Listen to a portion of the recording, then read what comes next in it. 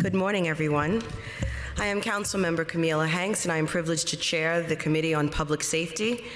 Today, I am joined by Speaker Adrienne Adams, Public Advocate Jumaane Williams, Councilmember Aviles, Hudson, Stevens, Brannan, Brewer, and Holden, and also Yeager. Today, the committee will hear a package of bills that aim to increase public transparency regarding NYPD operations and improve the mechanisms for providing accountability for police conduct.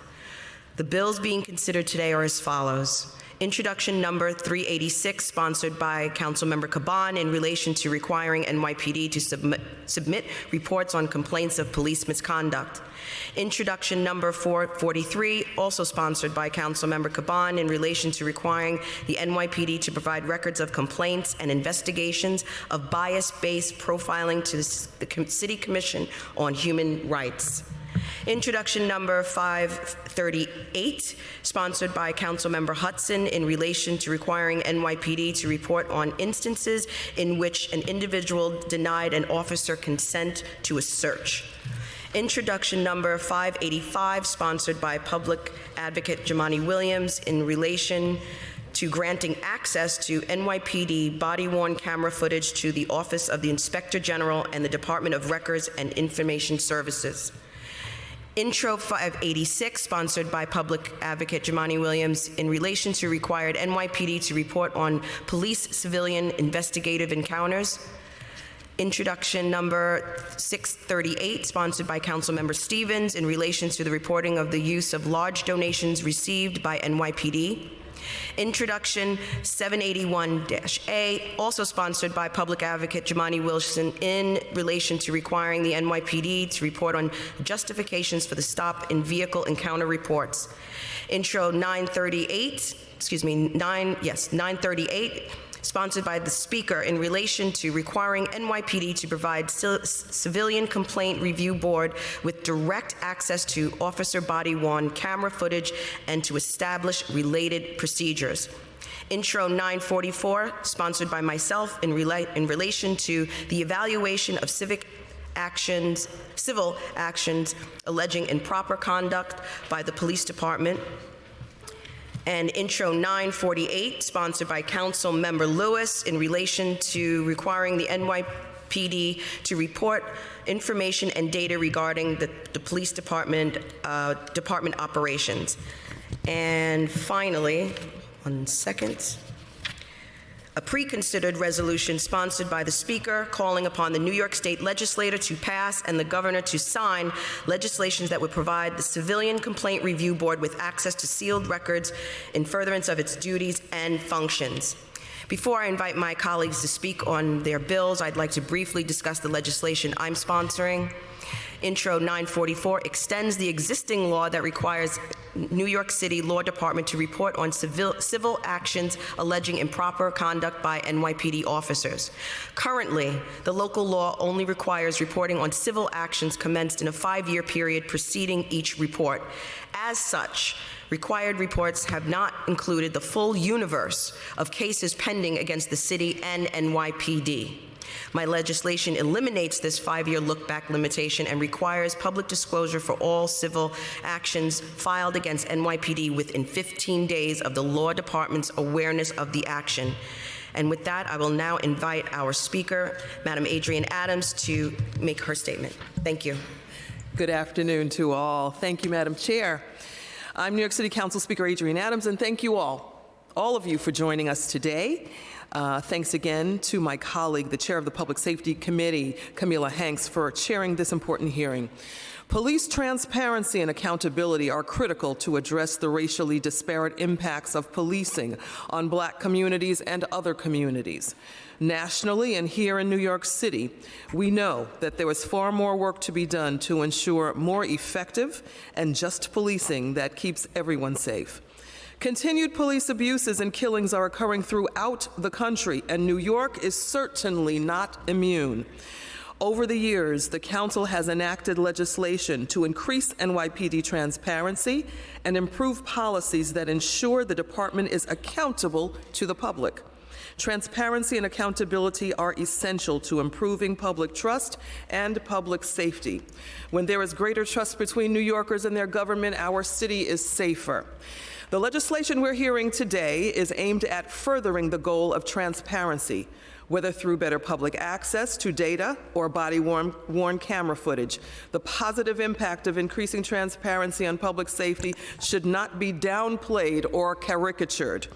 Police transparency and accountability are consistent with public safety, and it is misguided, and it is certainly also short-sighted to portray them as in conflict. The increased safety achieved by advancements in public transparency and accountability benefits communities and officers alike. For too long, our conversations on these issues have been stuck in an overly simplistic and counterproductive binary that is simply not accurate. Our public policy dialogue on policing must reflect how accountability and transparency generates a trust that facilitates an easier job for officers and safer communities for all New Yorkers. In 2013, a federal court found that the NYPD had engaged in an unconstitutional use of stop and frisk that disproportionately targeted the city's Black and Latino residents. Part of the court's remedy was to establish a federal monitor of the city's stop, question, and frisk practices. The federal monitor's numerous reports to the court have consistently identified the NYPD's underreporting of stops as a continuing issue. One of the reasons for this are the obscure legal distinctions that allow officers to question New Yorkers based on a lower legal threshold than the reasonable suspicion required of what is defined as a stop and frisk. While civilians formally have the legal right to walk away from these lower-level stops, the practical ability to exercise this right is often absent. When someone is stopped by an officer, they don't feel they can walk away from the encounter, and often it's not permitted. After all, there is a power difference for an unarmed civilian interacting with an armed officer. Intros 586 and 538 heard today are aimed at addressing this transparency gap. Another remedy of the federal court was the introduction of body-worn cameras, which began to be rolled out in 2017. 2 years later, all patrol officers were equipped with body-worn cameras, and NYPD guidelines instructed officers how to use them. Body-worn cameras can increase transparency, but only if the policies that govern their use and access to their footage prioritize transparency. New York City's current policies on access to body-worn camera footage have unfortunately fallen short of prioritizing public transparency. Governments in numerous states and cities across this country use body-worn cameras for police officers while maintaining footage access policies that are significantly better than New York City's. Not only has the public in our city lacked adequate access to footage, but the entities responsible for oversight of the NYPD have also faced obstacles to accessing it, undermining their ability to fulfill statutory oversight duties. For example, the Civilian Complaint Review Board's investigations into police misconduct from the 2020 George Floyd protests were reported to be hampered by the police department not turning over body-worn camera footage in a timely fashion. The Office of the NYPD Inspector General and New Yorkers, including the media, have also faced challenges accessing footage in a reasonably streamlined way. There is clearly a transparency gap regarding body-worn camera footage that requires examination and solutions. A few of the bills we will hear today seek to address these gaps. I have sponsored Introduction 938, which requires the NYPD to provide the CCRB with direct access to all body-worn camera footage. As the city's civilian oversight body of the NYPD, timely and unedited access to body-worn camera recordings is vital to achieving its mission of thoroughly and impartially investigating civilian complaints. The Office of the Inspector General for the NYPD and the Department of Investigation issued a report examining how body-worn camera footage is used by city agencies tasked with ensuring police oversight and investigating allegations of misconduct. It found that the lengthy processes involved, including waiting on NYPD staff to conduct searches of the recordings and approve requests, severely hampered the CCRB's ability to investigate complaints in a timely manner. My bill addresses these hindrances by providing the CCRB with direct access comparable to the NYPD's Internal Affairs Bureau, while another bill addresses other access issues. Additionally, various state laws prohibit the CCRB from viewing sealed records. CCRB investigations are often significantly delayed because of the process to unseal records, an issue that has arisen in the administrative prosecution of NYPD Officer Wayne Isaacs for the killing of Delron Small. At times, this impediment means that CCRB investigations can quickly approach their 18-month statute of limitations without the records needed to move a case forward. To address this, my preconsidered resolution calls on the state legislature to pass legislation that would provide the CCRB with access to sealed records so that it can complete its duties and functions in a timely manner. The last bill I will mention is Introduction 781A, which pertains to reporting on vehicle stops. Last session, as Public Safety Committee Chair, I sponsored this bill that became Local Law 45, requiring the NYPD to provide quarterly reports on traffic stops and the demographic data related to them. The data on police stops released thus far shows that Black and Latino drivers are disproportionately the target of them, as well as their resulting arrests, searches, and uses of force. The sheer number of these stops in our city, reported for the first time as a result of my previous bill, is a cause for serious concern. There were over 670,000 stops last year, a number that compares to the highest level of pedestrian stop question and frisks during the Bloomberg administration. We know that police traffic stops nationally have been identified as disproportionately and unduly likely to escalate into dangerous and fatal encounters for drivers. Many police departments across the country have been overhauling their use of traffic stops, moving away from them because of the severe racial disparities and excessive risks of use of force. The deaths of Tyree Nichols in Memphis, Dante Wright in Minnesota, Rayshard Brooks in Atlanta, Jordan Edwards in Texas, and many others occurred as a result of traffic stops. New York City should be a national leader, not lagging in forward thought and progress attempted by police departments across the country. I commend the public advocate for proposing this bill to further expand reporting on traffic stops. Between these pieces of legislation and the other bills we are hearing today, the Council hopes to further enhance transparency with the city's police department because it is critical to making our communities safer. We look forward to hearing from the public, the NYPD, and advocates today about these bills and their ultimate goal of advancing transparency. Before we begin, I would like to thank our amazing, diligent committee staff for their work in organizing this hearing. And I now turn it back into the hands of our committee chair, Councilmember Hanks. Thank you, Madam Speaker. I'd also like to thank my Public Safety Committee Council for all the hard work they've done and my team. We have been joined by council members virtually, Caban, and in the council chambers, Bottcher, De La Rosa, Areola, Vernikoff, Palladino, and Joseph. Now I'll pass it along to Josh. Great, thank you, Chair. We'll now turn for opening statements for some of the bill sponsors.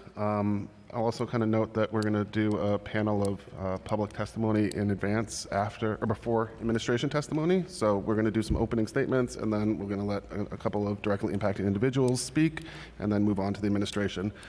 So for the bill opening statements, Public Advocate Williams, Councilmember Hudson, Councilmember Stevens, and Councilmember Caban, who's on Zoom. So, Public Advocate, you may go ahead, and then we'll move on to the other folks. Thank Thank you so much. As mentioned, my name is Jemani Williams, Public Advocate of the City of New York.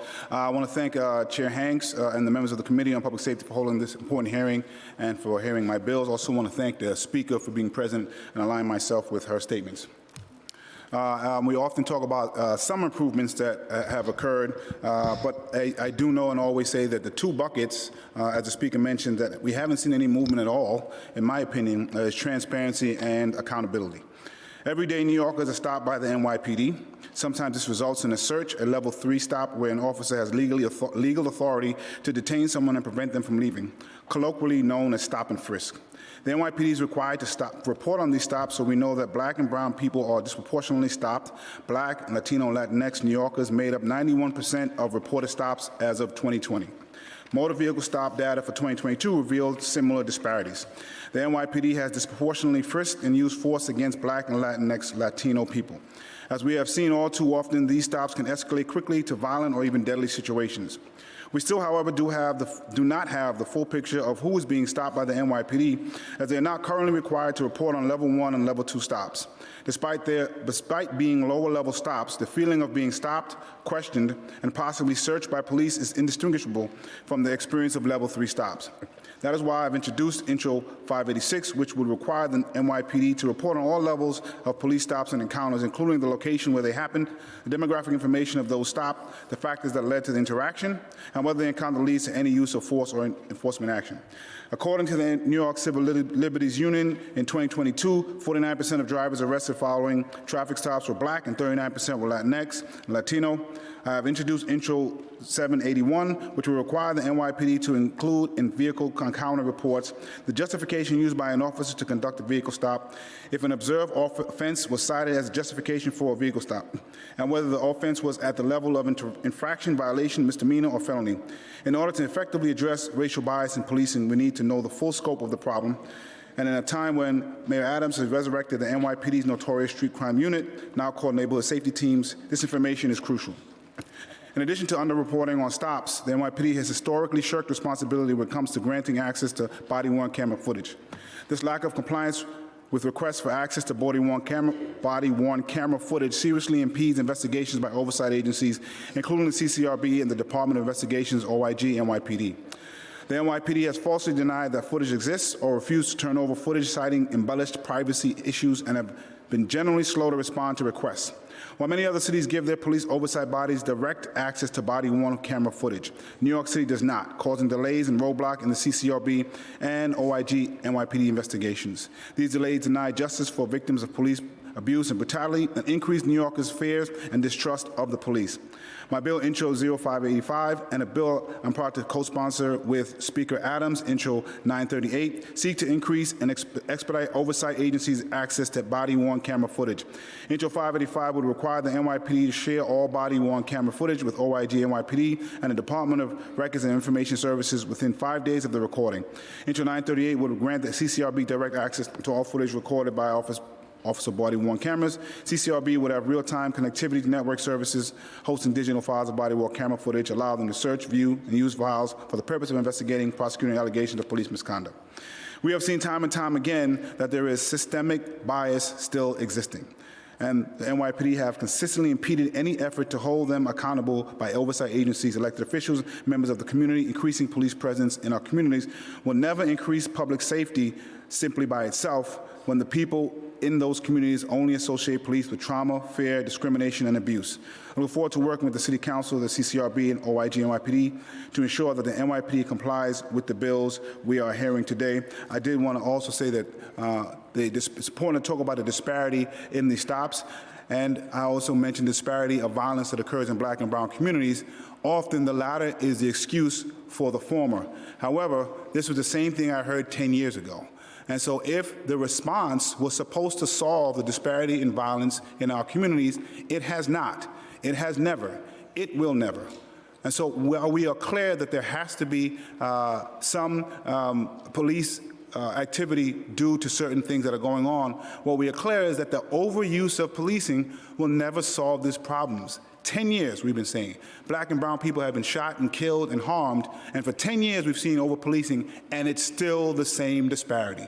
So I'm hoping with having discussions, we don't get the same pushback that we always get, because it doesn't help keep our community safer.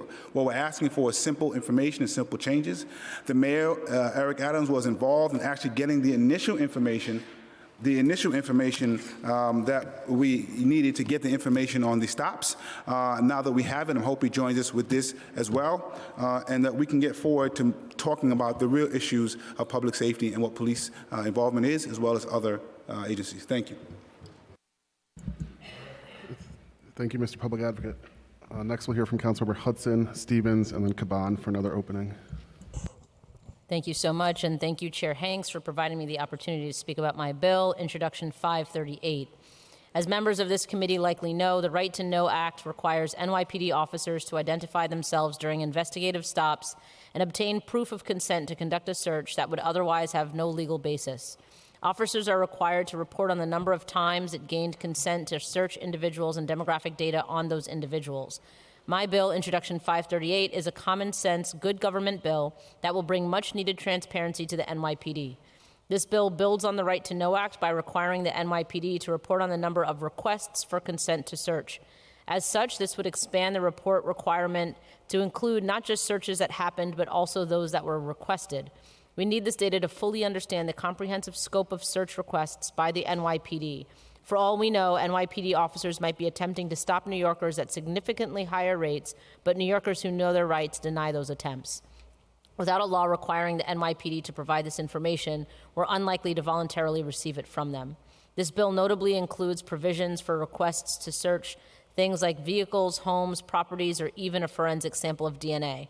And it requires the NYPD to report whether the officer used interpretation services when attempting to obtain consent to search from someone with limited English proficiency. Simply put, we need true police oversight, transparency, and accountability. That means everything from immediately firing officers who harm or kill New Yorkers, disbanding the SRG, deeply investing in community-based safety alternatives, and by passing these two bills. I'd like to thank the 27 co-sponsors of this bill, many of whom are here today, and Communities United for Police Reform for their fierce advocacy. I urge every member of this committee to support this bill, co-sponsor it if you haven't already, and work with us to shed more light on the NYPD's activities. Thank you. Thank you, Councilmember. Next, we'll hear from Councilmember Stevens, followed by Caban. Transparency is much needed when it comes to government, which is why I believe Intro 638, a local law to amend the Administrative Code of New York City in relation to reporting on the use of large donations received by NYPD. It is imperative that the public knows who and where the money is going and how it's being spent. This piece of legislation will ensure that there will no longer be blind spots and create more transparency, which in one of the largest funded city agencies. This transparency will allow us to provide a more efficient oversight to ensure that the NYPD is correctly utilizing monetary donations. I would like to thank all the co-sponsors who signed on, and if you have not done so, please sign on to this bill, and I'm open to having a dialogue with NYPD about this legislation. Thank you. Thank you, Councilmember. Next, we'll turn to Councilmember Caban, who will join us through Zoom. I'll unmute you in just a second. You may go ahead. Thank you. Good afternoon, and thank you for the opportunity to give an opening statement.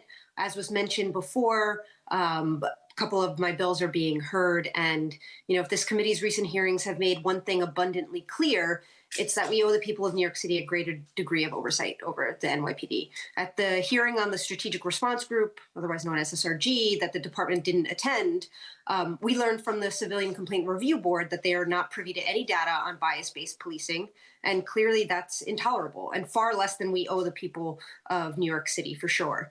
And at last week's preliminary budget hearing, the department's testimony in response to the chair's careful questions about misconduct was immediately contradicted by that of the CCRB, though once again, NYPD leadership was not in attendance to hear or answer for this discrepant account. And so I'm grateful that we're hearing intros 443 and 386 today in the interest of transparency, accountability, and a New York City where no one need fear that they will be on the receiving end of bias-based policing or other forms of police misconduct that will escape the attention of those of us charged with oversight. And so thank you to Queensborough President Richards for partnering with us on these bills, and I will pass it back to y'all. Thank you. Great. Thank you, Councilmember. Have we been joined by Mila? I saw her, but...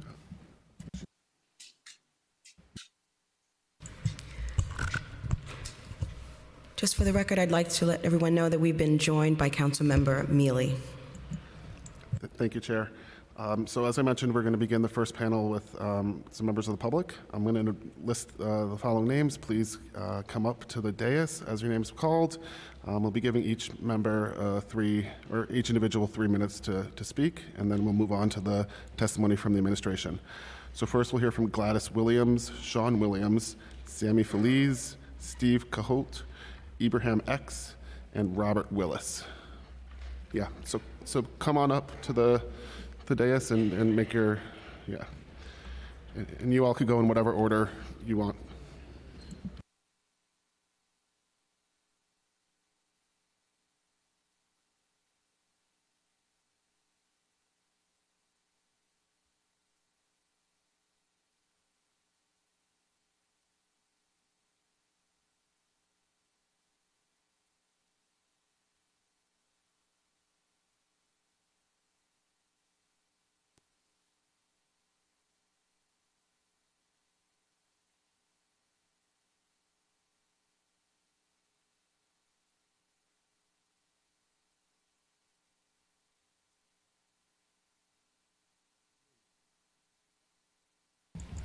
Excuse me. My name is Ibrahim X, and I'm a vocal New York leader with the Civil Rights and Homelessness Unions. I'm not a politician, but I always represent Crown Heights. I'm a black man, I'm homeless, I have a criminal record, felonious criminal record, violent, whatever you want to call it. I also live with mental illness. I've been policed and criminalized for each of those identities. I've been stopped by police in this city more times than I can count. Unfortunately, for people like myself, I'll give a few names. Tyree Nichols, Saheed Vassell from Crown Heights, Sean Bell, George Floyd, Sandra Bland. We all know the names and the hashtags. Their lives were stopped by police stops. My life has also been almost stopped. I've had police put guns to my head. In fact, if you notice, when I open my mouth, I'm missing a tooth. I'm missing a tooth as a result of a police stop in Queens. Officer Halsey George, in particular, if he's listening. I've been stopped by the police for locking up my bike at a railing and told that, oh, I might be stealing cars, because there was cars next to the railing. I've been stopped by the police for being in a smoke shop and asked, what was I doing in a certain place where I was never at? I've been stopped by the police for being in the train station and wrongfully accused of not paying my fares because they just assumed that I didn't pay my fare. All these are interruptions in my life. To you, they're words in Intro 586. To Tyree Nichols and the other people that Speaker Adams mentioned, their lives were stopped by police stops. And I just want to take a minute as someone who is personally impacted to share my condolences and my inspiration for the Antonio Williams family. Because I know my mother's not alive, but she'd be sitting right here. My father might be sitting right here. So I take this very deeply because I have a child. In fact, I have a few children. And I never want to be sitting here in their position. So I'm going to fight every day of my life. Whether you want to hear me or not, I'm going to be here. You normally would not be here. I'd be on the block. But I'm going to stop hanging out on the block and I'm going to start hanging out here until you realize that people like me are being stopped. And we're not just being stopped. Our lives stop when the police stop us. You need to understand that, because maybe it's boring to you, or if you're Caucasian, you've never had that happen, but unfortunately it happens. And if you want to live in an America where that's allowed to happen to me, then I don't know what to tell you. I can't live in that America. And I'm not going to live in that America, not that New York State, and not that New York City. So I urge you to follow your council members and pass intros 538 and 586, because you can't ask me for accountability through the police if they're not having any accountability. Thank you. Thank you so much for your testimony. Hello, my name is Gladys Williams. I'm the stepmother of Antonio Williams, who was unjustly murdered by the NYPD on September 29, 2019. I'm also a member of the Justice Committee, an organization that works with families who's lost loved ones to police. Antonio was a loving presence in our family. I remember the day he found out he was having a son. He recorded his reaction and shared that joy with us. Now, there's a player missing in the basketball competitions with his father and his brothers. There's a heartbreaking absence at our holidays when the families gather together. Antonio was simply waiting for a cab, not bothering anybody when he was approached by the plainclothes cops.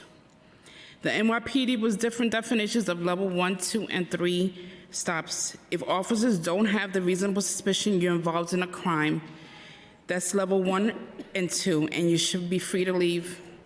Antonio should have been free to go. But the reality is to us that the different levels of the stops usually feel the same. NYPD doesn't tell you what level stop it is as they approach or any time. It's frightening. You feel as though officers are detaining you. You feel like you are in danger. But in worst cases, the NYPD escalates these encounters and someone ends up beaten or killed, like what happened to our son Antonio. If we had more transparency on how the NYPD is using low-level stops to harass and abuse Black and Latinx New Yorkers before Antonio was killed, maybe he would still be here today. If officers are forced to report every stop and where they're making them, they'll be less likely to use these stops in illegal and abusive ways because they know they will be exposed. That's why my family and other families who have lost loved ones to the NYPD are calling on the City Council to pass the How Many Stops Act immediately.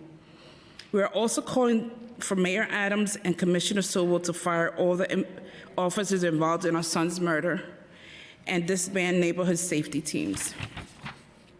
We must take action to ensure that what happened to our sons does not happen again.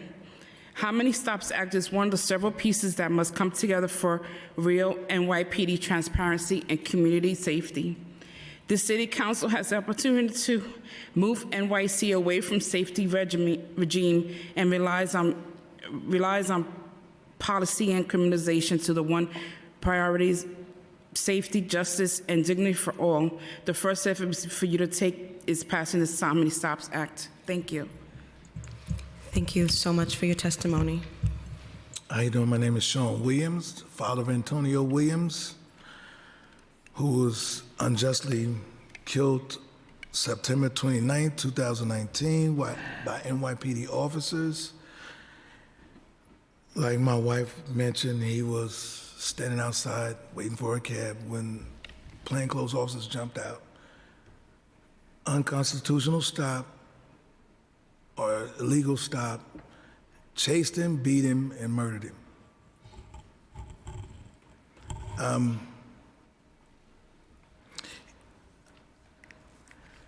Antonio, the NYPD claims Antonio had a gun but was never pulled and that was never fired. My son was not a threat to anyone, to any officer. I've never seen anybody being a threat with their back turned and running away. He should have been allowed to walk away, run away, whichever, because they had no suspicion to stop him. But they initiated the whole thing. Not only did they murder my son, they killed one of their own. And they blamed that on him. That's why passing this How Many Stops Act is very important. Then also we have the mayor of New York patting himself on the back about what happened in Memphis with the Scorpion team. But putting the same four people on the street and just rebrandishing it with a different name is just all you did is just switch the name up. Same people out there, you're just trying to make it seem like it's something different, but the same officers. Then you bring back the same thing the same law that got my son and many others murdered by the NYPD. Met people like Eric Gardner and others. No reason for stopping them. You just decided that you're going to be the judge, jury, and executioner. You're going to make your own laws. Even though you swore to protect the community against criminals. So how do you protect the community when you're the criminals yourselves? When you initiate all interactions and run the streets, the community of Black and Latinx communities pretty much being the bully. This is approaching people as if it's my way and this is it. It's what we say, and if there's nobody there to speak or see anything, it's your word against the person who's deceased, pretty much. And they can't speak for themselves. So that's why passing this act is so important. Because it has to stop sometimes. Why not now? I want to thank you both for your testimony. I offer you my deepest condolences, and I appreciate your courage and everything that you said here today. And I also want to thank the speaker for allowing the public to come and testify so you could really hear the voice of the people. So I appreciate it. Next. Hi, my name is Sammy Feliz. I'm the brother of Alan Feliz, who was unjustly stopped in his car, beaten, tasered, and shot and killed by NYPD Sergeant Jonathan Rivera and officers Michelle Amazar and Edward Barrett in the Bronx on October 17th of 2019. I am also the founder of the Alan Feliz Foundation, and I am also a member of the Justice Committee who helps organize families who have lost loved ones to police violence. After Sergeant Rivera shot Alan, and Officer Barrett yanked his limp body from the vehicle, exposing Alan's genitals in the process, leaving him exposed in the streets. None of the officers had the decency to cover Alan up. Instead, they left him out to bleed and cuffed and exposed as well to make it even worse. My family and I are calling on Mayor Adams and Commissioner Sewell to fire Sergeant Rivera and Officers Barrett and Almazar for murdering Alan. And Alan Feliz, my family and I hope that the City Council will stand with us on this. Sadly, this is the kind of disrespect and the violence that is the rule, not the exception under Mayor Adams. I've only seen things get worse. I personally don't even tell my mother at times when I get stopped or detained anymore, just to keep her from the added trauma. Along with losing my brother to the NYPD, I have been regularly profiled, harassed, and unjustly stopped by the NYPD like too many Black and Latinx New Yorkers. I have too many stories that I can share with you guys here today. These days, the NYPD is running rampant in my neighborhood in Washington Heights. Just 2 weeks ago, I was pulled over for no reason, misidentified as my dead brother, and arrested, leaving me completely traumatized and insulted. Only about 3 months ago, I was hanging out with a group of people, and 2 NYPD vehicles showed up, one unmarked, one marked.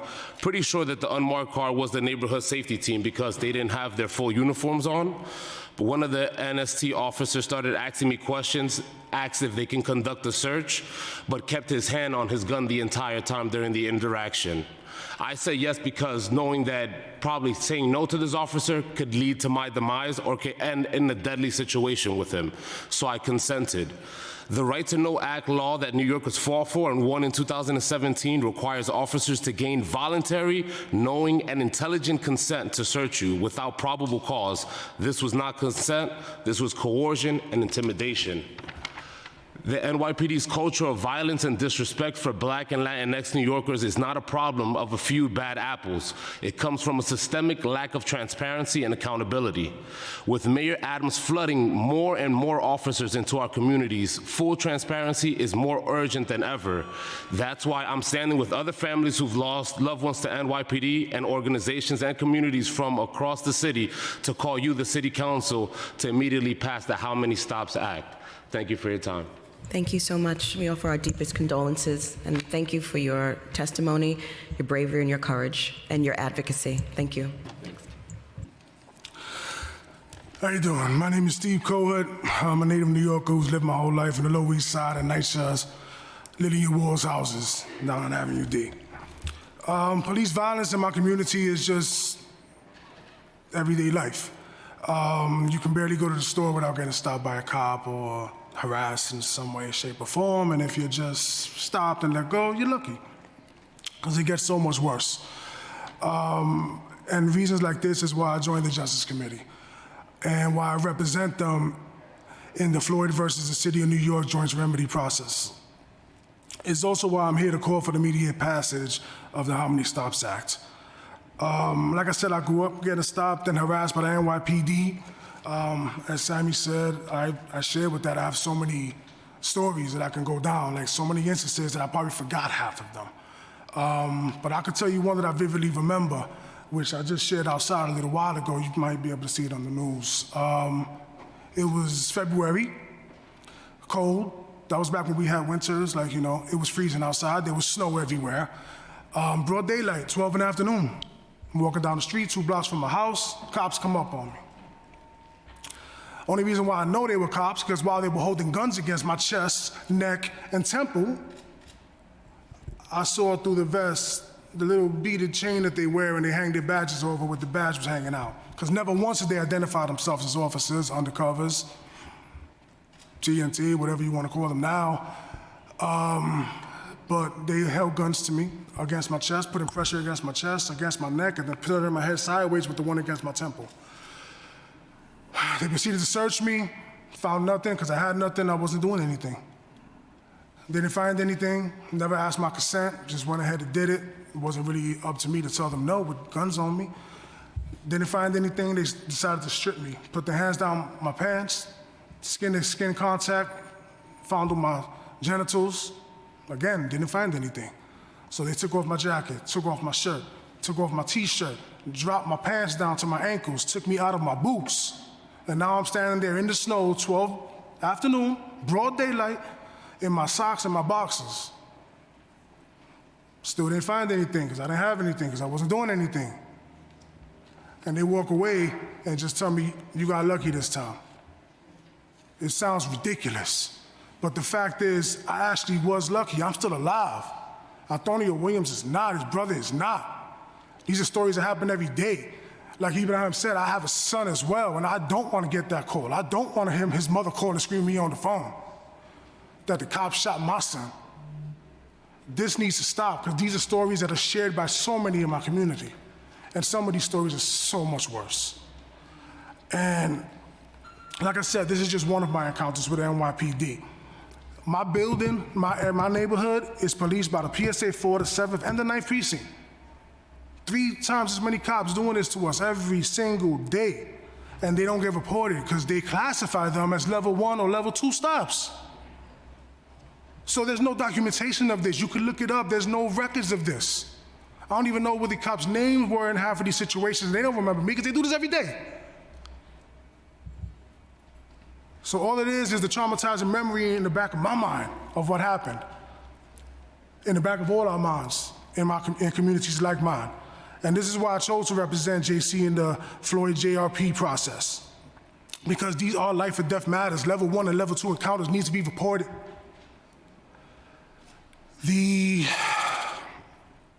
Excuse me, sorry. I'm finished right now, though. The facilitator of the JRC, of the Floyd JRP process actually agreed and said that these things should be reported. But the court failed to implement these recommendations. That's why we have to come to you again. We have to return to the city council and demand that this act gets passed. Like, we need transparency from the NYPD. And I can't fathom like why this is such a problem.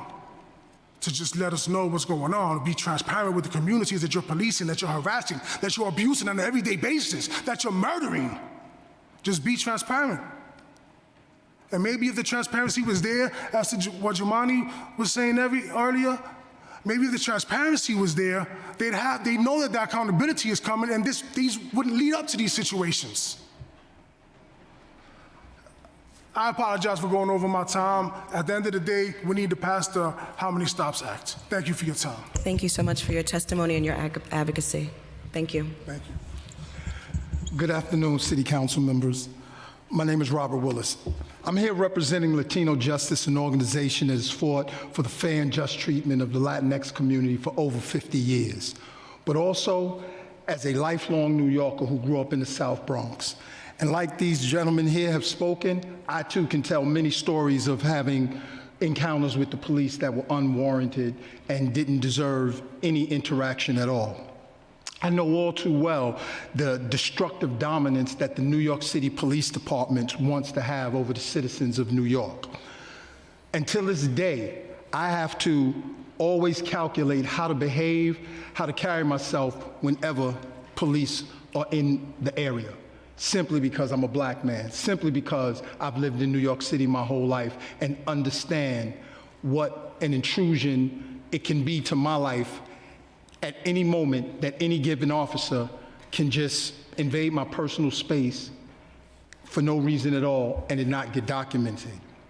New York City level 1 and 2 police stops may not result into an arrest, but they still are dehumanizing and daily intrusions into the lives of most New Yorkers, into many New Yorkers, most of whom are black and brown. These stops are daily reminders of who are in control of the streets, who with the biggest and most dominated gang can touch you at any moment. That's the message that they're trying to send. These unreported stops force us to address the role that racial profiling and unequitable treatment of already marginalized minority groups play in making our community safe. Mandatory reporting on these stops would benefit New Yorkers for several reasons. First, it will provide transparency and accountability for police officers and would help ensure that they're following proper procedures and protocols. Proper reporting should provide an opportunity for a person to receive some kind of understanding of why they were stopped in the first place. Secondly, it would allow policymakers and the public to better understand the scope and nature of policing activities in our communities, including any potential biases or disparities. Not acknowledging the historic behavior of the NYPD or trying to ignore it would be just leaving our black and brown communities ripe and open for disrespect and mistreatment by any given officer on any given day. Thirdly, it would help identify areas where additional training and resources are needed to improve community relations and reduce the likelihood of unnecessary stops in the first place. Overall, mandating reporting of level 1 and 2 stops can only help promote effective equity policing practices while also protecting civil rights and liberties of individuals in all New York communities. That's why Latino Justice is asking for the City Council to pass the How Many Stops Act with a veto-proof majority so that New Yorkers can know that their police department is being held accountable and they can start respecting us better in our communities. Thank you very much. Thank you so much for your testimony and for your advocacy. I'll pass it back to Josh. Thank you, everyone. If any members have questions, please let me know. Otherwise, we'll move on to the administration for testimony. Councilmember De La Rosa. I just want to make a comment. Alan Feliz was my constituent. Sammy is his brother, and I just want to thank all of you for being here today. I want you to know that this council is listening to you, and we're going to work towards a semblance of justice for these families. Thank you for coming here, and I appreciate you. Thank you, Councilmember. Okay, thank you all for your testimony. We appreciate it. For the administration, we're going to do 2 panels. First, we're going to hear from NYPD, Law Department, and Doris, Department of Records, followed by another panel with CCRB. So to start with, for the police department, we have Michael Clark, Deputy Commissioner Amy Litwin, Director Allison Arnenson, and Chief Matthew Puntillo. For Department of Records, we have Sylvia Collar. For Law Department, we have Nancy Savasta, Muriel Good-Trufant, Eric Eichenholz, and Beth Nidow. So if you all want to pull up some extra seats, or I know that some of the Department of Records is there for Q&A, so you could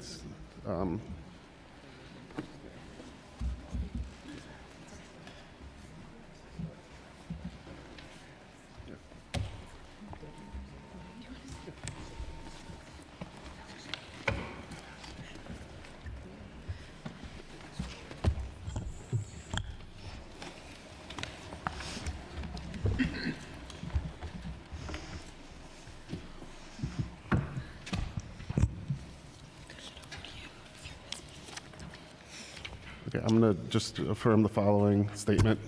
You just raise your right hand if you're testifying and just affirm the following. You affirm to tell the truth, the whole truth, and nothing but the truth before the council and answer honestly to council member questions. You do. Seeing you acknowledge that, you may go ahead. Thank you. I do. Good morning, Speaker Adams, Chair Hanks, and members of the council. I am Michael Clark, the Director of Legislative Affairs for the NYPD. I'm joined here today by Chief Matthew Pontillo, the Chief of Professional Standards, Allison Aronson, the Director of the Department's Body-worn Camera Unit, and Deputy Commissioner Amy Litwin of the Department Trials Unit. On behalf of Police Commissioner Keechanel Sewell, I'm here to testify before your committee regarding the department's commitment to transparency and to comment on the bills being heard today. The New York City Police Department does not fear transparency. We embrace it. Transparency, oversight, and well-informed public scrutiny on the whole leads to not just safer and fairer policing, but better and more effective policing. The department issues dozens of reports and publishes significant troves of information that are accessible through public-facing online dashboards, such as the Use of Force dashboard, the Hate Crimes dashboard, the Department Personnel Demographics dashboard, and the How Did We Do dashboard. We publish a profile on every officer in the NYPD, which includes their disciplinary history, the trainings they have completed, department recognitions and award, and arrest processed. Moreover, we publish our crime statistics for every precinct on CompStat 2.0, as well as traffic collisions with our traffic safety forum. We hold dozens of monthly meetings citywide, including meetings in every precinct and every police service area, where we provide data and answer questions from the community. I think it's safe to say that there's no agency in the city, and quite frankly, any police department in the country, that is more transparent than the New York City Police Department. And it's also important to acknowledge that this level of openness with the public comes in part from our work with this council. We have successfully worked together many times to negotiate and pass bills that increase transparency and that are implemented in a way that is operationally feasible.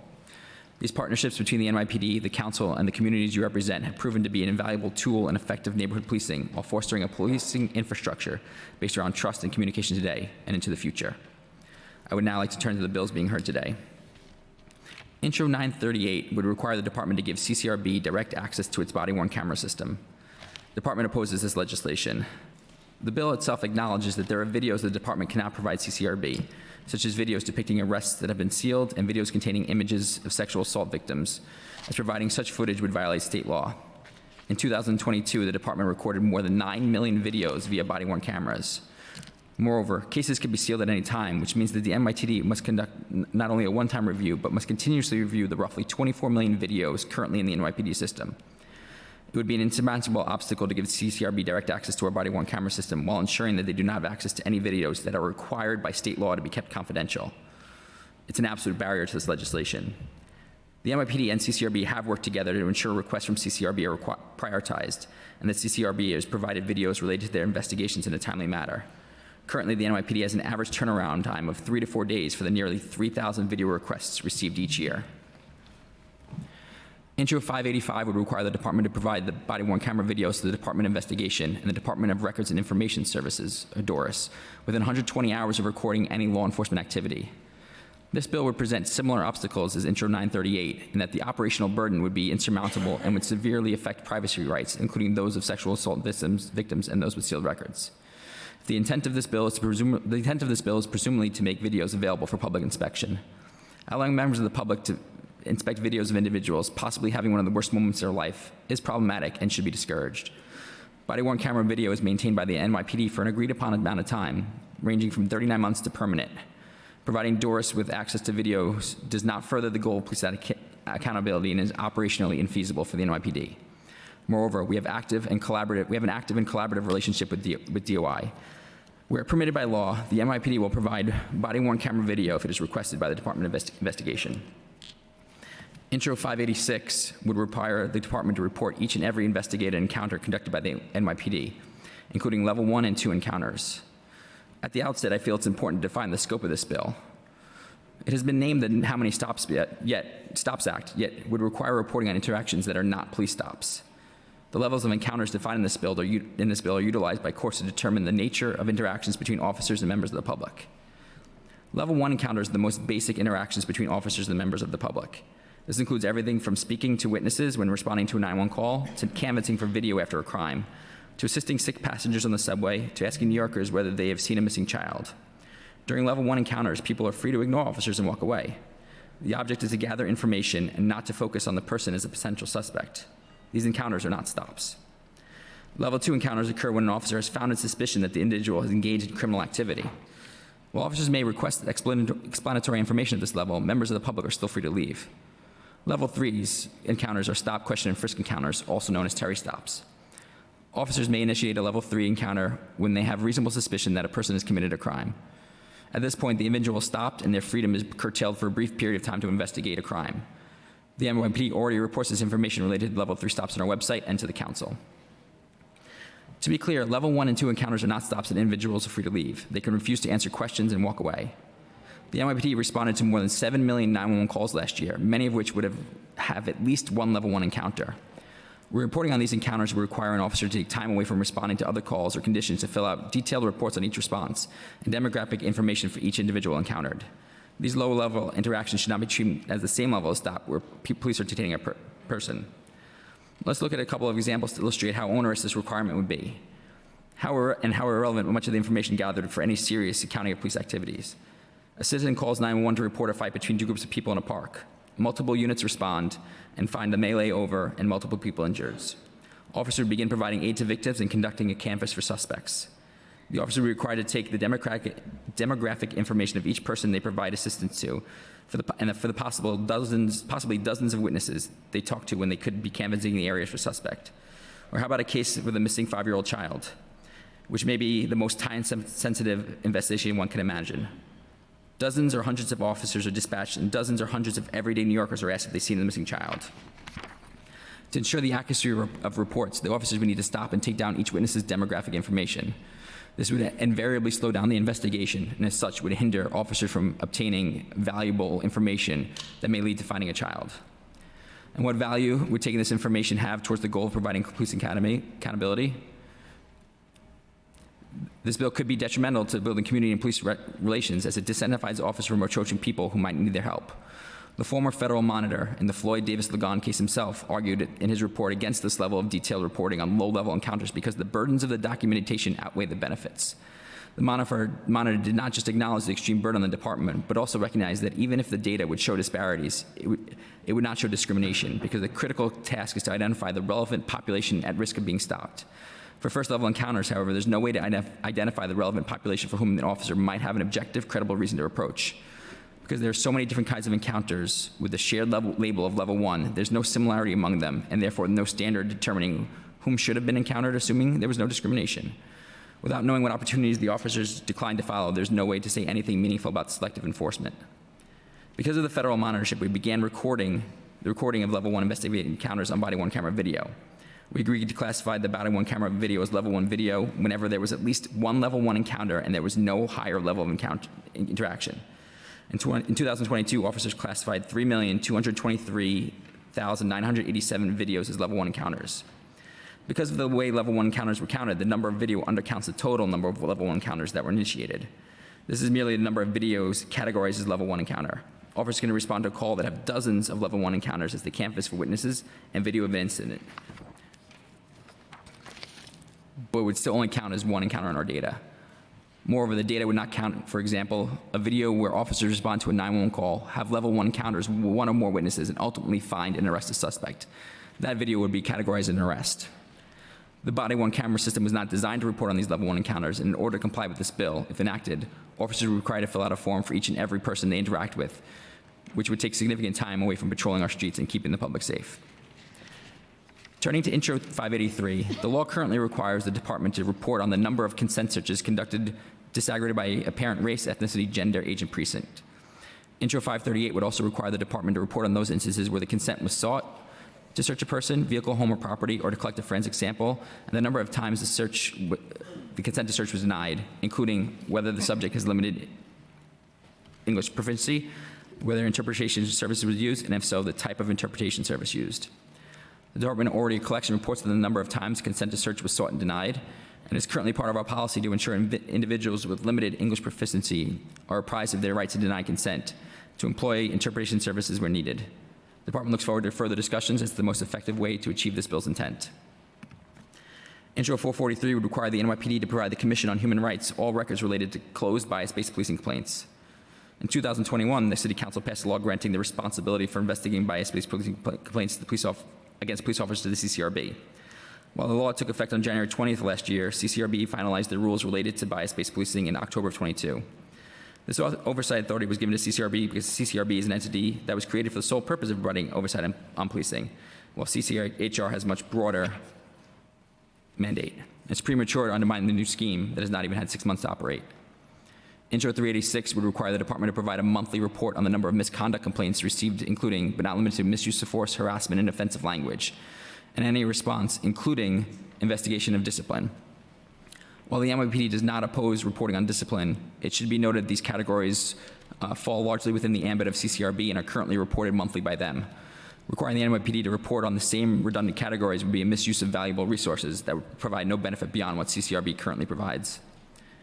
Intro 948 would increase the time period and publicize the reporting requirements under Administrative Code 14-150. Tripling and quadrupling the number of reports that is required on this law would pose significant challenges, considering the breadth of information that is currently required to be reported. Additionally, there are portions of the report, such as disclosing deployment information, which may not be appropriate to be publicized on our website. I would like to note that many of the new reporting requirements concerning overtime require detail on such a granular level, they'd be onerous and difficult to track.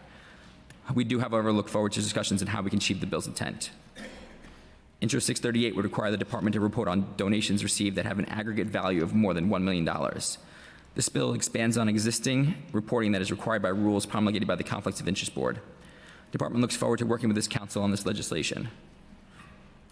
Intro 781 would require the department to amend our public vehicle reports.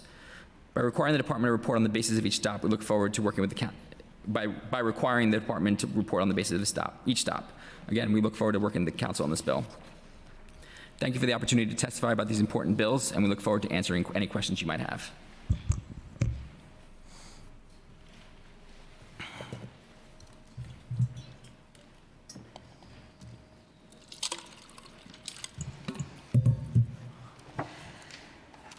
Speaker Adams, Public Advocate Williams, Chair Hanks, members of council, good afternoon. My name is Muriel Good Trufant, and I am privileged to serve as the First Assistant Corporation Counsel. I'm pleased to be here to offer the Law Department's comments regarding Intro 944, which is before you today. I am joined by Eric Eichenholz, Managing Attorney of the Law Department, Beth Nadeau, Deputy Chief for Practice Management in the Litigation Support Division, and Nancy Savasta, the Deputy Chief of the Tort Division in charge of risk management. Intro 944 would impose new requirements upon the Law Department to compile and upload particular information concerning civil actions filed in state or federal court against the police department, individual police officers, or both. As proposed, the amendment would mandate reporting within 15 days of receipt of new cases and/or case dispositions, meaning that the Law Department would be required to post information every business day of the year. Similarly, in keeping with the notice requirement of Administrative Code Section 7114, on every business day, notices would be sent to the Department of Investigation, the Comptroller, the Police Department, the Civilian Complaint Review Board, and the Commission to Combat Police Corruption concerning case activity.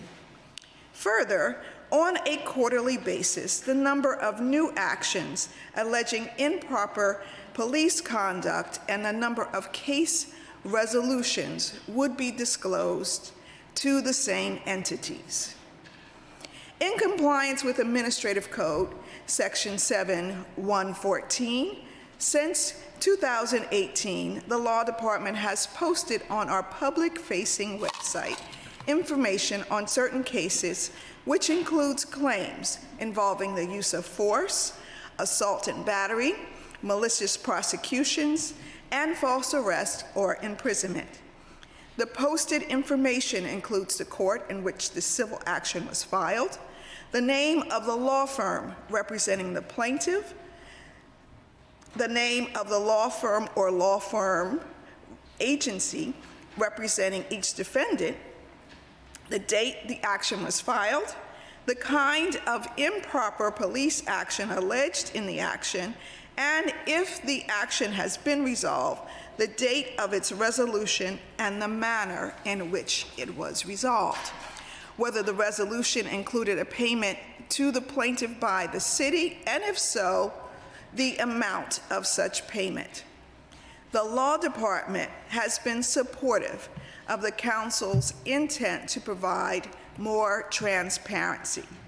We have successfully increased transparency through the Law Department's publishing of 5-year summaries of case dispositions and matters with alleged improper conduct by police twice a year. In order to ensure accuracy, the Law Department conducts extensive reviews, research, and quality assurance to make sure that these biannual reports are as accurate as possible. The proposal to require posting 15 days after each complaint is received or a lawsuit is settled would ensure that the posted information would be inaccurate, frustrating the very purpose of public disclosure. The Law Department is handling approximately 5,114 state and federal cases with allegations of alleged police improper conduct. For the first 6 months of this fiscal year, approximately 546 new cases were received and 552 were disposed. Overall, our office represents the police department and individual members of service in more than 7,000 cases. Often, we receive complaints with officers named as John Does or with misspelled or commonplace names. When the Law Department receives a complaint, we review the allegations in the pleading and work to obtain necessary records to understand the factual and legal underpinnings of the case. This process invariably takes time, and publicizing information about cases in a period as short as 15 days would lead to premature and inaccurate information. For example, unless there is a conviction in an underlying criminal case that is the subject of the complaint, the Law Department must secure a release from the plaintiff pursuant to New York Criminal Procedure Law, Section 16050, in order to access sealed arrest records. In the United States District Court for the Southern District of New York, plaintiffs are required to serve a 16050 release with their civil rights complaint. Thereafter, in recognition of the time required to access police records, identify the involved officers, make representation decisions, answers to complaints are due 80 days after service of the complaint. Releases are not required to be served with complaints in state court actions, and thus, identification of the officers can take, at best, many months. Further, both parties and claims are added as civil discovery progresses. A malicious prosecution claim against several unnamed police officers may change into a false arrest case against 2 named officers. Thus, information that might be posted by the law department within 15 days of a complaint would invariably be inaccurate or simply wrong because a party was erroneously named in the complaint. Problems would also arise in reporting case dispositions within 15 days of resolution. After the parties agree to settle a case, the Comptroller's Office has 90 days to pay the settlement. During that 90-day period, there are various lien checks, including for outstanding child support, that are conducted. As a result, the settlement amount and the amount paid to the plaintiff by the city may be different. A settlement reported within 15 days of the agreement may not reflect what the city ultimately pays to the plaintiff. Moreover, the current time frame of publication every 6 months ensures proper vetting of the relevant data for accuracy. This vetting is both time-consuming and necessary. We urge the Council not to implement a 15-day reporting period, which would require daily uploads of flawed and often premature information to a public website. With respect to the proposal for the quarterly reporting of statistical data, the Law Department could furnish such data, and we look forward to working with Council on that aspect of the bill. Thank you for the opportunity to provide comments to Intro 944. My colleagues and I would be pleased to answer any questions you may have.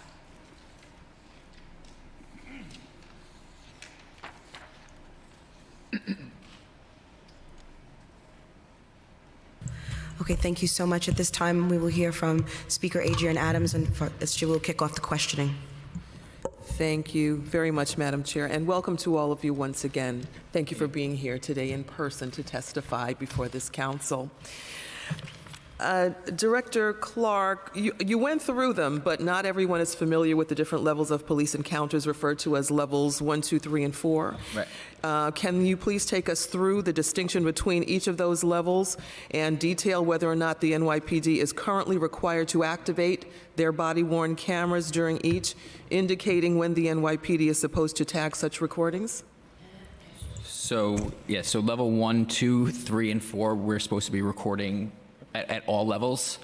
Currently, that wasn't the case when we first rolled out the body-worn camera program. I believe it was only level 3s and 4s, but now it's level 1, 2, 3, and 4. When did that change? Last year. Okay. How many of each level were in fact recorded in the first year of this administration? And additionally, how many of each level encounter were found to be in compliance with the constitutional requirements? So I think in the number of level 1s that were documented as level 1s, it was 3.2 million. The number of level 2s was about 35,000, and about the number of level 3s was about 35,000. But this is videos that were classified as level 1, 2, and 3. It doesn't necessarily mean that that's the number of level 1, 2, and 3 encounters. So, for instance, if 2 officers do a level 3 encounter, they both might classify their video as a level 3 encounter. If 2 officers do a level 2, they might both classify, even though there's 1 level 2 or level 3 encounter. For level 1s, it's the same issue, but level 1s is more likely to have multiple level 1 encounters for each video. So, for instance, if you respond to a 911 call and you're looking for witnesses, you may talk to 10, 15 people. All of those would be level 1 encounters. but would end up showing up as 2 on our body worn camera system when both officers tag it as level 1. I see. So it seems, well, it sounds a little muddy, a little convoluted, I guess, to the layperson's mind, but I'll just move on from there. How does the NYPD and/or someone auditing those stops review and/or determine whether or not a stop, or all stops for that matter, were conducted in a constitutionally permissible manner? I mean, would the officer explain the stop, or to determine whether they had an objectable, credible reason for a level 1 stop, or a founded suspicion for a level 2, or are you reliant on viewing the video itself?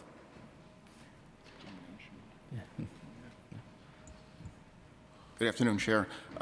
So it's a combination of all of those.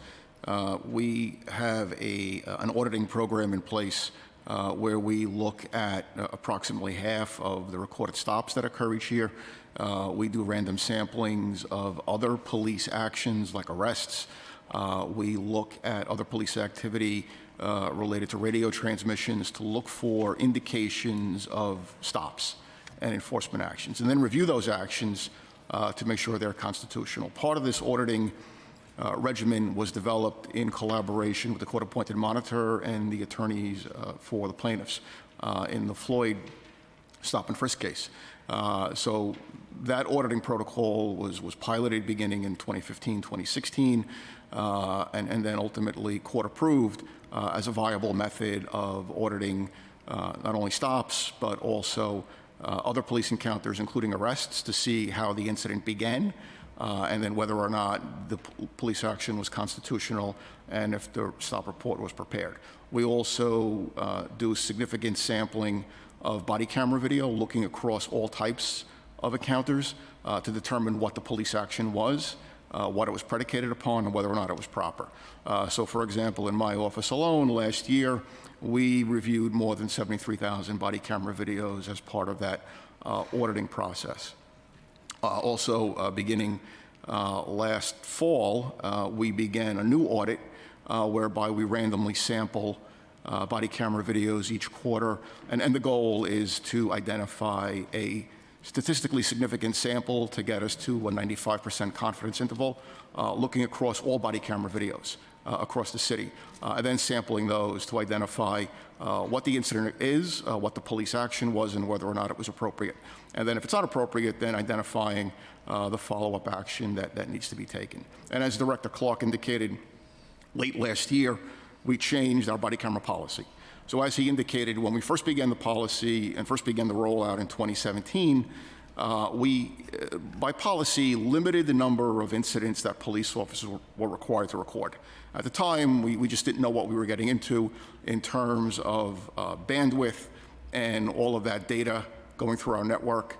But as we rolled out body cameras and got some experience with it, we were able to expand. So what began initially as only a mandate to record certain enforcement actions, late last year we changed the policy to now record all police action, all police-civilian interaction, other than maybe like a routine consensual conversation, good morning, how are you today, kind of thing. But any other type of call for service, investigative action, enforcement action, 911 call, 311 call, no matter what it is, any inquiry, witness canvasses, all police activities must be recorded from beginning to end. We also instituted a system last year working with the body camera manufacturer to enhance our ability to add certain identifying information to body camera videos. So, for example, we can tag videos with certain information, like an arrest or a stop and the stop report number. Difficult to do. It is quite burdensome. You've got to upload the videos first and then go into the system. But working with the manufacturer, we rolled out an enhancement late last year to their app where officers can do it on their phones now. So it's still a multi-step process. It's still time-consuming, but and that's where Director Clark mentioned the number of videos categorized or tagged as a stop or a level 1. That's where it comes from. So by making these improvements, we've improved the ability to not only capture that data, but to audit it as well. Thank you. The NYPD's use of stop and frisk or level 3 stops still dramatically disproportionately impact Black and Latinx New Yorkers. Without this data on lower level encounters, how do you know whether these enforcement practices are being used in a manner that is just and effective, or in a manner that, like level 3 stops, is racially discriminatory or not? So what I would say about the level 1 encounters, and just to go back, when the New York State Court of Appeals came up with level 1, level 2, level 3, they were trying to get a handle on assessing police-civilian encounters that resulted in an arrest or recovery of evidence. And what the court said ultimately was that they're not just going to look at the constitutionality of, say, for example, the recovery of an illegal firearm. They're going to go back to the very beginning and look at the initial interaction the police officer had with the civilian to make sure it was for a proper purpose. And if they determine that there was not a proper person, then any evidence that comes after or is derived from that would be suppressed and would not be admitted into evidence. So as a result of that, this level 1 category is a very, very broad category. And to be clear, level 1 encounters are not stops. These are the routine interactions police officers have with members of the public every day. And as Director Clark gave a couple of examples, imagine somebody calls 911, police officer responds, or 2 police officers typically will respond. The first question is, did you call the police? Are you okay? What happened? That immediately makes that a level 1 encounter because it's a police officer seeking information from a member of the public. Probably the most, I think, dramatic example, and we see these incidents increase exponentially in the summertime, looking for a missing person, especially a lost child. People go to the beach, they go to a park, their child wanders off, they call the police, and now police officers are going through the park or the community or the beach with a photograph on their phone, just walking up to as many people as possible, saying, hey, we're looking for this lost child. Have you seen this child? Every one of those is a level 1 encounter, right? The intrusion upon the civilian is minimal. It's for a public service function. It is not really intrusive on the person being approached, and it's absolutely necessary to public safety.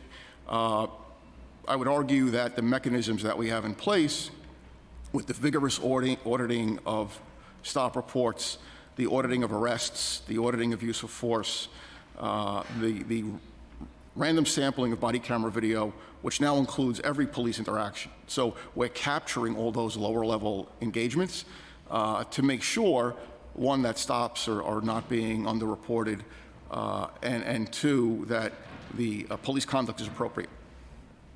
Thank you. Director Clark, in your testimony, I'm going to quote you, I think it's safe to say that there is no agency in the city, and quite frankly, any police department in the world, that is more transparent than the New York City Police Department. To what extent has the NYPD complied with CCRB requests for information and documents in relation to CCRB investigations of biased policing? So we have provided them all the information related to the specific incident.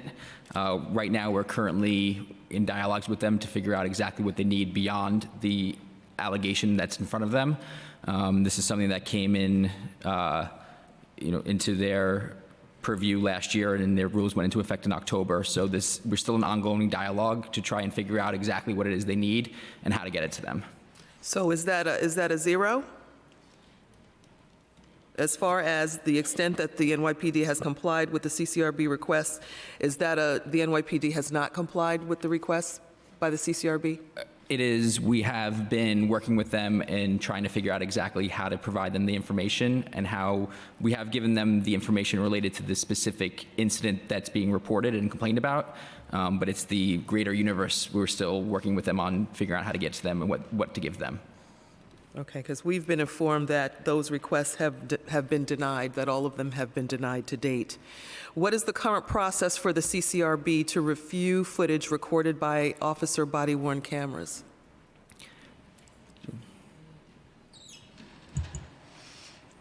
Good afternoon, Speaker. Good afternoon. Currently, CCRB sends requests to my unit, which is the body-worn camera unit within the Legal Bureau. They send daily emails to us with their requests to a specific email account. We process the requests and return the results to them within an average time frame right now of 3 to 4 business days. How often does the NYPD respond to CCRB requests with non-responsive body-worn camera footage? While that number has certainly decreased over the years, when we first deployed the cameras, not every officer was deployed with a body-worn camera footage. So certainly the number of negative responses back in 2017, 18, and even 2019 was significantly higher. Currently, it's rare that there is no body-worn camera footage of an incident, especially with the new protocols that have been in place that we're recording every interaction. Primarily, it may be arrests that are handled by specific units in the department who currently do not have body-worn cameras, but overwhelmingly, the number of responses that we give contain body-worn camera footage. Okay. And in what circumstances would the NYPD withhold or redact body-worn camera footage? Currently, we only withhold or redact body-worn camera footage involving sealed adult arrests pursuant to Criminal Procedure Law 16050, juvenile arrests or detainments pursuant to the Family Court Act, as well as victims of sex crimes pursuant to the Civil Rights Law 50B. And just to be clear, that if there's a waiver, we'll provide it from the individual whose case is sealed. So frequently, CCRB is able to get waivers to get the video, but sometimes it's not possible. I was just about to ask, how often, what's the frequency of those waivers? So currently, the frequency is very high. Initially, we requested, or we required written waivers. Currently, we accept verbal waivers from them, so the CCRB investigators, in their requests to us, document on that request that they've obtained a verbal waiver from the complainant or a parent or guardian in regards to a juvenile. So currently, right now, we don't have many requests where waivers are required or redactions are necessary. Okay, we might want to take a look at that in more depth. How does NYPD determine what body-worn camera footage to release publicly, how to edit it, and who is responsible for making and approving determinations of what is released publicly? So public, you mean public releases pursuant to FOIL, Freedom of Information Law, or public to an external agency? An external agency. So currently, all of that is handled by my team. We process all requests, whether it be criminal discovery to a state prosecutor or federal prosecutor, as well as to the law department, Administration for Children's Services, or CCRB. We handle all these requests the same. When we receive them, I have a team who searches the evidence.com database where the body-worn camera footage is stored. We locate all responsive footage pursuant to the request. We do not determine what we release. If it's part of the request or if it's part of the incident that's the basis of the request, we provide all of that footage. Now, depending upon who's requesting it, whether it be a public release pursuant to FOIL, I have a staff of attorneys who review it to determine if any privacy redactions need to be made or departmental redactions that need to be made, and then they're all approved by a supervisor before release. The same as requests for external agencies. We have multiple layers of checks within my team to ensure that we locate all responsive footage. And we also have a policy of releasing video whenever there's a use of force where one or more officers that result in death or serious physical injury, or when the officer discharges a firearm and firearm discharges hits another person, or if there's a sort of incident that requires it's a great interest of the public, then the PC can also do that. So we'll release body-worn camera video of those incidents as well, affirmatively. Okay. What's the internal process for safeguarding sealed body-worn camera footage to prevent unauthorized access? So currently, all of the footage is stored within that cloud-based storage system. Right now, there's no technology in place to differentiate between a sealed record within this cloud-based system versus an unsealed record. The one requirement we have in place is a limited number of NYPD personnel have download capabilities within the system.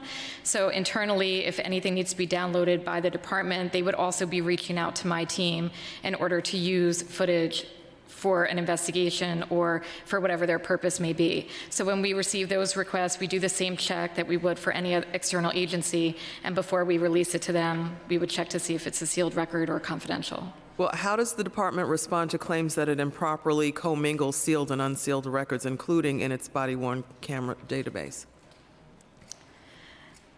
So currently, again, speaking only on body-worn camera, all of those records, sealed or unsealed, are within the system.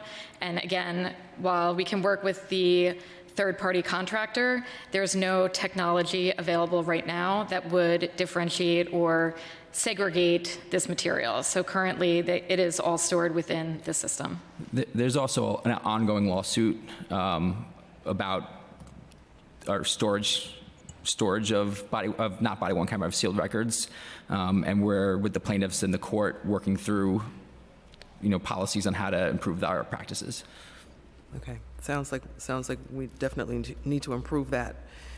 I'm going to ask just a couple more questions because I know that I have several colleagues that want to ask questions as well. I want to touch on the vehicle encounter reports and the bill that I did sponsor and was enacted. We've seen the reports coming out lately, the results of that legislation. There have long been concerns regarding the racial demographics of individuals subjected to traffic enforcement. Current NYPD data confirms that Black and Latino individuals are the disproportionate target of traffic stops, arrests, searches, and use of force. In 2022, the NYPD conducted over 673,000 traffic stops. 77% resulted in a summons for a minor violation, and only 2% resulted in an arrest. While Black and Latino drivers accounted for nearly 55% of all stops, they made up approximately 90% of arrests, use of force incidents, and searches that resulted from these traffic stops. Stunning to anyone.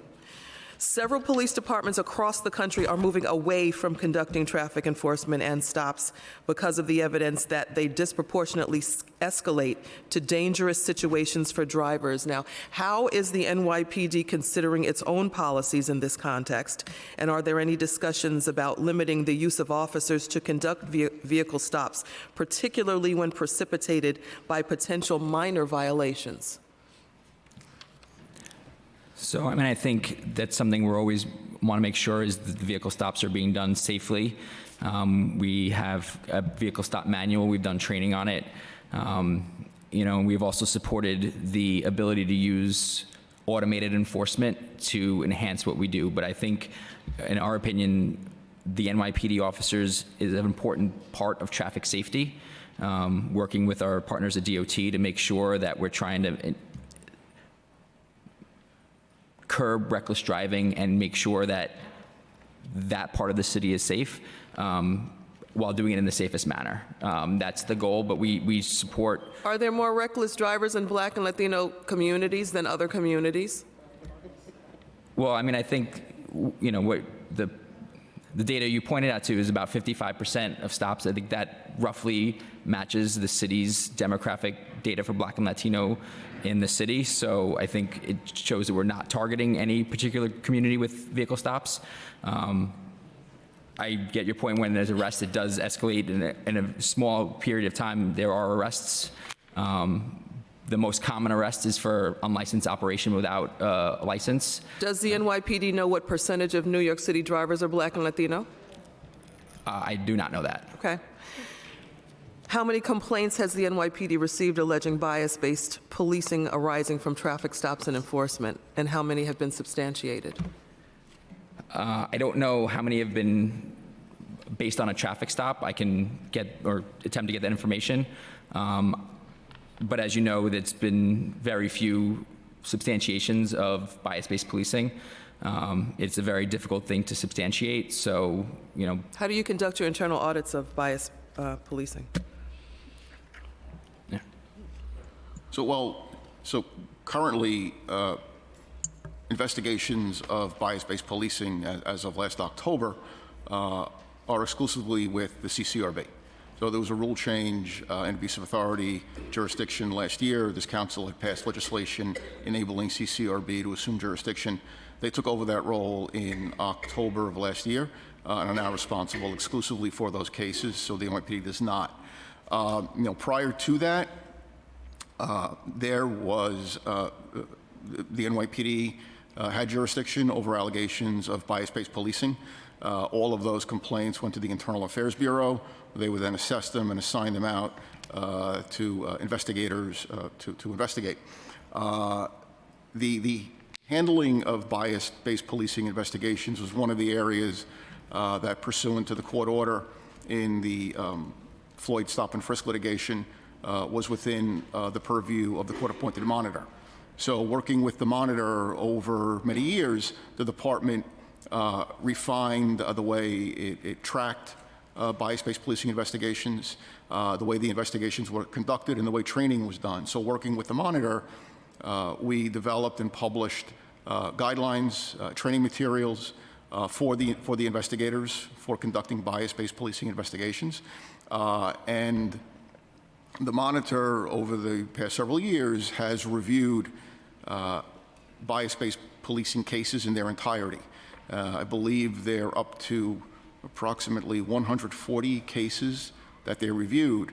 And in the monitor's 9th report, which is available online, they talk about the bias-based policing investigations, and they point to the fact that they're very, very difficult to improve because you have to prove intent, which is not easy to do, and that their primary concern was making sure that the policies were sound and the training was sound, which is why they worked with us to improve both policies and training around bias-based policing investigations.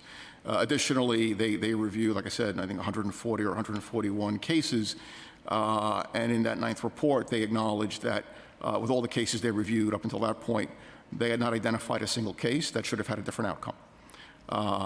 Also, New York City DOI, the OIG for the NYPD, published a report in 2019 also looking at bias-based policing investigations conducted by the NYPD. And they looked at more than 5,000 pages of documents, more than 400,000 data points in the NYPD cases and in the data that was created in the bias policing investigations. And they looked at the closings in almost 600 actual cases. And again, they too found that very, very difficult to improve because you have to establish the intent and the individual's state of mind. But they also noted that of all the cases they reviewed, they did not identify any cases that should have had a different outcome. So while we had, I'm sorry it's a long-winded answer, but while the NYPD was conducting those investigations, we had the oversight of the monitor and DOI. They both did extensive reviews. They've published their findings. But now, or since October of last year, that process is exclusively with CCRB.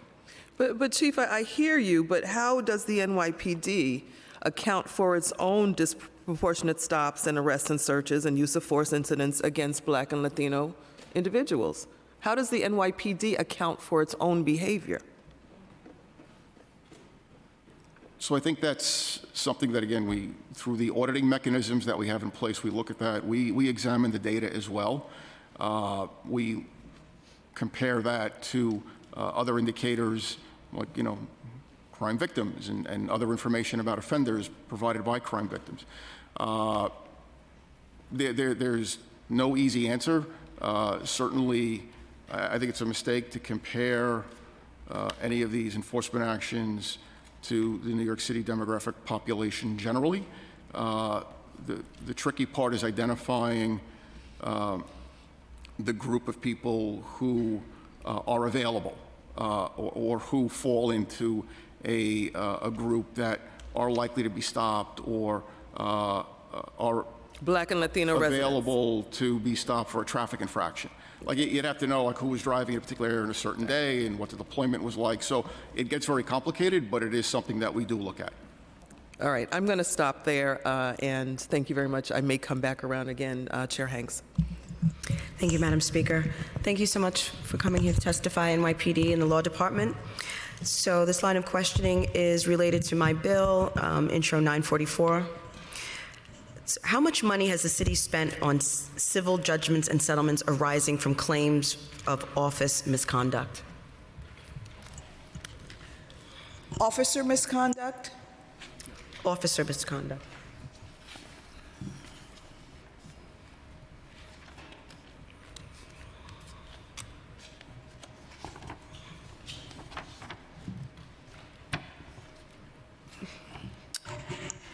For fiscal year 22, the amount attributed to misconduct payouts was $143,203,132. That is an outrageous amount of money. Outrageous. Have the amounts of payouts been increasing in recent years? And if so, why? The amounts vary by year. There are years that are significantly higher than other years. For example, fiscal year 2022 overall was slightly higher because there was a bit of a lull in fiscal year 21 because of the pandemic. But there are also times where we have reverse conviction cases where someone may have been incarcerated for a long period of time, and those individual cases may result in a payout to an individual of more than $10 million, and that will cause a spike in the payouts. Why do you think that we're paying $143 million out in police misconduct settlements and judgments? We settled during that 143 million is for 1,084 cases. Can you talk about some of those cases as to why there were settlements? It varies. It varies. There are, as I indicated, there are cases that are reverse conviction cases that may have been an individual payment of more than 10 million. There may be other individual cases of varying injury. The amounts vary from very low amounts to very high amounts. Well, we thank you. We understand that there are high and low amounts. The question really was, what type of cases are we settling? What do they comprise of? What kind of cases? I mean, the amount that we're speaking about here, everybody gasps because it's, unbelievable that we are paying out $143 million in 2022, or we paid out in settlements. And so I think this body wants to understand the why, and then we can continue with the questionings. Thank you. The cases vary. False arrests, malicious prosecution, use of force. I can't speak to all 1,000 of the cases before you, but we could certainly provide you with a broader summary of the types of cases. I think that would be prudent. Does the NYPD or Law Department project ongoing trends in growing litigation expenses arising from claims of NYPD officer misconduct? Growing claims, growing trends. Trends. With respect to judgment and claims, those projections are done by the Office of Management and Budget.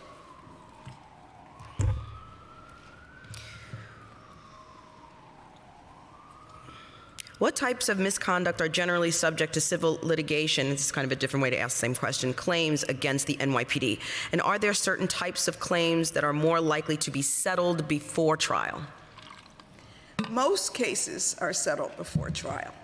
The vast majority of cases are resolved before trial. We take only a small segment of cases to trial, and so I would say every type of case is a candidate for settlement. So what is the difference between, you testified that there's a very small amount that actually go to trial. Can we talk about some of those cases? Why would they go to trial while others, for the most part, are being settled out of court? There are cases in which, once there is a review, there is a belief that there was no wrongdoing which occurred and that a defense must be presented in court. And I would step further and say that for our federal civil rights cases, we succeed at trial more than 80% of the time. Thank you.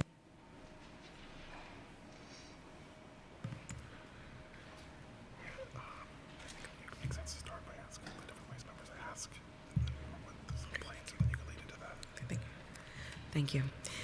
What are the different ways for members of the public to submit complaints regarding NYPD officer misconduct?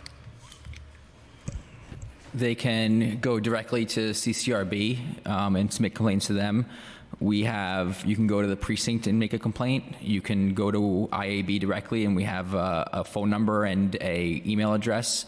I believe it's iab@nypd.org that members of the public can make a complaint. Thank you. What is the investigative process when individuals submit complaints directly at a police precinct, and at what point is the Internal Affairs Bureau notified? And who is responsible for conducting these investigations? And further, it's a big question, I apologize, and who is responsible for making the disciplinary decisions? I can go slower. So when you go in, if you go directly to the precinct and complain, members of the police force who receive complaints are supposed to independently report that to IAB. So occasionally we'll get a complaint where the member of the public tells IAB or tells a member of the police department, and the member of the police department should tell IAB. IAB will evaluate if it is in CCRB jurisdiction. We'll send it to CCRB for investigation. If it's not in CCRB jurisdiction, they'll evaluate it either for investigation by IAB, but there's also, they can send it directly to each borough of the 8 boroughs we have investigative teams who can do investigations, or down to the precinct level. Thank you. So what is the policy rationale for shielding IAB disciplinary outcomes from the public? Like, why would we, what is an instance in where we would do that? You want me to repeat the question? Yeah, I'm not sure I understand. Excuse me. What is the policy rationale for shielding the IAB disciplinary outcomes from the public? Well, I believe, I'm not sure what you're referring to. I believe when we do issue discipline, we're publishing it on our website. Oh, you are publishing. So we have an website. officer profile where you can search officers, and I'll have discipline. I think we're still working on making sure everything's on it. I'll double check where we stand on that. But if you search an officer, it'll have their substantiated discipline. Thank you. A couple more questions. So when it comes to donations to NYPD by not-for-profits, what are the different sources of non-governmental donations made to the NYPD? So we get them from not very many places, from a few places. It's reported, anything over $5,000 is reported on the Conflict of Interest Board. And I should have printed that up and brought it with me, but I didn't. Obviously, it's not a great many. It's maybe 5 or 6 a year would have donations over 5,000 from private individuals or private entities. Thank you. And finally, I'll pass it on to my colleagues for Intro 948 on NYPD data reporting. Does the NYPD have specific concerns regarding the public release of certain information requested in this bill? And if so, please explain. Yeah, and I'll give you, I guess, 2 examples. I think the first one is publicizing the deployment numbers. Mm-hmm. You know, we don't want to necessarily have it public, and we give it to you guys every quarter, and you know, for your oversight purposes. But necessarily having what our deployment numbers are for every precinct publicly bears a little concern. And additionally, we're a little concerned about putting all our training online, although we give it to you quarterly for your oversight purposes. So those are 2 examples. You know, our team is looking through it to see if others, that's a large report with a lot of data. A lot of it is fine to go public, and we're happy to work with you guys and figure out which ones may be appropriate and may not be. Thank you. So to what extent does NYPD currently track and report on its overtime usage? And does the NYPD believe that there's any downside in increasing public transparency regarding the use of overtime? So we track it, our management and budget tracks it, and each individual unit has to track their own overtime. I think, increasing the amount we report, there's not a downside. I think there's just, at some point, it may become too granular to become difficult. And again, what that line is, we're willing to work with the council and trying to figure it out. But certainly we're okay with increasing some of it, just, figuring out what exactly it would be. Thank you. Just one more. I apologize. So you testified, which I was pretty encouraged about, on intro 538, 948, 638, and 781. Their final comment was you look forward to working with the council on, making these bills better or tweaking it so both the NYPD and the council both understand the spirit in which. What does that look like? You can just pick one of the bills out, but what does it look like to work back and forth with the council? What kind of tweaks do you think, or working with them, do you think that it's needed? So, I think, for example, on 948, we just mentioned a few of things maybe we don't necessarily would be concerned about making public. Usually it is, we go through our operational people and figure out, sometimes it's stuff we already collect and it's an easy lift to put up. Sometimes it's stuff we don't collect and we have to figure out a mechanism, which it can be easier than others, right? So it's sort of figuring out where that line is. Thank you so much. I encourage my colleagues to take the NYPD up on that request. Thank you very much, and I'll pass it back to Committee Counsel. Thank you, Chair. We're now here from council members for questions. First, we'll hear from Councilmember Hudson, Councilmember Stevens, Public Advocate Williams. We're going to do a 5-minute timer for councilmember questions. So go ahead. What was that? 5-minute timer. Thank you. My first question is, what are the NYPD's language access practices when conducting low-level encounters and consent searches? Yeah, so that is in line with whenever we interact with a member of the public who has limited English proficiency or is hard of hearing. We have policies requiring us to get proper translation. Now, we have, I don't know exactly how many, but over 10,000 people who are bilingual in the department. So if you're bilingual, you can speak to the individual in the language if it's a mutual language. We also have Language Line and Google Translate on our phone, and we can call Language Line to help become a translator. That's what officers are supposed to do. Do you know how often officers access interpretation lines to ensure non-English speakers understand their rights?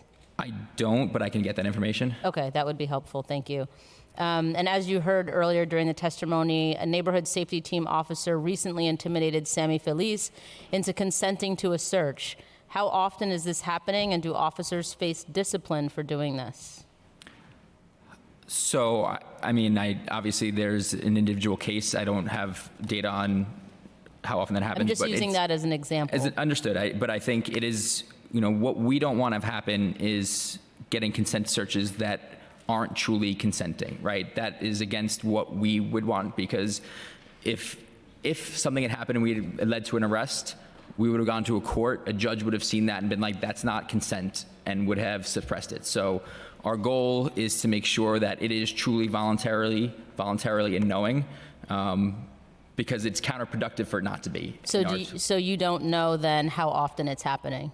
We know how often we're seeking consent and how often consent is given. You said you do know that. We know how often we seek consent. We know how often consent is provided.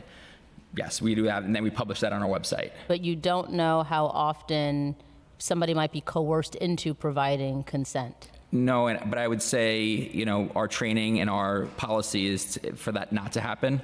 I understand. There's training and policy for a lot of things not to happen. Right. And a lot of things do happen, so. Understood, but we expect our officers not to, follow our guidelines, follow our procedures, and make sure that when they get consent, it's truly consent.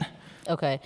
Just a quick follow-up on that point specifically. Do neighborhood safety teams use consent searches and/or level 1 and level 2 stops more than other officers? I don't know how that Is that something compares. you can follow up I can try. with? Yeah. Okay. And then in your testimony, you referenced that these bills might hindrance solving a case like that. The example you used was of a case of like a missing child, for example. Do you know what percentage of NYPD cases are solved and what the average time it takes to solve or close a case is? So, and I just want to be clear, I was only referring to Intro 586. I was not referring to Intro 538. Okay. I don't believe. That's my bill, so I'm glad to hear that. Right, that's why I wanted to mention that. It's Intro 586 is the concern, and it's about the lower level, having to document all the lower level encounters. Our solve rate, we posted online for the 7 major crimes, at least. I don't have it with me in front of me, but I can just share. My data is, I'm sure, not as up to date as your data might be, but in the first quarter of 2020, the NYPD solved 31.7% of major crimes compared to 36.8% of the year prior. So that's a rate far below even 50%. And I guess my point is just that to use the example of this bill hindering your ability to solve the case when your solvability of cases is far below 50%, to me, isn't a legitimate excuse for why you shouldn't be able to adhere to the proposed bill. Yeah, and I think my actual specific example I was talking was about a missing child. Right. And so that wouldn't show up necessarily on this data, but what we want to do is have officers as quickly as possible talk to as many people to find that child. Understood. And every time you do that, it's a level 1 encounter. And if we are stopping to document that's the concern. And I totally understand that, but I think also to the earlier points that were made, we know the type of stops that you're making, generally speaking, right? We know that black and brown people, black and brown neighborhoods are subjected at far higher levels or rates to being stopped. And so my point is just that to use that as an excuse for perhaps not being able to fulfill what's being asked by this bill is, unacceptable to me because, we know what the statistics are. And if your solvability rate was far greater or even just over 50%, but certainly closer to 100%, then, I could maybe give a little leniency. But considering it's only in the 30%, maybe it's higher. I don't know if you are able to share the numbers once you have them. But, I'm just making the point that I don't really think that's a viable excuse for why you wouldn't necessarily be able to adhere to the proposed bill. Thank you. Thank you. Now we have questions from Councilmember Stevens, followed by the Public Advocate.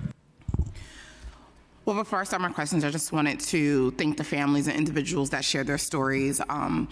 We know that sometimes sharing your stories is re-traumatization, and so I just wanted to acknowledge that their stories were heard, and we're here to fight and support you through this process. But I'm really deeply concerned about the amount of money that is being paid out to individuals because one seems like obviously lack of transparency and over policing our communities, and just even thinking about my bill Intro 638 and seeing that there is other funds that NYPD gets from outside sources. Maybe if you were paying them out from that money, it would look a little different. So that's something that I'm really concerned about. But what's the different sources of non-governmental donations made to NYPD?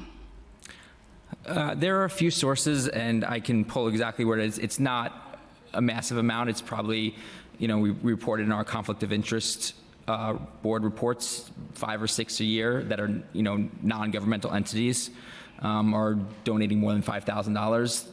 Most, it's, not significant amounts of money. But there is one donor that would probably be over 1 million in a lot of years, and it's the Police Foundation. What is the examples of NYPD's use of large donate funds received from NYPD? So a few of examples is, it funds the Crime Stoppers and Operation Gun Stop. It's helped us fund the Explorers program, fund the creation of 127 Penn, which is a community center. It helped us do some ABLE training, and ABLE is active bystandership for law enforcement training, which teaches officers to intervene when other officers may be they notice other officers starting to get angry or frustrated. It actually helped pay for our first Body Worn Camera pilot program, as an example. So those are examples of what we use it for. Okay. How does the NYPD respond to concerns that large donations to the NYPD Foundation could be used as a means of gaining favor with the department or unduly influence department priorities? Yeah, I don't think that's a concern. I think this is money that's used to help the NYPD with certain projects, right? And Crime Stoppers is a perfect example where it helps us put out reward money to help solve crimes, right? So I think that I don't think this is a real concern. None of this money is used for anyone's personal gain. It's to help our joint effort in solving crime and increasing community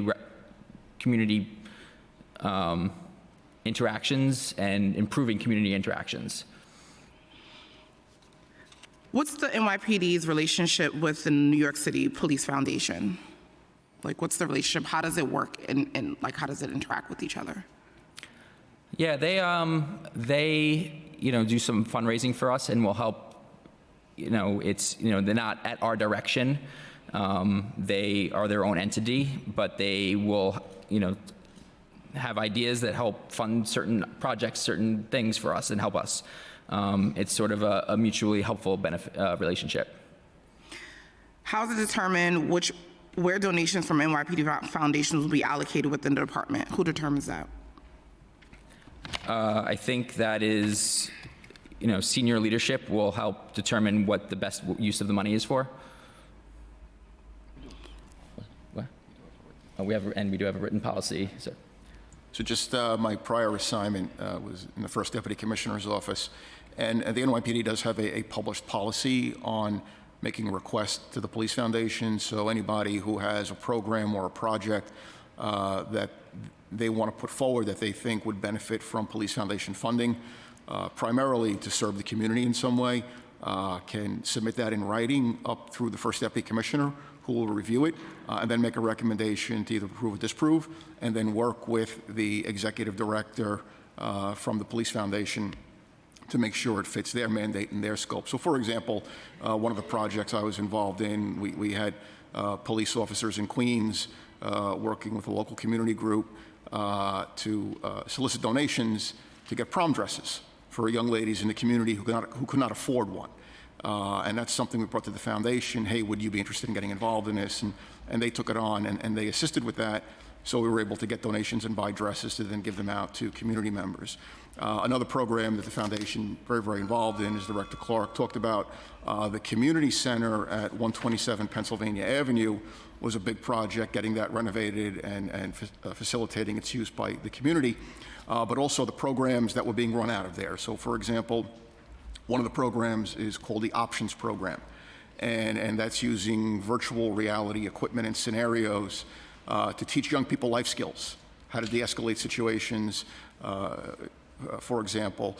And the beauty of that program was that the young people actually came in, helped write the scenarios, helped develop the programs, and then with their friends from the neighborhood would then go through these virtual reality simulations. And then as a next step in that process, the foundation brought in or reached out to many private businesses to solicit participation in an effort to give people jobs. So young people from the community then either summer youth employment or other jobs where they can be mentored and trained for their careers. So that's an example of how the department does it, but there's a formal process. It's all in writing through the First Deputy Commissioner, and then ultimately the Police Commissioner and the Police Foundation make the final approval. Thank you. Those are all my questions. I just want to just make sure that we are having a transparent process, because other city agencies are not able to solicit donations and have donations to supplement programs that they want. And so, especially when we have an agency that is one of the highest line items in the budget, it it's to me make sure that we have real transparency. So thank you. Public Advocate Williams. Thank you so much. And first, excuse me in advance if I try to push you along. I want to try my best to keep respect of time. But I also want to just say thank you to Council Members Aviles, Hudson, and Caban for their support on my bill, and the advocates and the families is here as well. I did want to make note first, just in framing, it was interesting you saying that you believe you're the most transparent agency in the city. Not sure if I fully agree, but I do want to make sure I mention that you're also the most powerful in terms of being able to make life and death situations than any other agency, and the only agency that I know of that doesn't have the kind of accountability that will come with accidentally killing someone. And so I would hope there'd be transparency when it comes to that. I do want to also understand the testimony. There was initial 638 and 781. I wasn't clear if you were supporting those bills or not supporting those bills. I mean, I think we support the intent, and we're willing to work with the council on making, working on the language and figuring out exactly what it'll end up being. Okay, because it seems like the vast majority of them you haven't supported, and that's what I found actually in my over a decade of having these discussions. Most of the bills are not supported. When they are forced upon the department, then the testimony the next year says how transparent and accountable the department is. So I just wanted to make clear, hopefully the discussions can be more about how we can do this thing together instead of the tension that usually occurs. Just really quickly, I want to make sure I get this right. Under the DeBoer framework, the lawfulness of an encounter is determined in part by whether the officer had a good reason to approach the person and conduct the encounter. How does the NYPD determine the lawlessness of a level 1 encounter or the lawfulness of a level 2 stop without knowing the factors that led the officer to make the stop in the first place? If you don't, particularly if you're not taking those, documenting them. Well, it goes to our auditing practices where we, so for example, doing citywide random samples systematically of body camera video for all police actions, and then looking to see what the action was. And yes, I agree, the whole point of the BOR was to determine whether or not the initial purpose for the police contact with the civilian was appropriate. So we do look at that with our auditing. Like I think I may have mentioned, in my office alone, last year we looked at over 73,000 body camera videos. We're also auditing in a more systematic way body camera videos to make sure that the police action is lawful and appropriate, and to identify stops if they do in fact occur, and then follow up. And part of that auditing process, in addition to looking at body camera video, we'll be looking at 911 calls, radio transmissions, and other reports that are prepared to get a more holistic view of what the event was about. Sorry, thank you, but one, it sounds like you're doing it so you could just make it public. It sounds like it's just being internal. You're already doing what it is that we're asking for. But do New Yorkers know that they don't have to stay and they don't have to answer questions when they're stopped in the 1 and 2?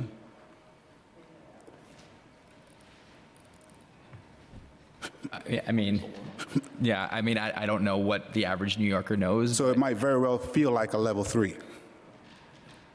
You know, I think with yeah. So the NYPD has previously published Know Your Rights materials. In addition to the court-appointed monitor on her website has information about DeBoer and Terry and Know Your Rights, and the CCRB publishes that as well. So maybe officers on the camera can just let people know that they can leave and not answer questions. It'll make life easier for everyone. Unless you need further information that will come under the level 3 and you don't want to tell them that. No, I mean, you know, I think the challenge comes up when we talk about the vast majority of these are public service and public safety conversations, right? I respond to a 911 call. You call the police. I ask you, did you call? What happened? Kind of counterintuitive to begin that conversation with, you don't have to talk to me, but did you call? Or you don't have to talk to me, but we're looking for this missing child who, you know, wandered away. I understand. I think we should have the discussion. I get it, and if I can get a little grace just to get these last couple questions, I get it, and I think we should have a discussion. But I also want to make sure, just for context, do you believe that there is still biasness, whether unconscious or conscious, in how we conduct policing in this city? you know, I think that's something we've worked on. You know, we train the entire department on. I just want to know if you think it still exists. Yeah, I mean, look, that's right. That's something we're actively working on. It's part of our All right. training, trying to. I probably won't get a yes or no, but that's a question. Also, do you believe that there is over-policing in these communities as well? Police are being asked to do too much. There's too much policing in these communities. It's a yes or no as well. Well, I mean, I don't think so. I think what we're trying to do is find the right balance between how much policing there is to, you know, obviously we don't want to go back to the years of 2011 and the Bloomberg years, and we're not anywhere close to that. We want to try to find the right balance to solve crimes, you know, use precision policing to find the right people.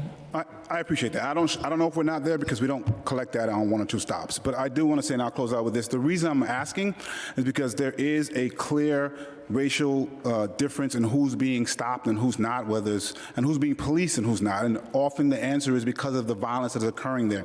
That is true. But I heard that 10 years ago. I heard it in the 90s when I was growing up, and I heard it in the 80s before that, and people have heard it for decades, which means at some point what we're doing isn't effective because it's not changing the way that the violence is occurring. And so all I'm saying is let's have a discussion about what public safety actually is, because we seem to have these tense conversations around this. And to quote a colleague of mine who can take the credit when they speak, it seems like we're playing whack-a-mole, because every time we hit one thing, there's another policy that falls true to form to the policing that was there before, so we have to come back. And so my hope is that at some point we can have a discussion about what public safety actually is and what policing's role is in there. Because I think you're wrong. We are being over-policed even as there's violence here, because police by themselves cannot solve these problems. If they could have, we would have solved it already. And so that is what's frustrating to me, because we're continuing to say why we're doing these things without actually getting to the root of the problem.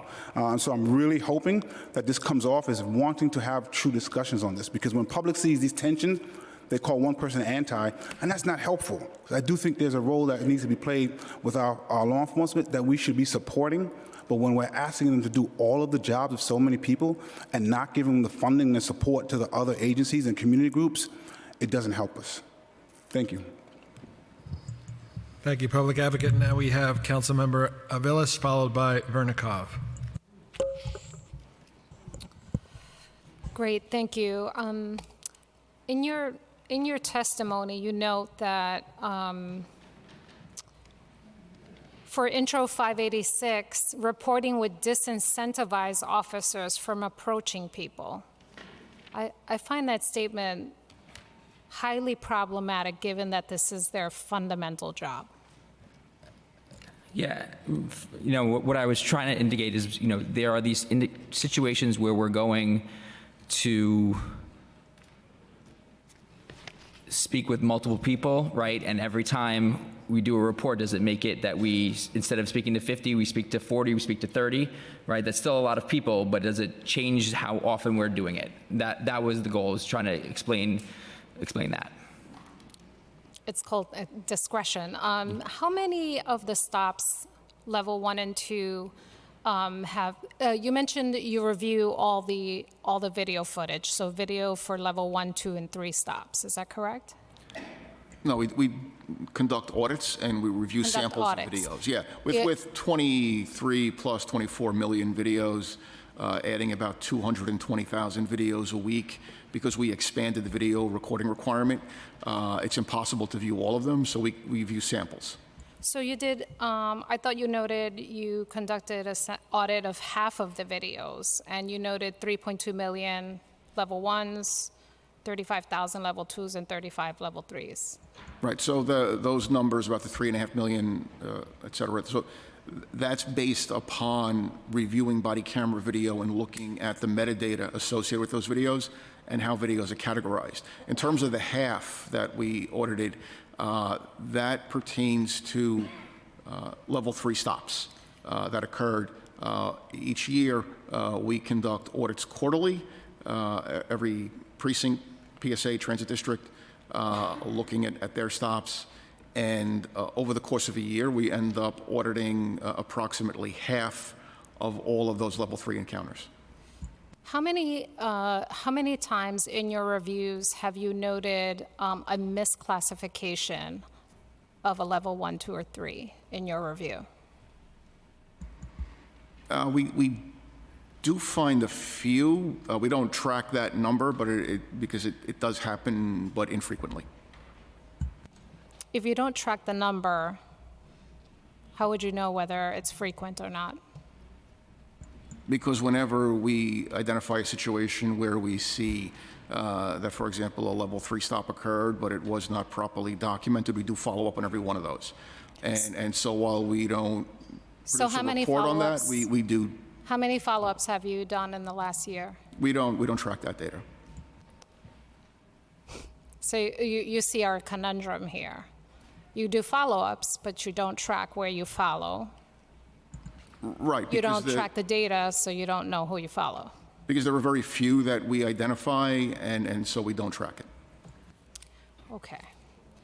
So, Chief Pantillo, you mentioned that the Federal Monitor reviews bias-based policing incidents and investigations, but from our review of the last several monitors' reports, it looks like the monitor is still waiting on the NYPD to develop and implement any form of internal NYPD auditing mechanisms for ensuring the 14th Amendment compliance on race discrimination. What is the status of the department's 14th Amendment compliance plan? Why has it taken so long? And when has the federal court found that NYPD stop and frisk practices to violate the 14th Amendment almost 10 years ago?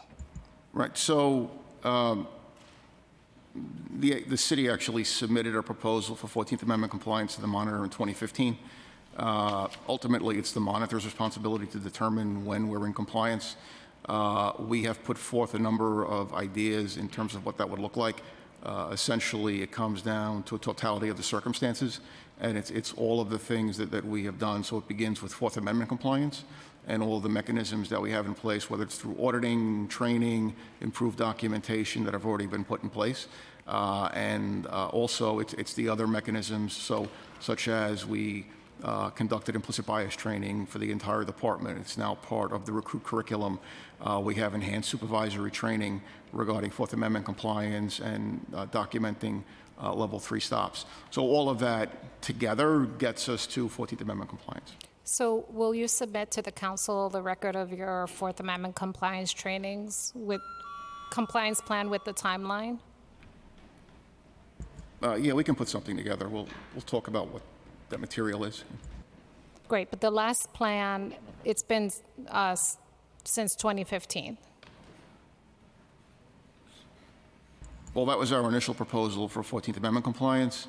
Ultimately, like I said, it's for the monitor to decide what that ultimately looks like and whether or not and when we're in compliance. It's something that they have not made a determination on in their reports up until now. I'm sorry, just one last question, Chair, if you will. Are you suggesting, sir, that the monitor has not requested any updated information in terms of the compliance plan? In terms of 14th Amendment compliance, they have requested, and it's something that we're working on with the law department. And when is that going to be submitted? We don't have a timeline yet. And when was the last submission? We initially submitted a letter to the monitor back in 2015 with our recommendations for what that looked like. Thank you, Chair. Now we have council members Vernikov, followed by Areola and Holden. Thank you. There are millions of interactions with NYPD every year. Majority of them are overwhelmingly positive. And the fact is that majority of police officers wake up every day with one goal in mind: to save lives and keep our communities safe.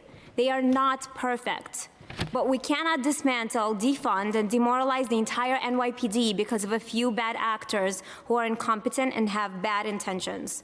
So many members of our NYPD are men and women of color who come from all backgrounds, persuasions, and denominations, and they too have families to feed. The last several years have done nothing but demonize and demoralize our police. I ask that instead of stifling, unreasonably burdening, and handcuffing our police, we find a balanced approach to improve the department, including more training and community engagement. These bills we're talking about today are all reporting bills. Of course, we need transparency from every agency, but to date, no agency or department in this city is inundated with as many reporting requirements as the NYPD is. So the question must be asked, in an era of rising crime, what value do these additional reporting requirements provide? Whether intended or not, You cannot blame the public for seeing these bills before the committee today as a defund and demoralize the police by other means, after that slogan has lost its potency and support, especially in communities most affected by crime, public safety, and quality of life concerns. If we must ask for more reports, I believe at the very least 2 prongs must be satisfied. 1, it should be tangibly related to officer retention and strength so that our officers that are experienced are not taking early retirements or transferring to localities where they'll receive more support from politicians and the public at large. And 2, it should be something that is already occurring, information and data already collected. These prongs are satisfied by my bill, Introduction 370, which this committee will not hear today, even though it has more co-sponsors than some reporting bills that will be heard. My question is, Chair, if you could describe, Officer, the kind of resources and the amount of staff the department would require in order to comply with some of these bills. Yeah, so I think that the staffing has been a concern, as you know, we do believe in transparency, but there have been a lot of reporting bills and we don't receive any funding for them, so it is incumbent on us to find people to run the data. You know, some of it is having our cops report the data using reports and then having people run and make sure it is good data that can be reported to the public. And we have an entire unit devoted to that. There is a concern with the increasing amount of reports that we need to pull more and more people. And as you know, we're down 2,400 cops and 1,200 civilians. So sort of there's a push here of where we want to work with the council on transparency, but there's a push on where to get the people to run this. And how would giving the CCRB more power affect the morale and job satisfaction of police officers, in your opinion?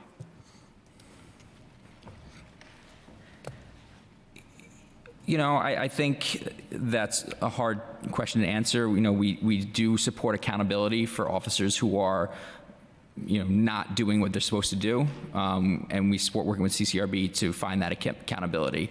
But I'm not going to opine on necessarily the morale that this will do. Do you think that the proposed bills may be going too far in granting more authority to the CCRB? And what are the potential unintended consequences of such legislation?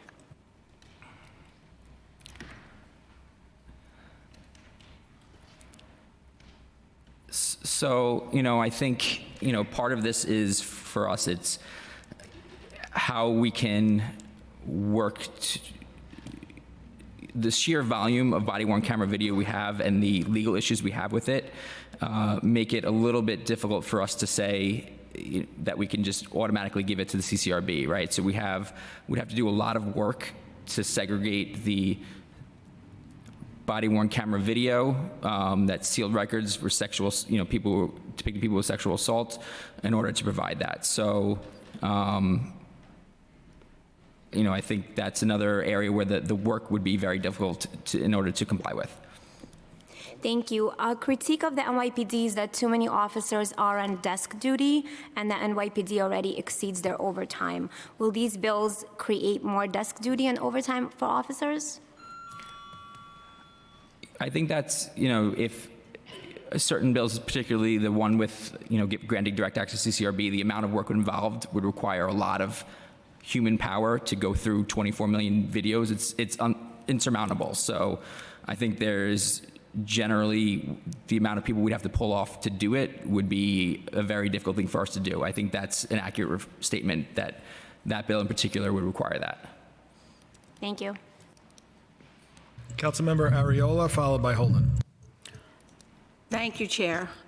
At a glance, the NYPD's website indicates they are already responsible for at least 33 reports, including monthly, quarterly, and annual reports. In addition, the NYPD responds to tens of thousands of requests from advocates, and there was over 24,000 in 2022, according to the website. How can we really expect the NYPD to add even more reporting requirements without increasing the size of their force or a pay increase to their staff? We keep asking the NYPD to do less with more while continuing to pile on more. That has no value on public safety. The council needs to be hearing bills that will help reduce crime rather than bills that will continue to overburden the police department, especially since some of the bills we are hearing today are duplicative. 911 calls are up, 311 calls are up, and the police are down in their workforce. We need to figure something out. We cannot keep asking for more reporting bills and take officers that are necessary on the streets and put them on desk duty when we just took them off desk duty so they could patrol our subways and keep people safe. We have measures put in place already. We have to wait to see if all the prior measures are working and how we can continue, to make it better. We cannot continue to stack more measures, one on top of the other, to the NYPD. We should not be passing more bills that continue to deplete and demoralize and destaff the NYPD. Thank you.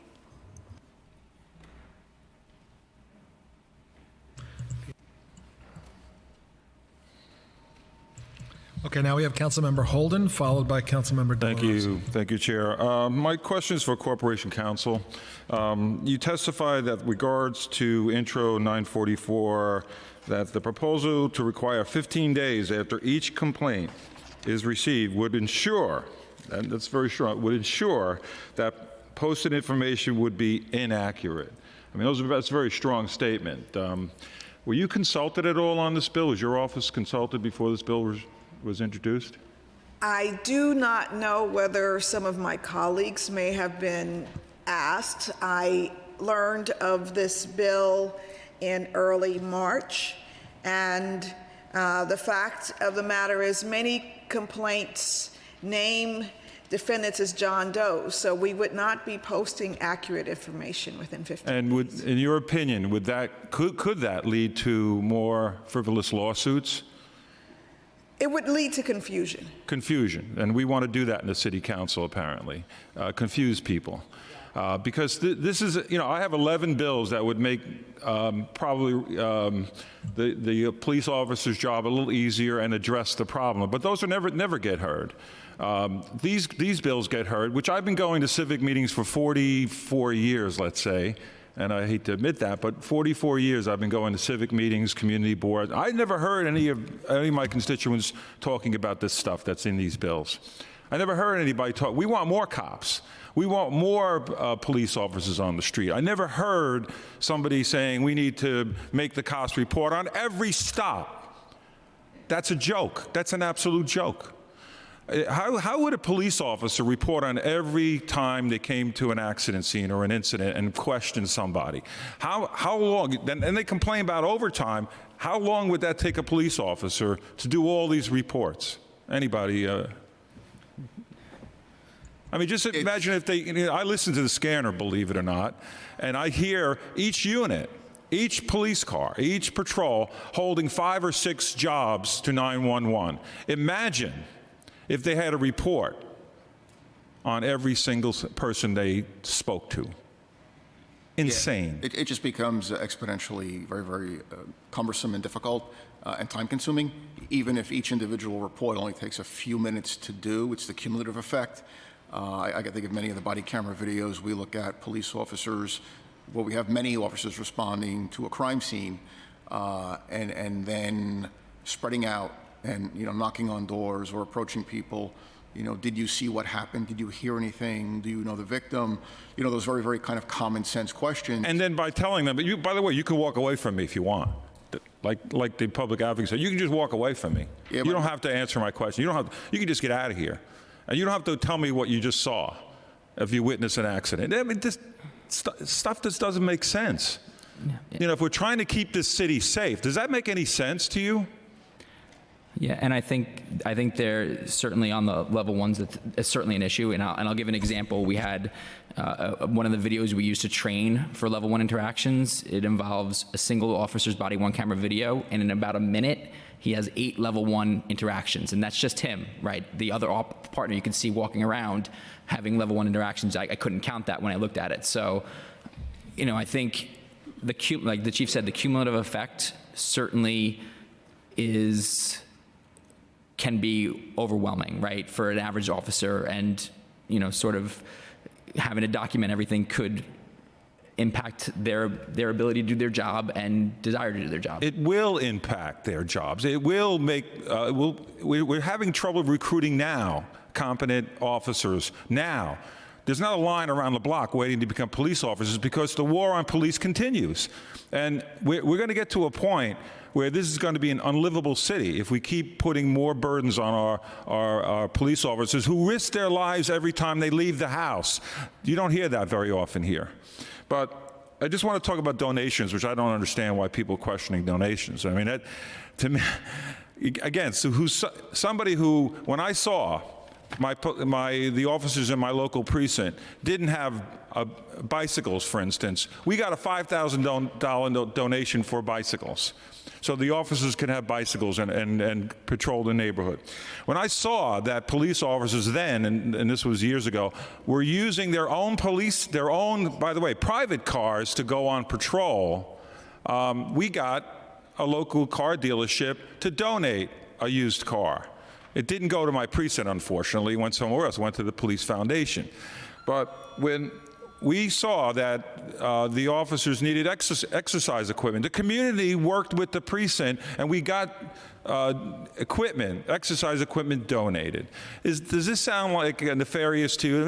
It gets to a point where it's so absurd, some of these bills. And like I said, I got 11 bills that should be heard because it would make, like police officers carrying sound meters when people are complaining because they can't sleep at night, that they could actually write a ticket. These bills never see the light, but these bills that we see today, which obviously none of you were consulted on, and you even said you don't even know, because you would say 15 days would be a problem because the information would be inaccurate.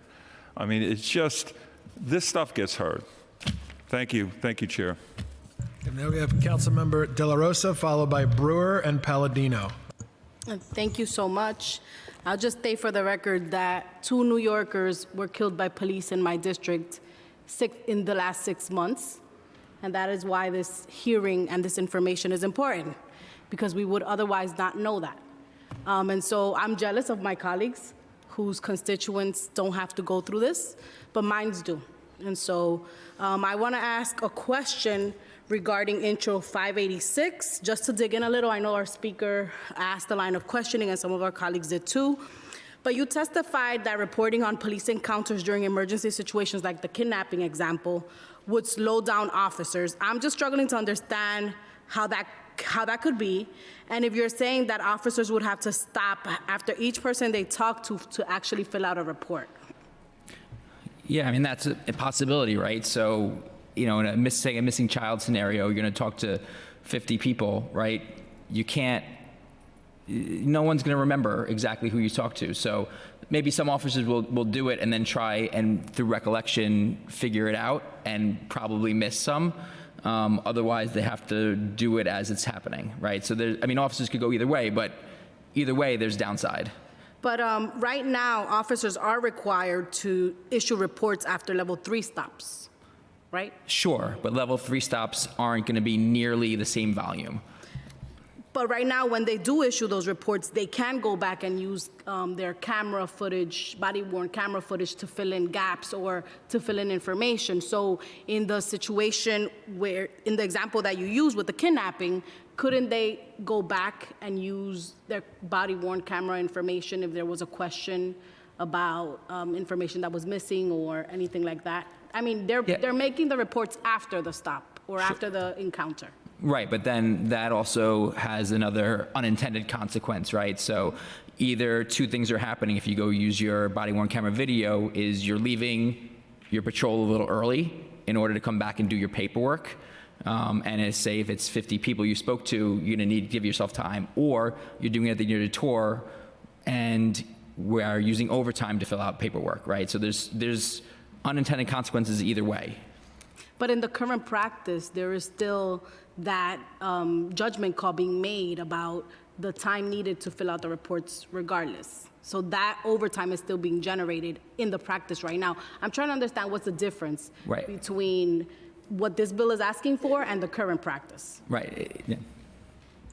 Yes, I think it's a question of scale and unintended consequences. So, yes, for a level 3 Terry stop, a report must be filled out. But when you look at the numbers, it comes out to less than 1 stop report per police officer per year. However, when we're talking about level 1 encounters, which are those routine encounters, did you call the police? Are you okay? Do you need help? Have you seen this lost child? That becomes almost every encounter, every assignment that a police officer responds to every day. So right now, with our current staffing models and the number of 911 and 311 calls, I think last year about 7 million 911 calls, the average police officer in New York City on patrol is responding to 27 assignments a day. Each body camera video is an average length of about 10 minutes long. So it could take hours to upload all that video off your camera. So you've got to dock your camera, upload the video. At some point, it just becomes impossible to do because there's no time to do it without taking people off patrol to say, okay, today you're going to sit and watch body camera video and fill out reports that, quite frankly, do not in any way enhance public safety or accountability. Well, I would just say that given the exorbitant amount of payouts that the city is paying every single year for abuse of force and brutality, I think that it makes sense for us to have more transparency because that is the mechanism to build some sort of trust and accountability.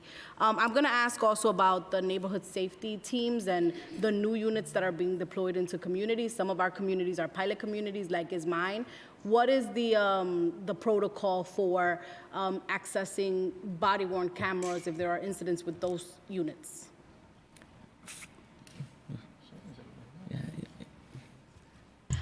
The protocol for any cameras, whether recorded by a patrol officer or by an NST officer, is the same. All requests are sent through email to our team. They've all received the same analysis. It's determined whether or not we can release it, laws that prohibit it, if redactions are necessary before we release it. So they're treated exactly the same. And, sorry, just gonna follow up real quick. And if there is an incident of a death that occurs in that situation, does that have a separate process or is it still the same? So I think if there's a death, our force investigation division will take over and conduct the interviews and reviews. I think the body-worn camera video would be shut down from general access in those cases. Prior to doing an interview, I think So when there's any death that results from police action, the NYPD's Force Investigation Division, which is part of the Office of the First Deputy Police Commissioner, is tasked with investigating those cases. They will work closely with either the District Attorney's Office or, in most cases, the New York State Attorney General's Office on those investigations. They will immediately collect all of the body cameras, upload the video, and lock down the video. So people across the city in the police department cannot watch the video. Then they control access to it. That also prevents the officers who are involved from watching the video until such time as appropriate. Councilmember Brewer? Thank you. I just have a question because I had a recent incident of hate and bias in my office. So I wasn't there, but superior staff, management staff, reported it to the precinct. And I must admit, and I love my precincts, but it didn't go anywhere. So then, of course, Gail Brewer gets on the phone, and next thing I know, commanding officer, hate crimes, everybody was in the office.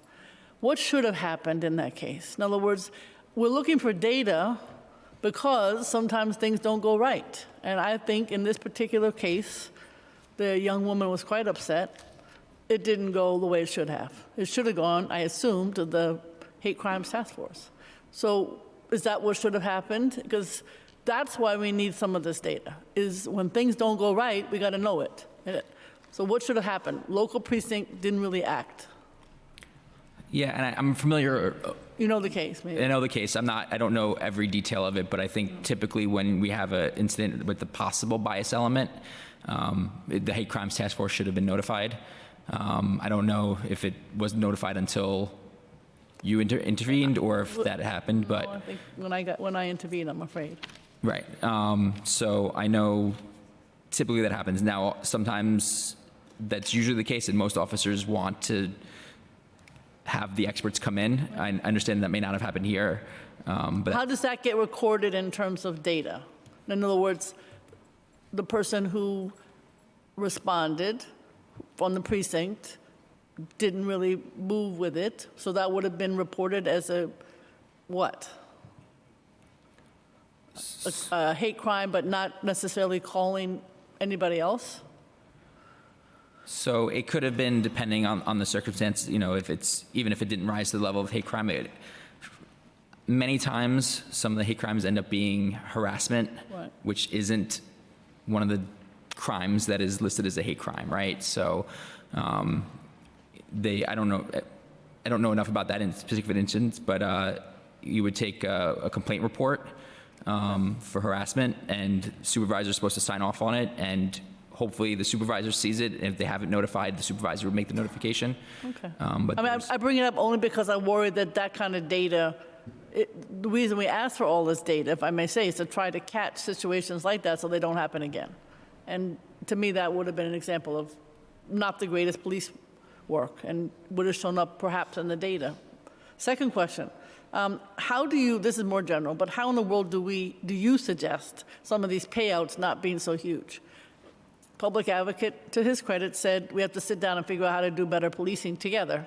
He always says that, and I agree with him. But what do you suggest in terms of the payouts? 143 million is a lot. I don't know if it's worse or better than in the past. It's been going on for many years, so it's not, I've been around a long time, I've seen it before. But it seems to me that we should be figuring out some way of reducing that. What do you suggest?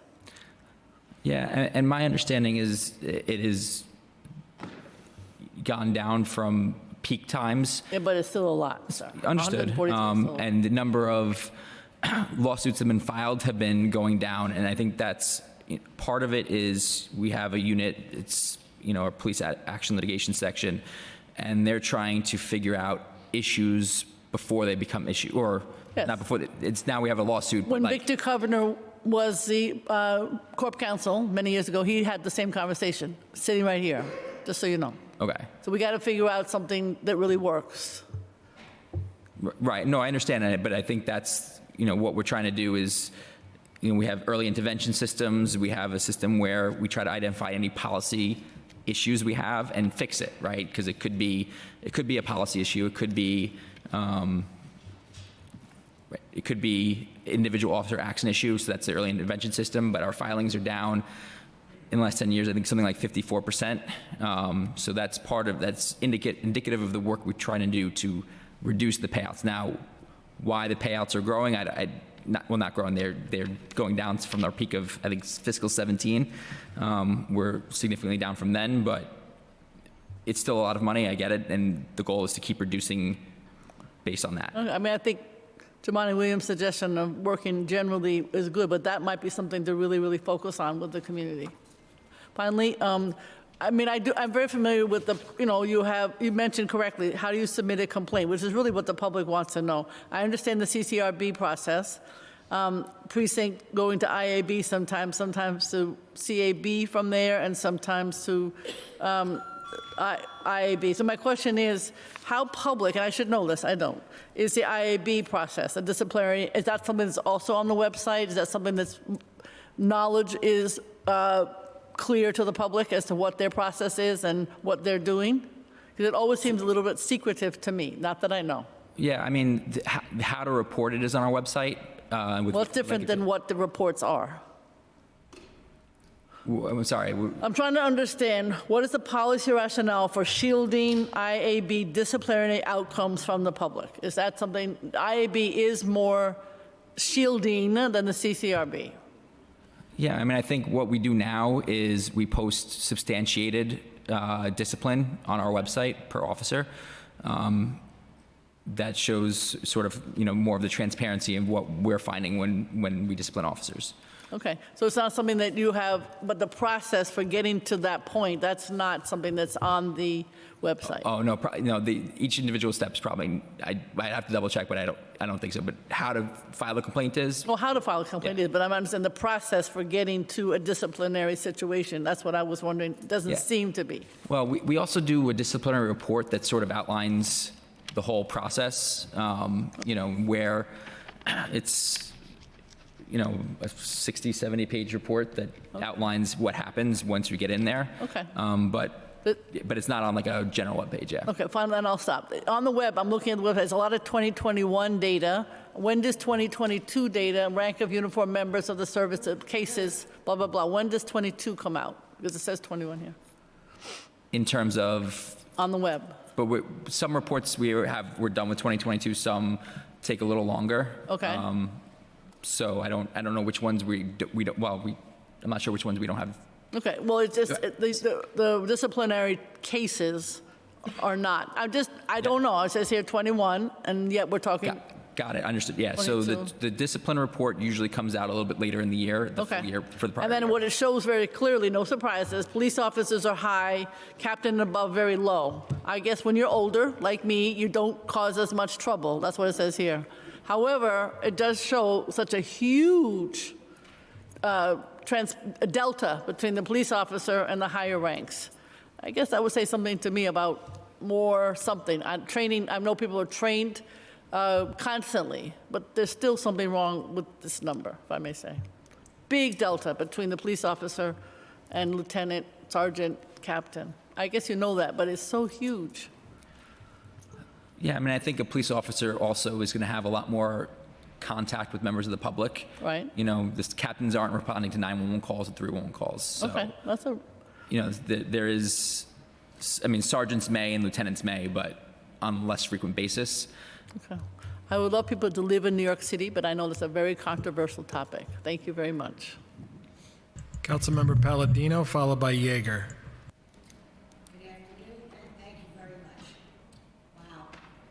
Turn your mic on. Starting salary of $37,000 a year. God, you guys are really special, let me tell you. To put up with the scrutiny that you put up with for the last decade is absolutely unbelievable. We have the most, to reiterate what Councilmember Vertikoff said, this is by far the most diversified police department this city has ever seen. I, too, have been around a while. I'm in constant contact with the 109 and with the 111, and everybody knows that the 109 and the crime standards up in the 109 is top in the city.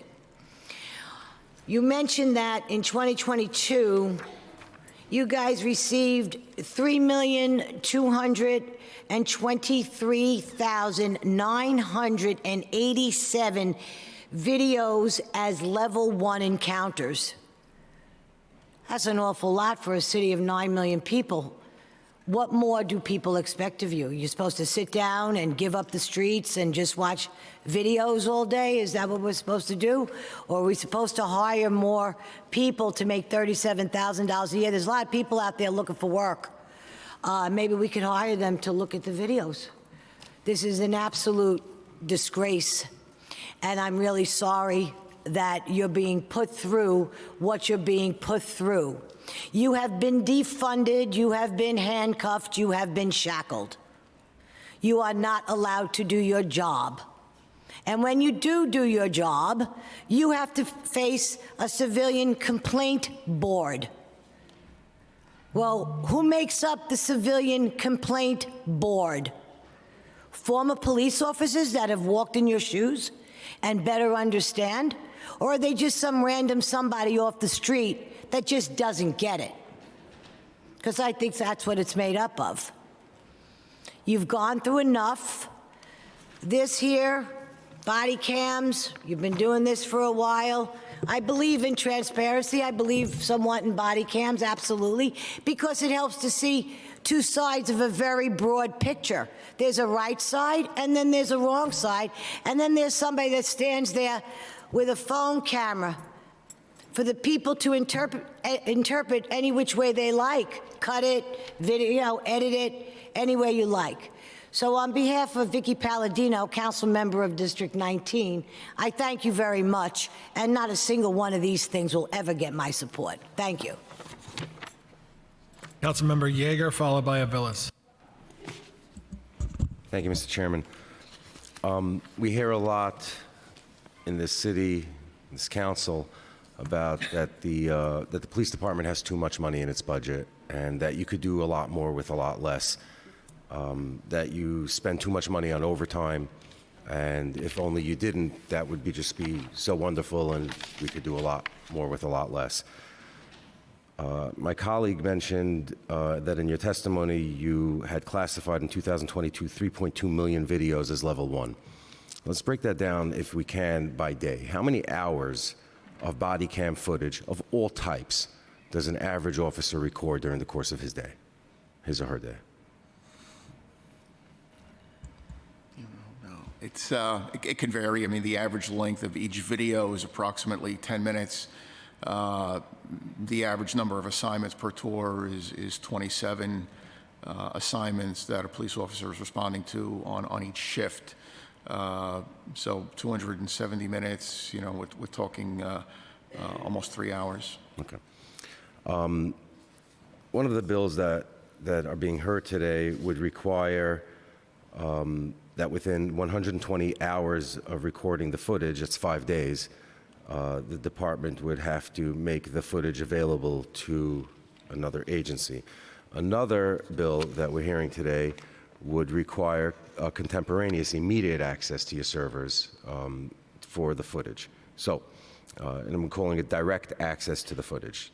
The second bill, the one that I just referred to, does acknowledge that there's a limitation on what the department is allowed to make available. You can't make every single second of every single tape available. You are restricted by law on what you can and can't make available, because there are circumstances that there's information on those videos that are confidential or private, or in cases where nothing happened, it goes away. I mean, that's just the way it's supposed to be. So in order for these two bills, for the purposes of these two bills to be accomplished, you would have to have teams of people looking at every single video as they're happening in order to make them contemporaneously available, because one of the purposes of these bills is that somebody in another office can push a button and watch what's going on your servers as soon as the videos are uploaded to your servers. That's the same day. So at the end of the police officer's tour, somebody would need to sit at a computer and look at these videos and say, well, this is okay for another agency to look at, this is not okay. That's 270 minutes, you said, of time a day following each officer's tour in a department that's not allowed to have overtime and that has too much money to spend as it is. So that's not a question, that's just parsing out the facts in ways that I think may not have been looked at when the drafters wrote these bills. Level 1 stops. So level 1 stops, as you described in your testimony, are, you know, I don't want to belittle it, but it's a level 1. A level 1 means that nothing happened. You may be asking, did you see something? Did you see this accident at the corner? Did you see this child running down the street unaccompanied? Did you see what happened a few minutes ago? Ultimately, the person who you're speaking to is not a target, is not a subject, is not subjected, is not the subject of any criminal suspicion or investigation. Do level 1s usually stay level 1s throughout the entire encounter? The vast majority do. It's rare that something escalates beyond a level 1. Okay, so let me pause for a second, Chief, and let me turn to the Law Department for a second. First Deputy Commissioner, Corporation Counsel, how many level 1 stops, to your knowledge, if you know, have resulted in a lawsuit against the city? I do not know. Do you not know of any, or you do not know that there are any, or?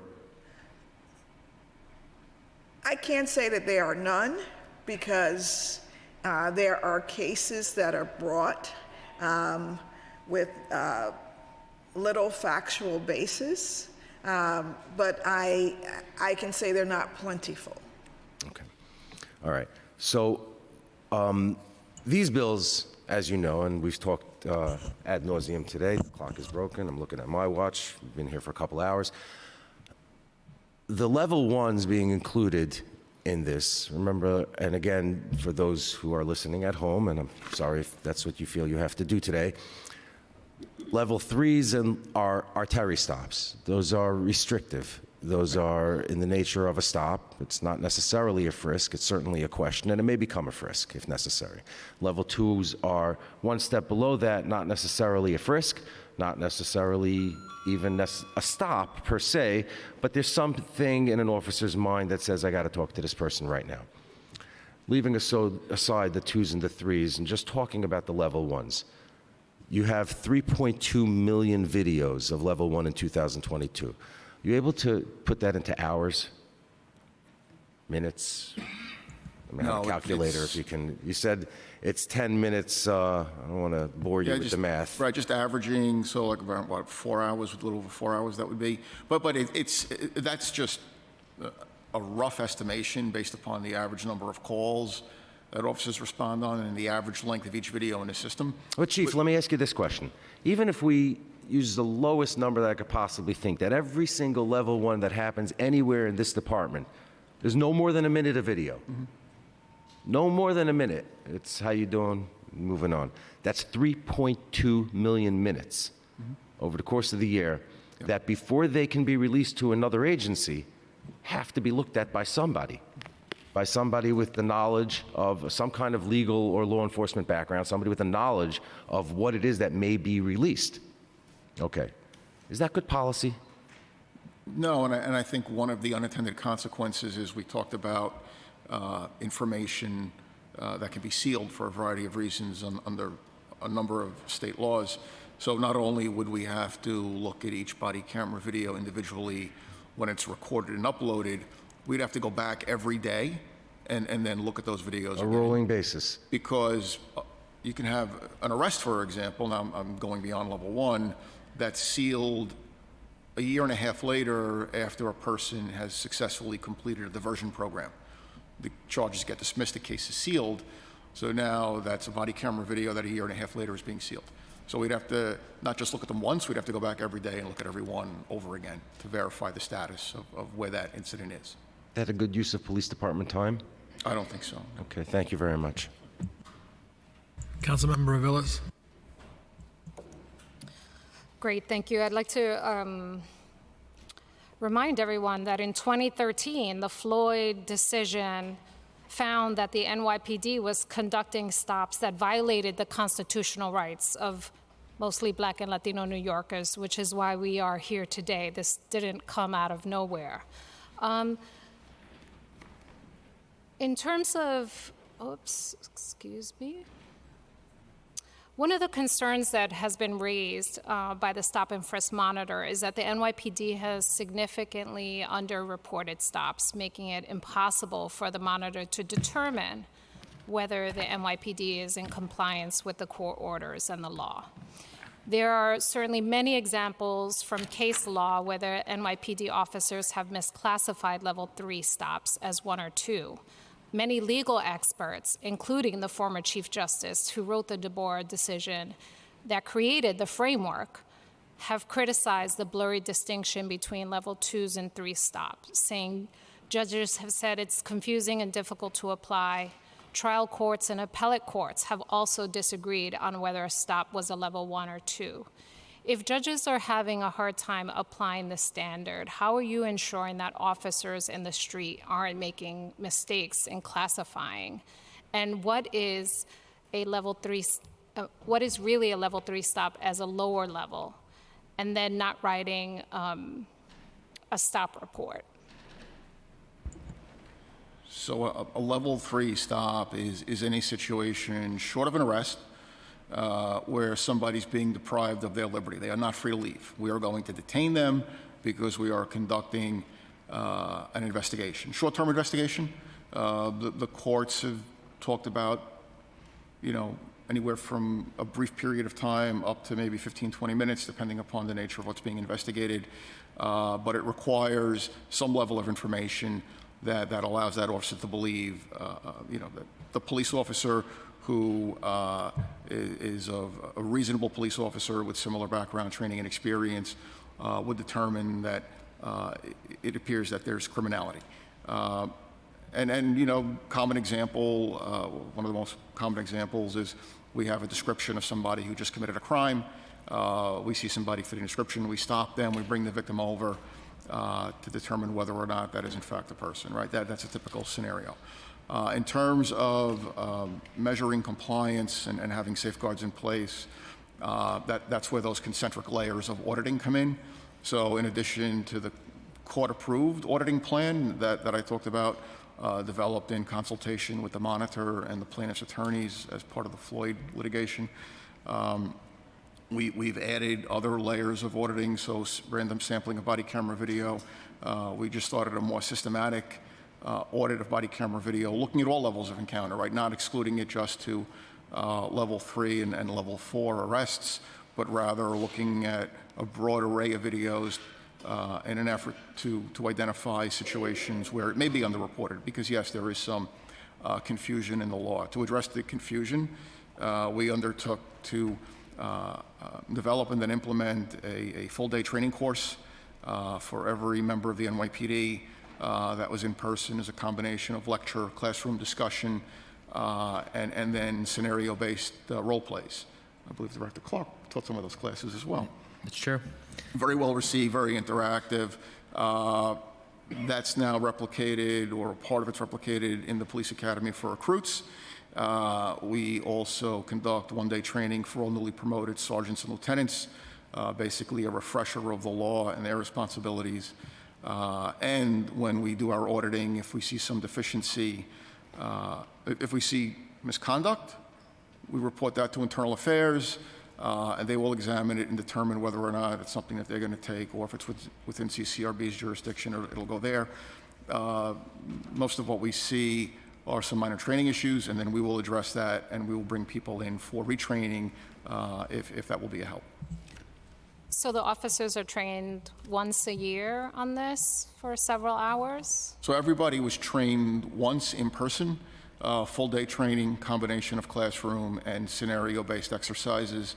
All newly promoted supervisors get one-day training, but this is all done once. In terms of refresher training, that is done either at the command level or through my office or the Police Academy for people we identify who need refresher training. And also, we periodically will publish training videos that everybody must watch that include a quiz. So in terms of justices, current justices and former justices on the highest courts have found difficulty. Do you think a one-day training is sufficient for the expense of ensuring that there isn't misclassification? It's also part of our early intervention program, where if people have deficient stops, or if they have an arrest where evidence is suppressed, we get that information about a suppression, then that will also be examined as part of early intervention. In terms of the $143 million in misconduct suits, don't you think it would be a prudent investment to ensure that these things are done properly and the reports are full? I mean, I think that's part of the chief's unit, is to make sure that's happening, everything is done well as part of the early intervention system. A unit we have in the legal bureau is to analyze the lawsuits and try and figure out where we can make improvements. That's all part of the global work to lower the amount, and the amount of filings have decreased significantly since 2013, right? So that is indicative of the work happening since then to reduce this. As filings go down, there can be a lag in payouts, but payouts again peaked in 2017 and have been trending down since. And in terms of the underreporting on level 3 stops, how have you been addressing that? So that is part of the auditing, both what we do presently and then those new audits that have been added that are exclusively designed to address level 3s. Part of that audit process is each quarter, when an audit is complete, the commanding officer of the Quality Assurance Division and her staff conduct an exit interview with the precinct commander as part of their audit to discuss the findings and make sure that the commander is aware of it and has a system in place to identify it. We're also developing internal IT tools to replicate some of these audits at the command level, so commands can do it themselves on a daily basis to catch something when it first happens. we see a lot of, with the underreporting, there is some. All indicators are it's declined precipitously since we began this regimen over 8 years ago. So we see the number. We have a number of mechanisms for auditing. Some of what we see, it's just a misunderstanding of paperwork. It's when there's an arrest made, sometimes a stop report is also required. Some people forget that or don't realize it because they're reporting the same information on the arrest report. So one of the audits we have is designed to look at those. In that most recent report, where we're looking at that auditing for that period in that most recent report, that was 49 events. We also look at radio transmissions to look for indicators of police action where somebody was stopped or detained based upon what was transmitted over the radio. That's one of the other indicators. And again, over the last 8 years or so, the noncompliance there has improved or is down significantly. We went from a 49% compliance in 2017 to more than 71% in 2020. And then we look at the most recent audits, we found that through 21, there were only 23 incidents citywide based upon that auditing where this occurred. And then we look at CCRB data. So CCRB is an independent third party looking at some of this same stuff. In their 2015 report, they reported 136 incidents where there was a stop, but a stop report was not prepared. And in their 2021 report, they reported 17 incidents. So all the indicators are, whether it's CCRB data or our own internal auditing, show that the rate of underreporting has declined precipitously, and we think that's all a credit to all of the oversight that we have in place and all the training.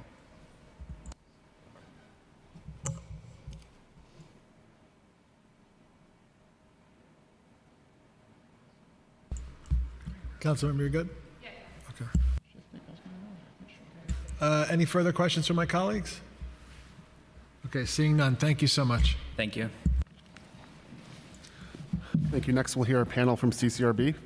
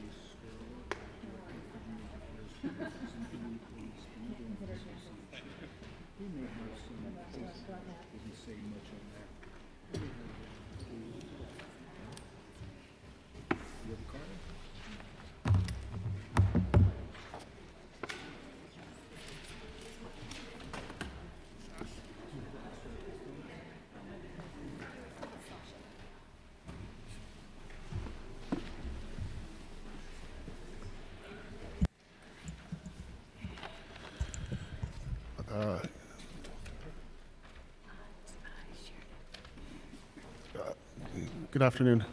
Executive Director, please state your name for the record and repeat the following. You affirm to tell the truth, the whole truth, and nothing but the truth before this testimony or before this committee to answer honestly to council member questions. I do. Good afternoon. My name is Jonathan Darsh, and I use he, him pronouns. I will be reading the following statement on behalf of CCRB Interim Chair Arvo Rice. Council members, I'm grateful to have the opportunity to address this council for the third time this month. Today, I've been asked to testify in regards to proposed bill Intro 938 that would grant the CCRB direct access to body-worn camera footage, as well as Resolution 3149, which is in favor of exempting the CCRB from sealing statutes. These are both key issues the agency has long advocated for. After the 2013 case, Floyd versus the City of New York, found that the NYPD's use of stop, question, and frisk was unconstitutional, the court ordered a one-year body-worn camera program. In December of 2014, the department launched a volunteer body-worn camera pilot program instead of implementing the court-ordered program in April of 2017. In May of 2017, the CCRB made its first request, and by June had received its first body-worn camera footage. Body-worn camera footage became an important tool for the CCRB that we use to determine whether misconduct occurred during an incident. In 2020, the CCRB released a report analyzing the use of BWC footage in investigations.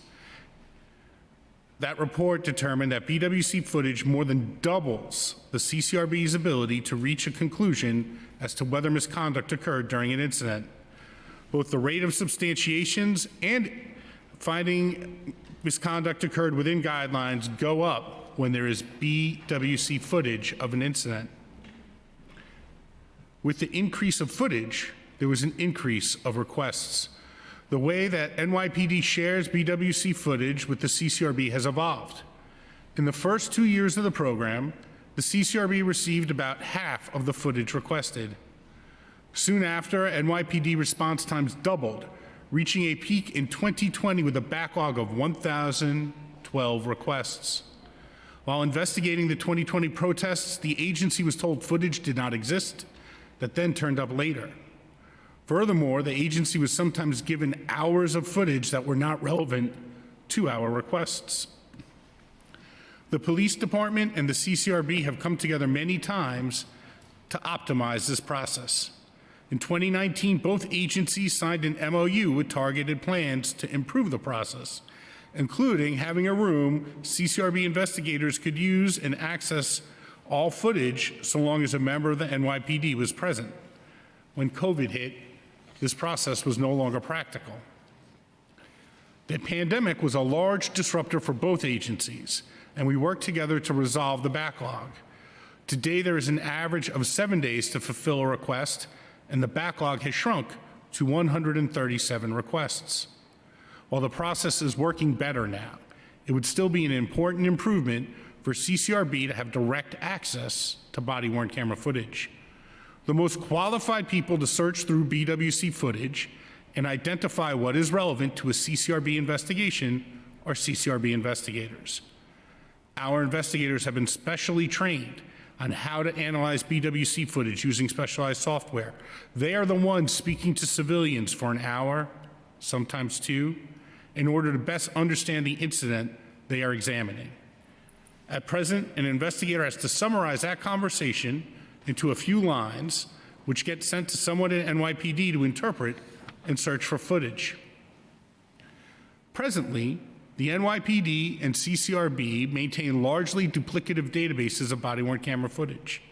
The agencies both carry staff dedicated to, in the case of CCRB, creating BWC requests, following up and tracking the requests, receiving the footage, and distributing it to the relative investigative squad.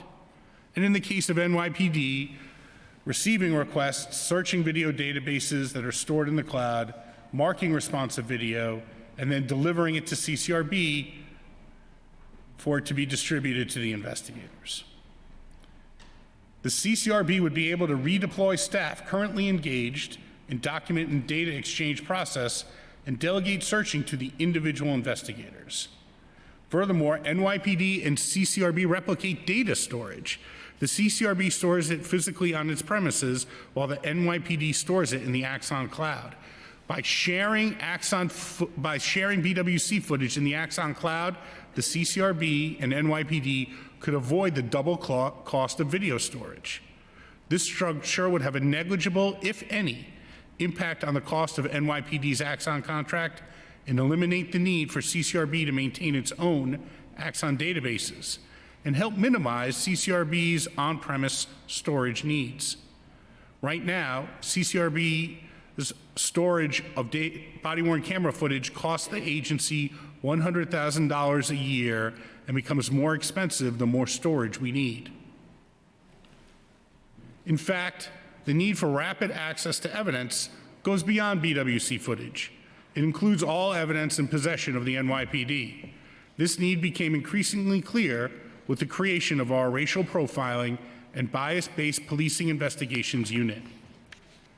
The city charter mandates that the NYPD provide information that is relevant and necessary for two types of investigations. First, complaints of racial and other profiling as abuses of authority under Section 440 of the city charter. And second, complaints of bias-based policing for individuals who have already been found to have committed acts of bias or severe bias under Section 441. In the summer of 2022, months before the agency began investigating profiling and bias policing complaints, the CCRB informed the NYPD of the types of data and documents it would need to complete both types of investigations. With regard to investigations pursuant to Section 440, in order to thoroughly investigate and assess allegations of racial profiling and bias policing, investigators need to review subject officers' profiling and bias policing complaint histories, EEO complaint histories, related documents, as well as a subject officer's enforcement activity for the year prior to the incident to look for potential patterns of bias. We also need to look at enforcement activity for the subject officer's colleagues and supervisors.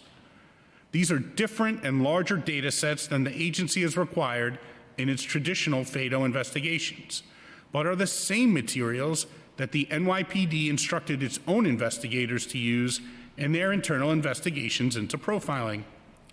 Since beginning to investigate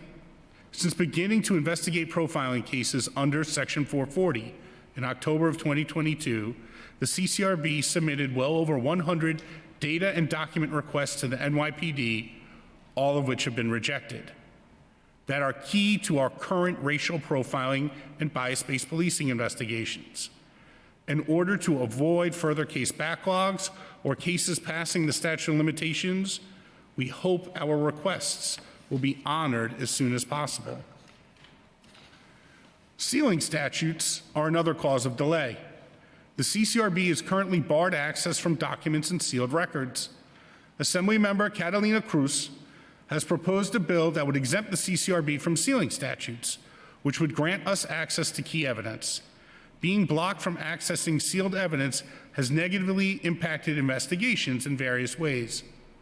For instance, the case against Officer Wayne Isaacs has been delayed for over a year and a half because of sealed records. In 2016, Officer Isaacs killed Delron Smalls. The Attorney General commenced a criminal proceeding against Officer Isaacs that resulted in an acquittal. In 2018, the CCRB received a complaint about the incident and commenced an investigation. The CCRB analyzed the available evidence and substantiated misconduct against Officer Isaacs. In his many attempts to delay the administrative prosecution, Officer Isaacs claimed that he should not face a disciplinary trial as a result of the acquittal, implying that there was evidence not examined by the CCRB that would show he did not commit misconduct. As a result, in October 2021, the CCRB submitted a motion to unseal the evidence from Officer Isaacs' criminal case in order to fully be prepared for the administrative trial against Officer Isaacs.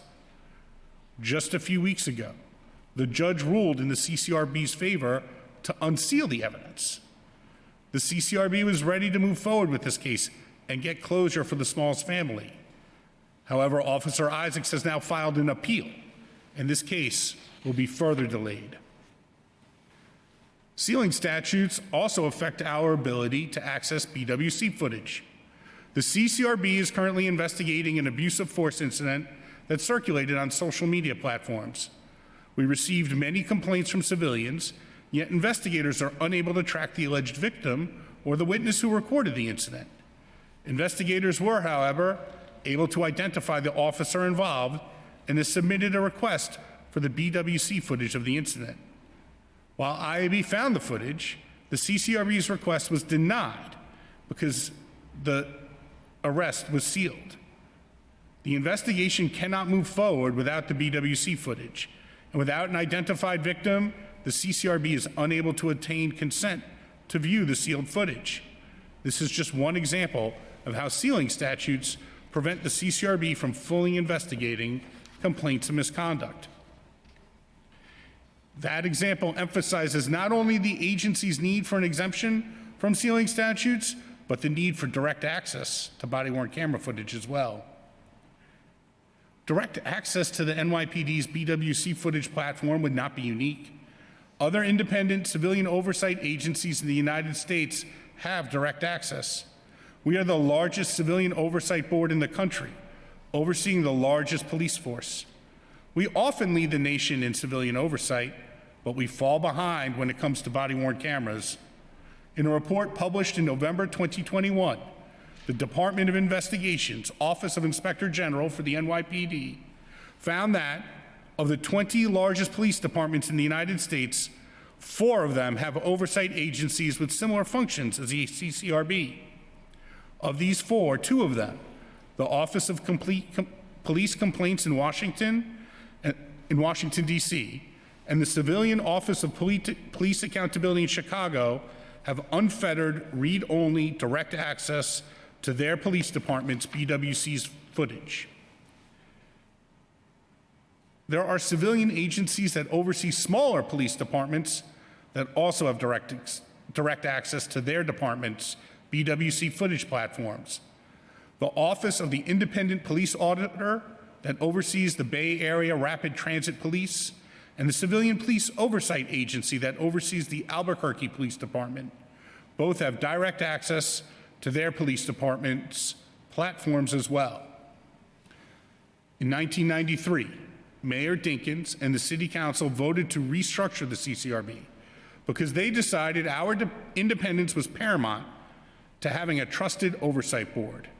Depending on NYPD for every single piece of evidence removes some of that independence. The most important piece of evidence we can find is in the hands of the people being investigated. Civilians will have less confidence knowing that we are only getting footage that the police department has passed on to us. I will end by reiterating that having BWC footage improves investigations outcomes substantially, increasing both the rates of substantiation and finding officers acted within guidelines. In 2022, the board was able to close cases with a definitive outcome 75% of the time for cases with BWC footage, while cases without BWC footage were closed on the merits only 37% of the time.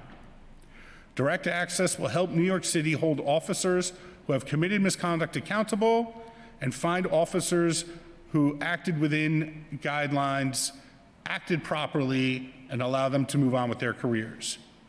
We thank the City Council for championing this bill, which would have profound impact on the CCRB's ability to investigate cases efficiently. Thank you for your time. Thank you so much for coming and testifying. So you testified that the CCRB spends about $100,000 a year to pay for storage of Yes, ma'am. files.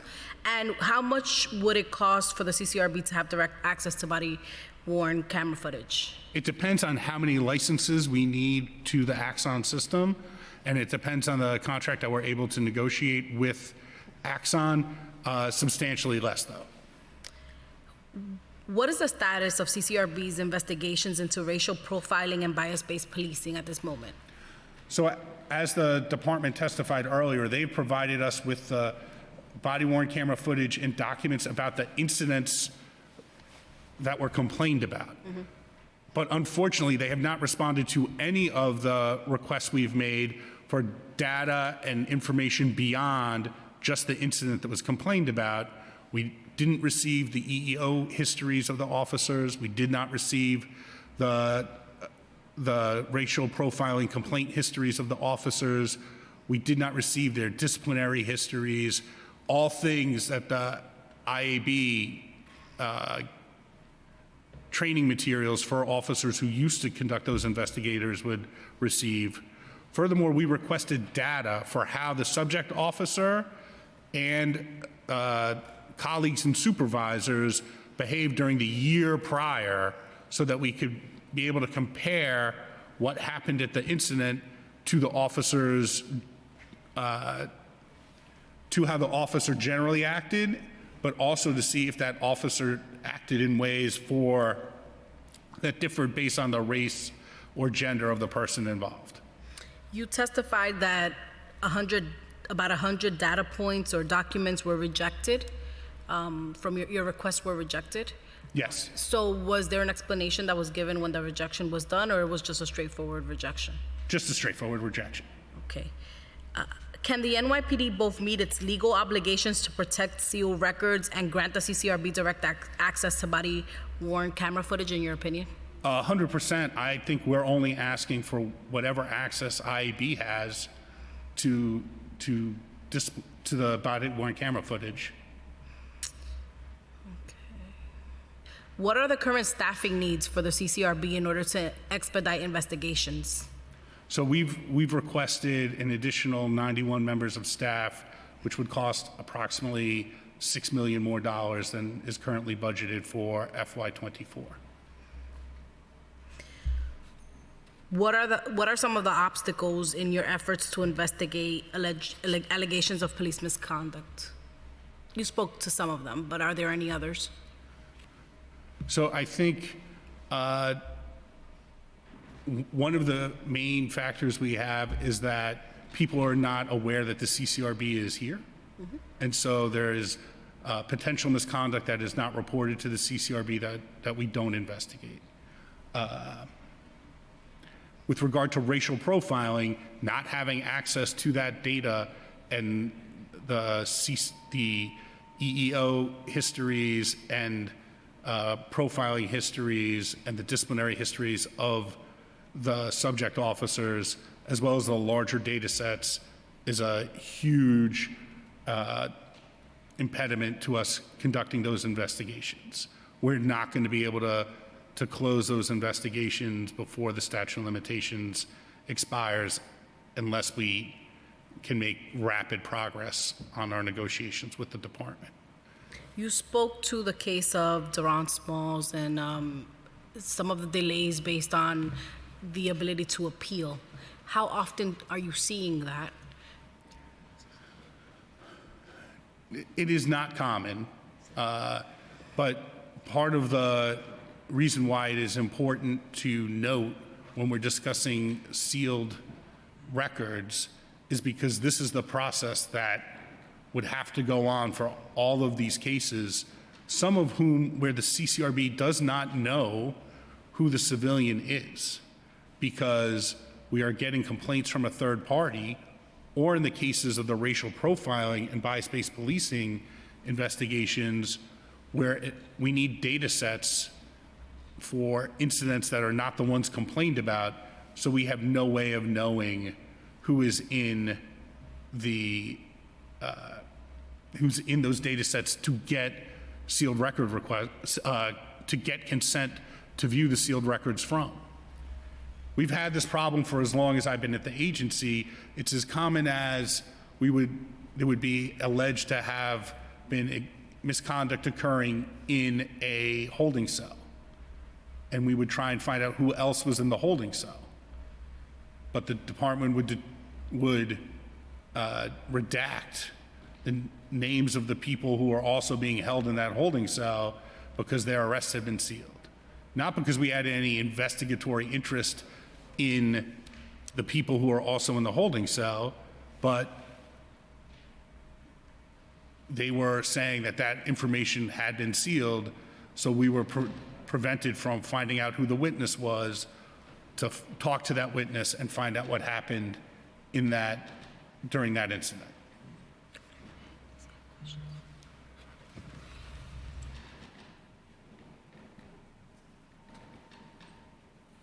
All right, well, that looks to be the extent of our questions on here. Thank you so much for coming before us. I know you've been here a few times already, so thank you so much for your information. Thank you. Now we'll turn to the public section of testimony. As we had a panel to start, we're going to now move on to another panel with Kelly Young, followed by Michael Szynski, Keith Fuller, Leo Ferguson, and Hadil Mishal.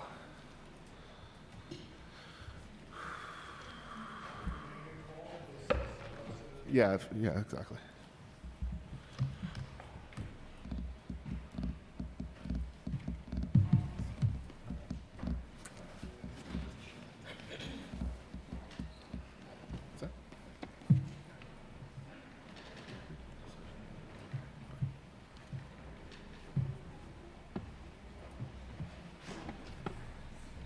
And when you start your testimony, please identify yourself for the record. Thank you. My name is Kelly Young. I am testifying on behalf of Vocal New York and Communities United for Police Reform. Vocal New York is a grassroots member-led organization building the political power of people impacted by mass incarceration, the war on drugs, homelessness, and HIV/AIDS epidemic. Vocal New York is a voting member of Communities United for Police Reform, or CPR. CPR is a multi-sector campaign working to end discriminatory and abusive policing practices in New York State and reduce reliance on police to achieve true safety for all. CPR organizes coalitions of over 200 local, statewide, and national organizations on various campaigns. Through community organizing, policy advocacy, public education, litigation, civic engagement, and other strategies, CPR works to build a broad-based movement to end discriminatory and abusive policing, promote community safety, and respect for the rights and dignity of all New Yorkers. Our members and partners include over 200 local and national organizations, many of whom are based in and led by those most directly impacted by abusive policing. Through this campaign, we have helped to change the local conversation on public safety, increase the knowledge and practice of New Yorkers in observing and documenting police misconduct, and have won key policy victories, including the repeal of statewide police secrecy law 50A by the New York State Legislature, passage of Community Safety Act, which was established the first Inspector General of the NYPD, and an enforceable ban on bias-based policing, and Right to Know Act in New York City Council. We are here today to demand that this City Council take concrete action to end police violence and ensure true community safety by passing the How Many Stops Act, Intros 538 and 586. These bills will require reporting on all NYPD street stops, investigative encounters, and consent searches. The impact of these regular interruptions, indignities, harassments, violations cannot be overstated, and they should not be ignored or minimized. Mayor Adams' insistence on expanding the size and scope of NYPD throughout the city makes the need for transparency even more urgent. The mayor and the NYPD commissioner have systematically expanded the NYPD's power and presence in our communities by doubling down on broken windows policing, bringing back and rebranding the anti-crime unit, and flooding our subways with police officers. Research shows that this kind of policing inflicts harm and real emotional distress overwhelmingly on Black and Latinx New Yorkers, as well as other communities of color, LGBTQ, GNC people, immigrants, unhoused folks, religious minorities, low-income people, and young people. These experiences are frightening and traumatizing. In the worst cases, they escalate to illegal stops, arrests, brutality, and death. The NYPD and PBA bristle at this demand for oversight and transparency, concerned about the, quote, prospect of boundless surveillance, end quote, and yet have no issue with the reality of boundless surveillance they've disproportionately subjected Black and brown communities to. I am grateful to Speaker Adams and the council members here today for allowing a panel of impacted New Yorkers to speak first. I hope this becomes a regular practice. I hope their testimonies won't be ignored. I hope that the horrors of their lived experiences move you to do what safety demands. Safety cannot exist without transparency and accountability. Right now, we have no idea how many New Yorkers total are questioned by police every year, who they are or what neighborhoods they are stopped in. The How Many Stops Act would change that, bringing urgently needed transparency, oversight, and accountability to the black box that is policing. The How Many Stops Act is an essential step towards true police accountability and community safety. Thank you.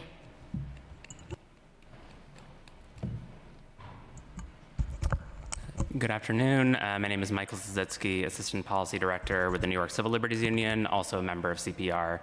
We'll be submitting full written testimony, including comments on many of the proposed bills on the agenda today, but I'll focus my comments today on the How Many Stops Act bills. And I want to start in 2001, when the New York City Council passed a law requiring the NYPD to begin reporting data on stop and frisk activity.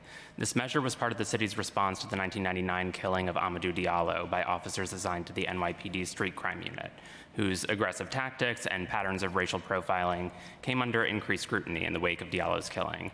That law and subsequent efforts to force the NYPD's compliance with it, which were necessary because the NYPD was unsurprisingly not enthusiastic about level 3 stop reporting either, equipped New Yorkers with data that showed outrageous levels of stops and racial profiling, and that data ultimately played a central role in legal and legislative efforts to respond to and curtail NYPD abuses. Today's stop and frisk activity is below the recorded levels of it at its height, though the racial disparities remain deeply embedded in the practice. But as you've heard, the reported stop numbers do not reflect the true scope of all NYPD investigative encounters, and that's in large part because there's no accounting for these level 1 and 2 encounters. The DeBoer framework might be useful for letting officers know what conduct may or may not be permissible when interacting with the public, but for a member of the public who, at level 1, has been asked to produce identification, answer an officer's questions about what they're doing in a particular location, where they're going, or who at level 2 has been asked to consent to a search of their backpack, what matters is that they've been targeted by the police. And the need for transparency and for ensuring that officers are adhering to the legal requirements to justify these encounters is no less important at levels 1 and 2 than it is for level 3 reasonable suspicion stops. The potential for profiling and abuse increases in the absence of any mechanism for oversight and transparency, and that's what the How Many Stops Act aims to address. While these encounters might be legally distinct from one another, there's no reason why the line for basic transparency and reporting should be drawn only at level 3 stops. All of these encounters represent instances in which NYPD officers are engaging members of the public, with all of the same risks of racial profiling, bias, and potential for escalation as any police-civilian interaction.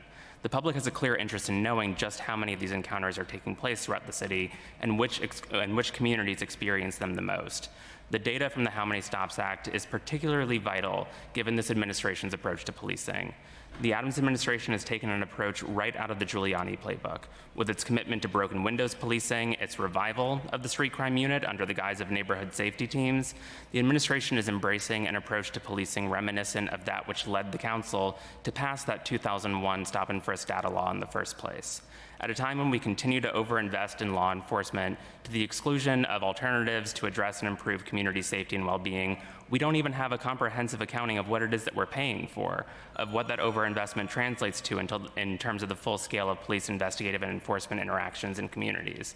The How Many Stops Act by itself won't put an end to our over-reliance on policing, nor the administration's commitment to continued use of broken windows tactics, but it will better equip New Yorkers with more complete information with which to push back on the seemingly ever-expanding scope of policing in New York City. And once we understand that scope more fully, we'll be better positioned to identify and advocate for alternatives that better address and meet New Yorkers' needs. Thank you.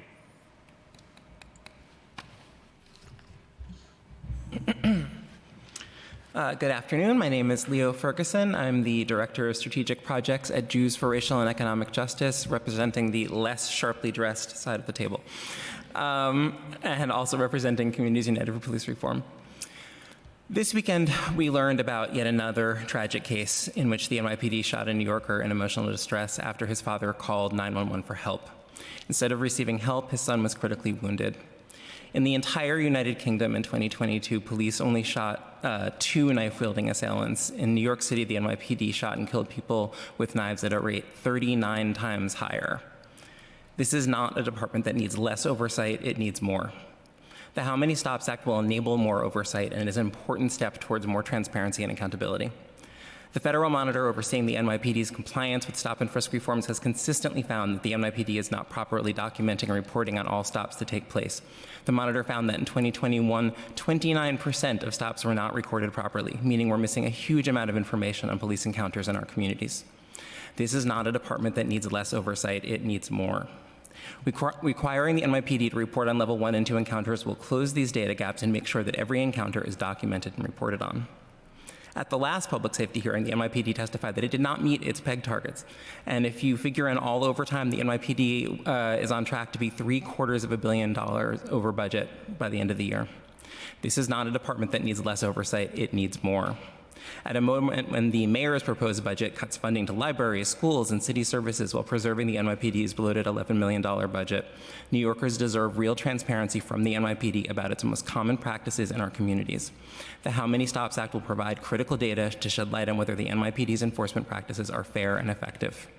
Everyone in this city wants to feel safe. We might not all agree about the role of policing to achieve public safety, but surely we can all agree that we need a clear picture of how the NYPD is operating, especially in communities that have historically borne the brunt of racist and discriminatory policing.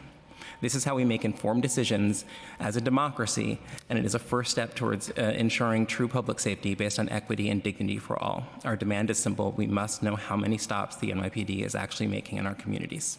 Thank you for the opportunity to testify. Good afternoon. My name is Keith Fuller, and I'm a youth organizer with the Youth Power Project over at Make the Road New York, also in partnership with the Communities for Police Reform. As in my job title, I work with youth who come from and go to schools in over-policed communities. I'm here before you all because I'm concerned not only for the well-being and not only for their well-being and the community, but also for myself. I'm concerned because whenever I see an officer on the street, I ask myself, am I next? I don't think about safety. I think about all the lives taken away due to police violence.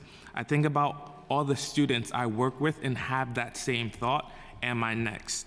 We know what's wrong. The city is doubling down on the same failed approach to public safety by expanding the power and presence of the New York Police Department in our neighborhoods and our schools, with no real accountability.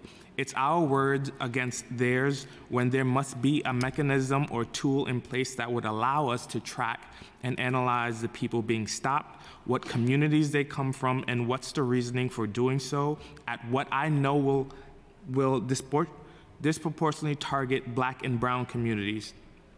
We know what policing in our communities look like. It's time that everyone else knows. That is why we are here today demanding immediate action to pass the How Many Steps Act, a first and important step towards true community safety and accountability. Earlier in the year, my best friend Nick was stopped on his way home from work around Union Square. He works in IT, so a lot of the equipment he needed to be effective at what he does was still in his backpack. 5 officers surrounded him and interrogated him about what was in his bag and his reasoning for even being there. He's very reserved and was fearful of a problem escalating, so he let them search his bag, knowing he wasn't in the wrong, but he had to act as if he was to make it back home safe, to not be next.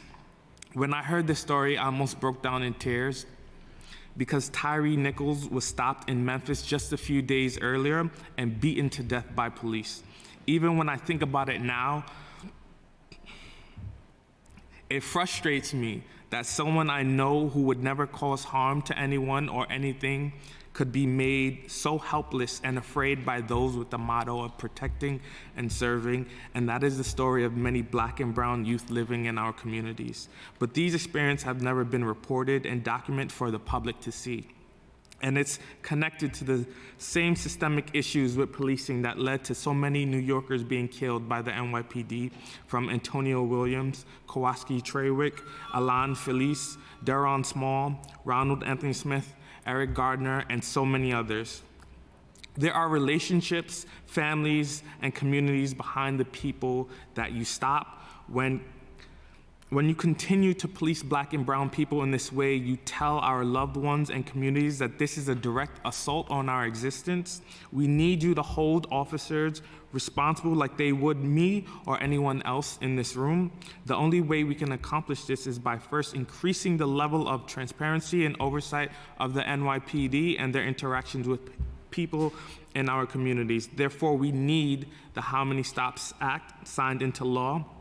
It is one of the many steps our coalition, Communities United for Police Reform, has taken in our fight to tackle the large-scale abuses of police power in New York and restore power to those who have been made helpless for many years in our city.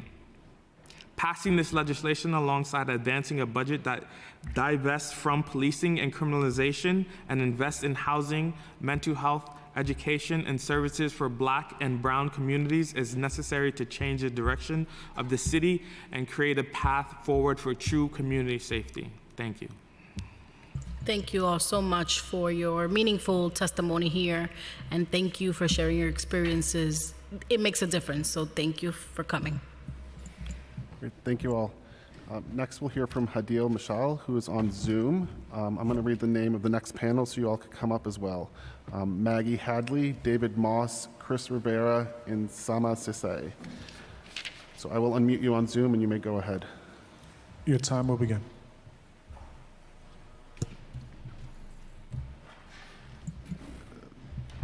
Your microphone's not working.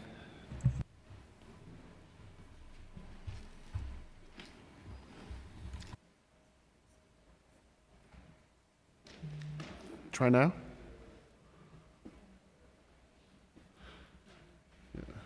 Can you hear me now? Yes. Great. Perfect.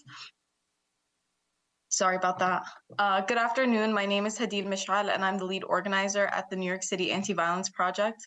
Our mission at AVP is to empower lesbian, gay, bisexual, transgender, queer, gender nonconforming, and HIV-affected communities and allies to end all forms of violence through organizing, education, advocacy, and counseling. We know all too well that police violence is a common violence that impacts our communities.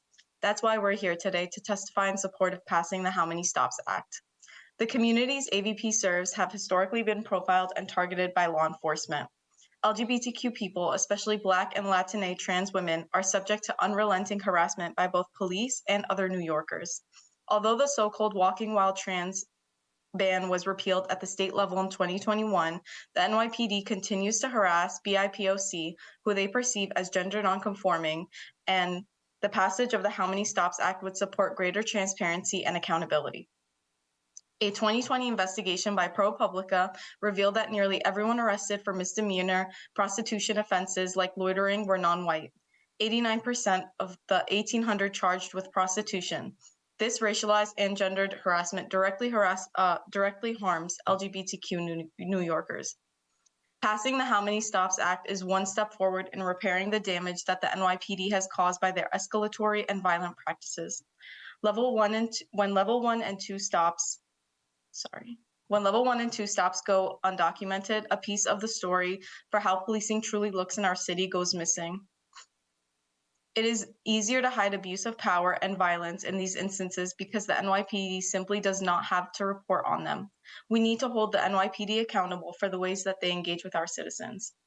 Police accountability is critical right now. Data collection on all NYPD stops can serve as a preventative measure for police escalation and violence. I'm sure many of us have read recently that the NYPD Commissioner, Sewell, disregarded the CCRB's recommendations on at least 425 civil complaints in 2022. How can our communities have faith and trust in the system when it lacks accountability from the top down?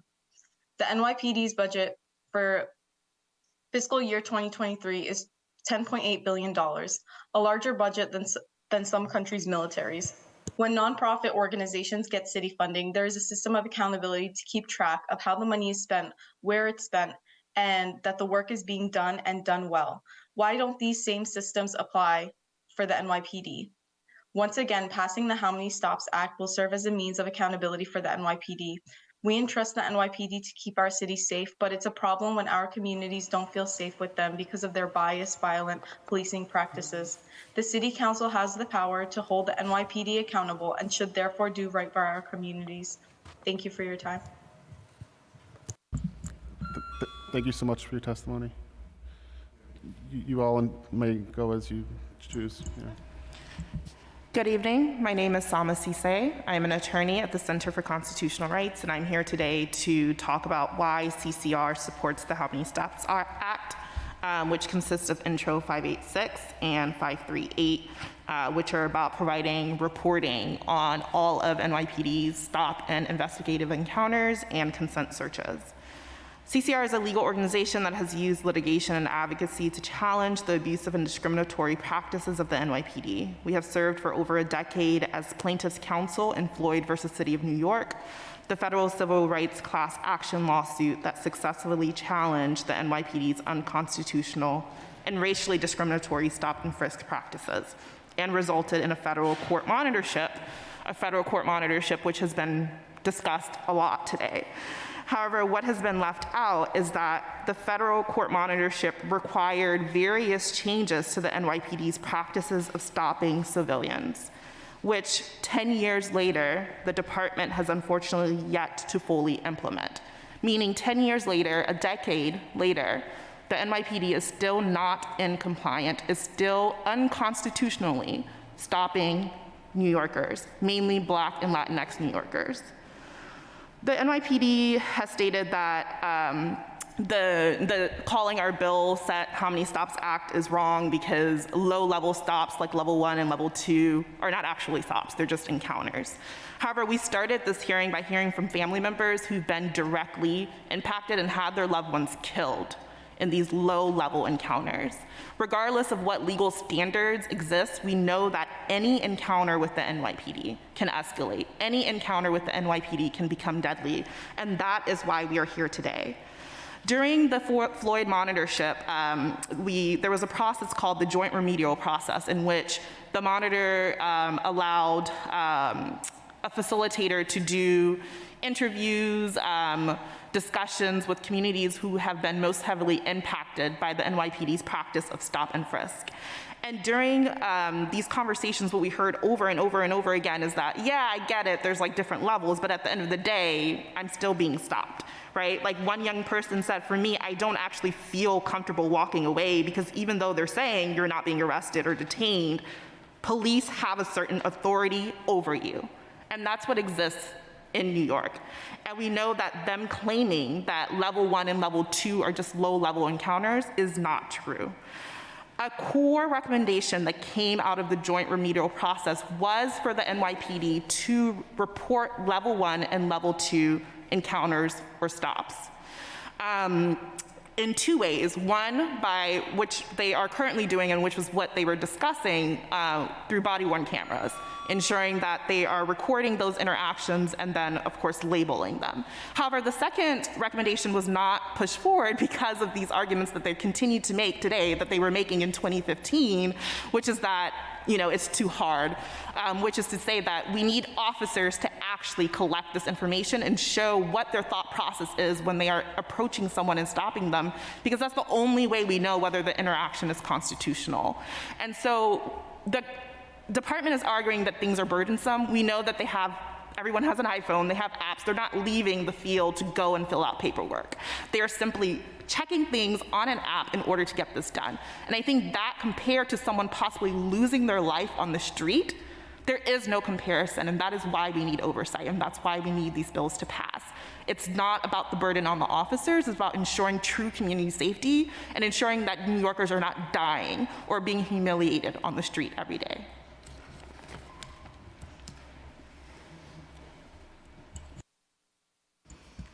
Good afternoon.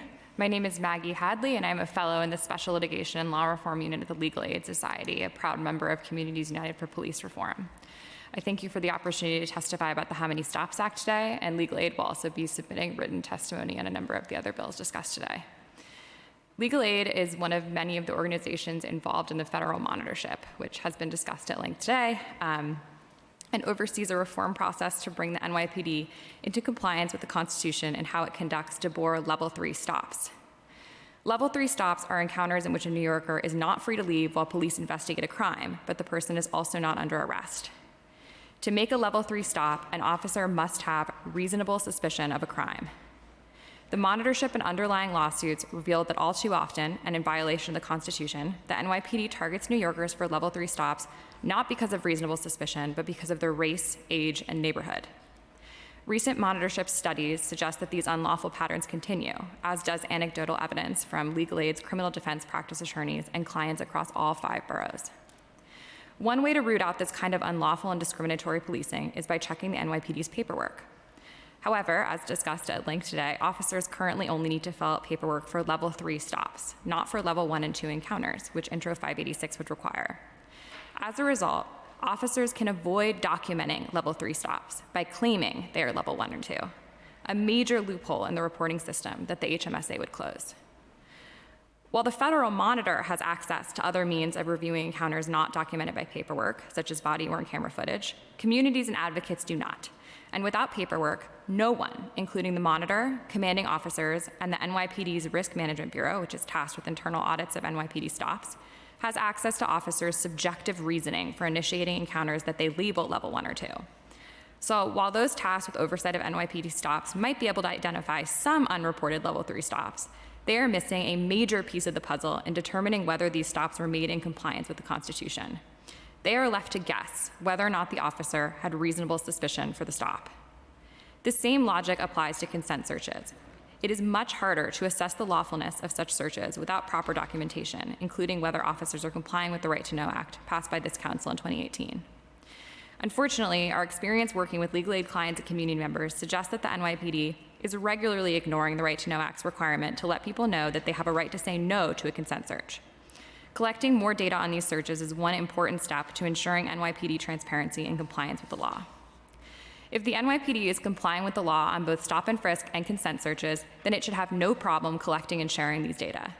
But if it is continuing unlawful practices in violation of the Constitution and laws passed by this body, we all need to know so we can work together to root out these abuses and ensure that the rights of all New Yorkers are respected.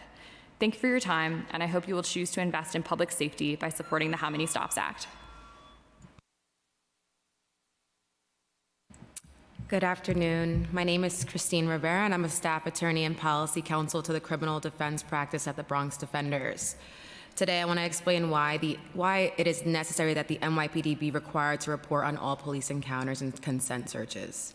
As public defenders working in the Bronx, we review hundreds of hours of body-worn camera footage, we speak with those who have been accused of crimes, and we litigate the legality of these searches in court. That gives us a unique insight as to what these street encounters actually entail. While these interactions have historically been problematic, we've noticed a truly disturbing trend of increased illegal searches. The trend coincides with the Adams administration's decision to bring back controversial anti-crime units rebranded as the anti-gun unit.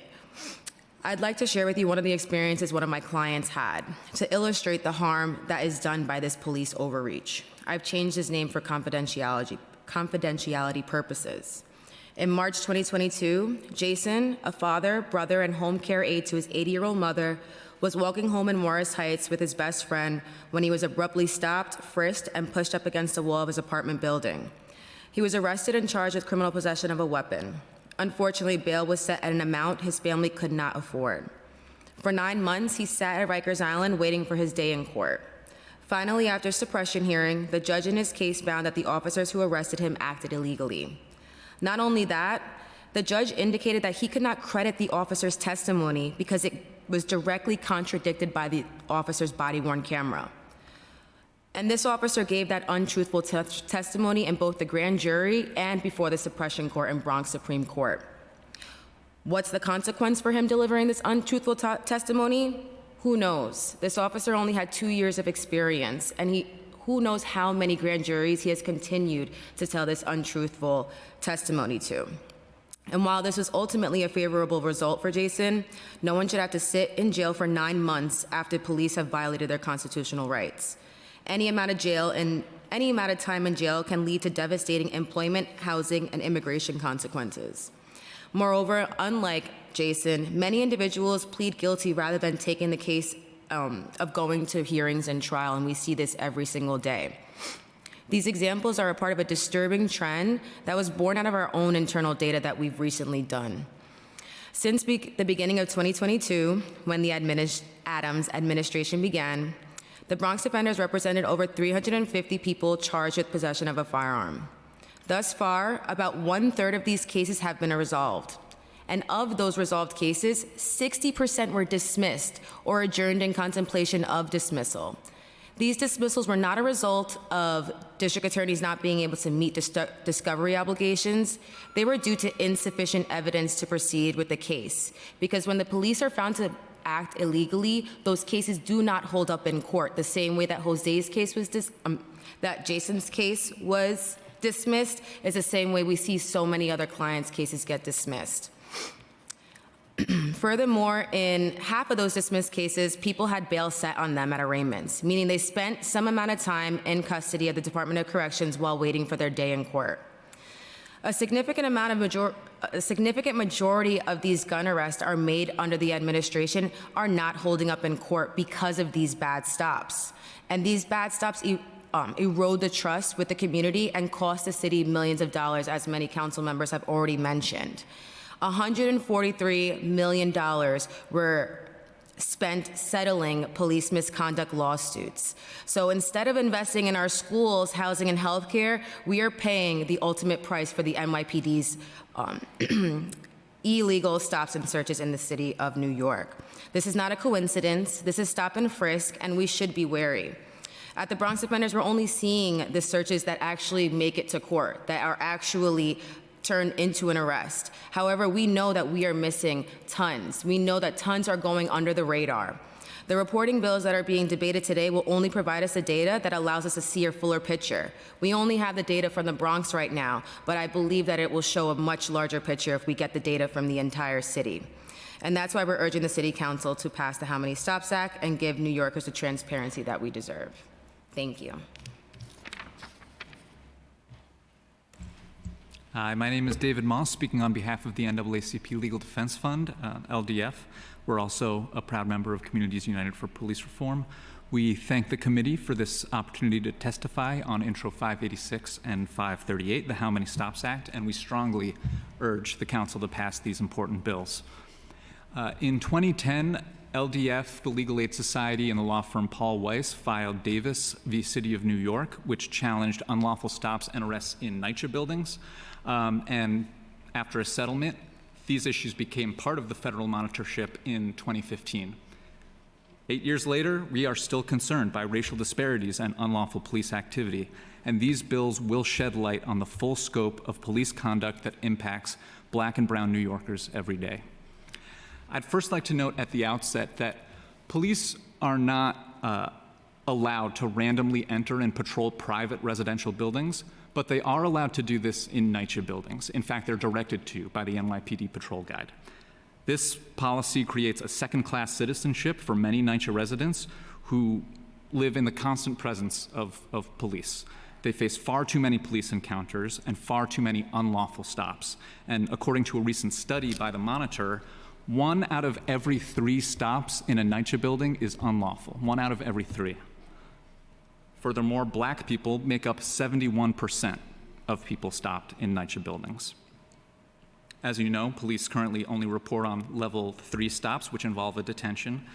But level 1 and 2 stops do have a strong impact on people's lives, and they should be reported as well. Level 1 stops can be very invasive. They can target children. They can often be used as fishing expeditions. And police often escalate these encounters into more serious encounters. And in fact, the Monitor has found that improper escalation by police is a problem in NYCHA policing. Level 2 stops allow officers to target people for extended and accusatory questions without reasonable suspicion. These are extremely intimidating encounters. People often feel as if they are being detained without reasonable suspicion, as the public advocate aptly pointed out. You know, it's a very blurry distinction between level 2 and 3, and police do not have to report about these currently, so that does need to change. Now, there may not be documentation from these level 1 and 2 stops, but they do leave a very profound impact. People end up feeling violated, communities feel persecuted, not protected, and as always, Black and brown New Yorkers bear the brunt of this burden. Now, as for consent searches, these are extremely common, one of the most common types of warrantless search, and they create staggering racial disparities. Last year, there was over 5,000 consent searches in New York City. 88% of all of those consent searches were of Black and Latinx people. Only 4% were of white people.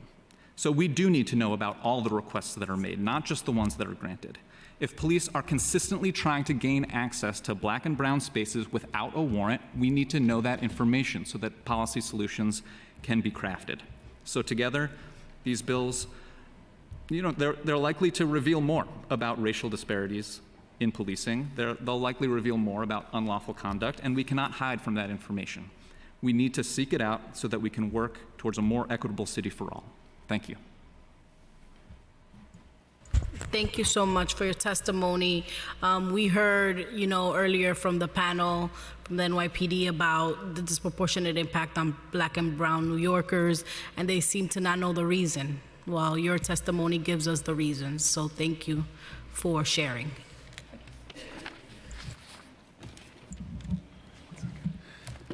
Thank you for your testimony. We're going to turn to two people who are online. We're going to hear from Jackie Gastigian and Nina Loshkigian. Jackie and Nina, are you available? I see Jackie, you're going first. Go ahead. Hi, everybody. Can you hear me? Yes. Okay.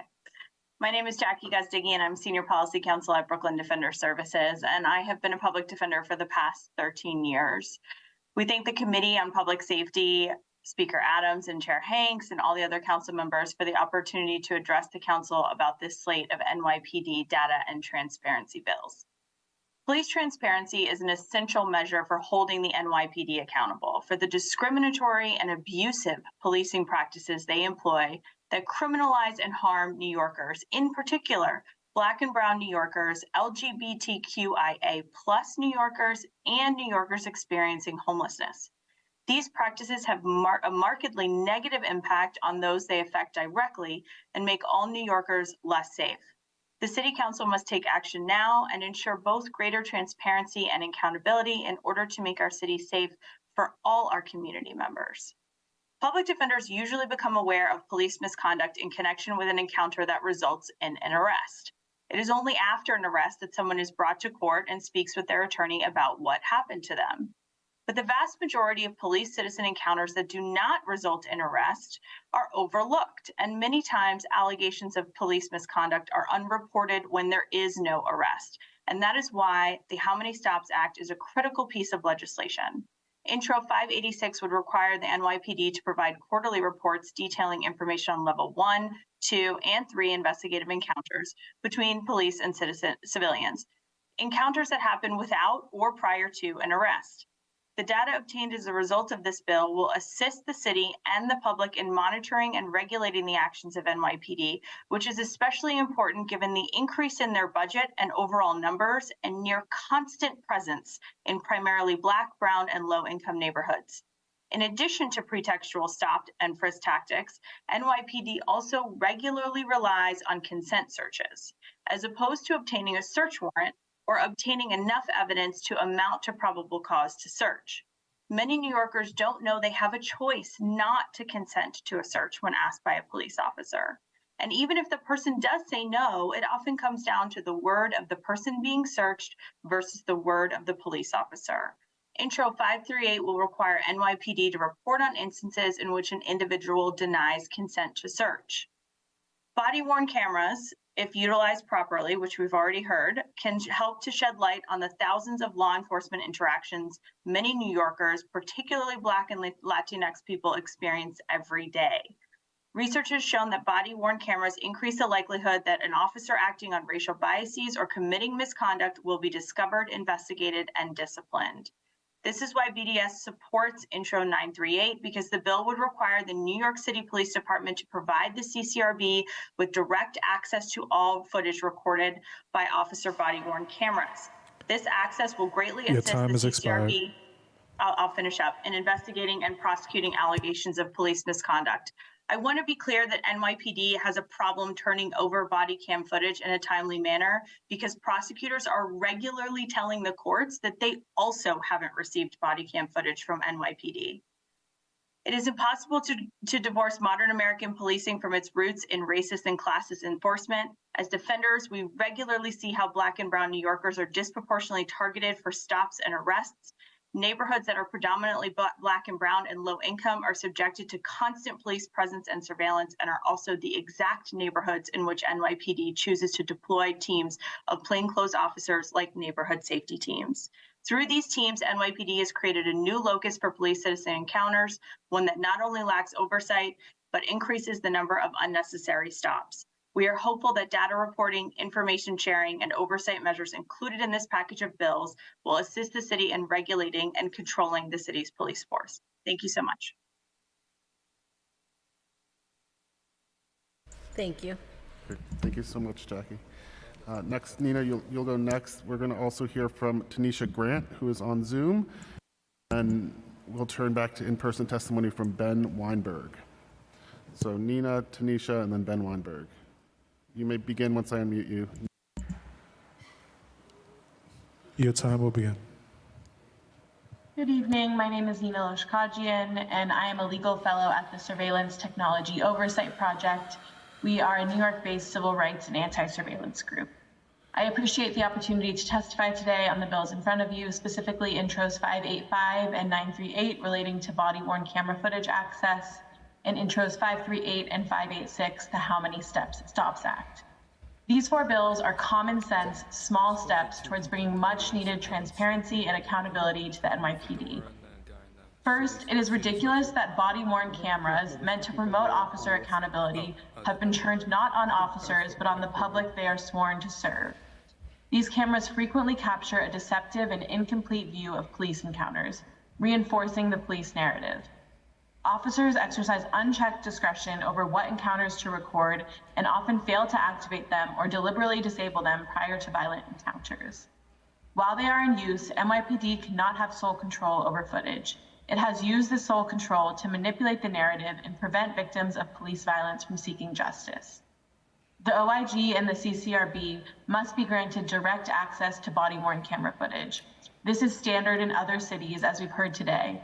As the operator of the biggest body-worn camera program in the country, the NYPD should be at least as accountable as other cities, and passing Intros 585 and 938 would be a good step in making it so. We also support Intros 586 and 538, the How Many Stops Act, which would bring much needed transparency to how the NYPD interacts with communities in our city. NYPD should be required to report on level 1 and 2 police stops, because when they don't, we have an incomplete picture of the police harassment and racial profiling that occurs daily across the city. NYPD should also be required to report a fuller set of data about the use of consent searches. We know that the NYPD has created a private rogue DNA database and engages in dangerous and coercive practices of DNA collection. This means giving kids a glass of water, harvesting their DNA, and then using it potentially for any purpose forever. The data these two bills could bring to light would be fundamental in knowing how the NYPD operates and the impacts its practices have in our communities. Thank you so much for the opportunity to testify today. Thank you so much.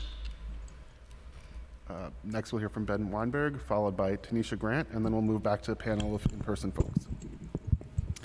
Good afternoon. Good afternoon, members of the Public Safety Committee.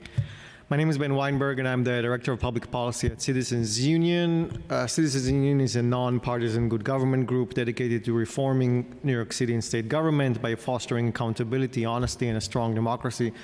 We've been studying police accountability and performance in New York City for more than a decade and believe the best way to ensure the safe and democratic application of policing is to strengthen and streamline systems of oversight and accountability both within the NYPD and within independent monitors.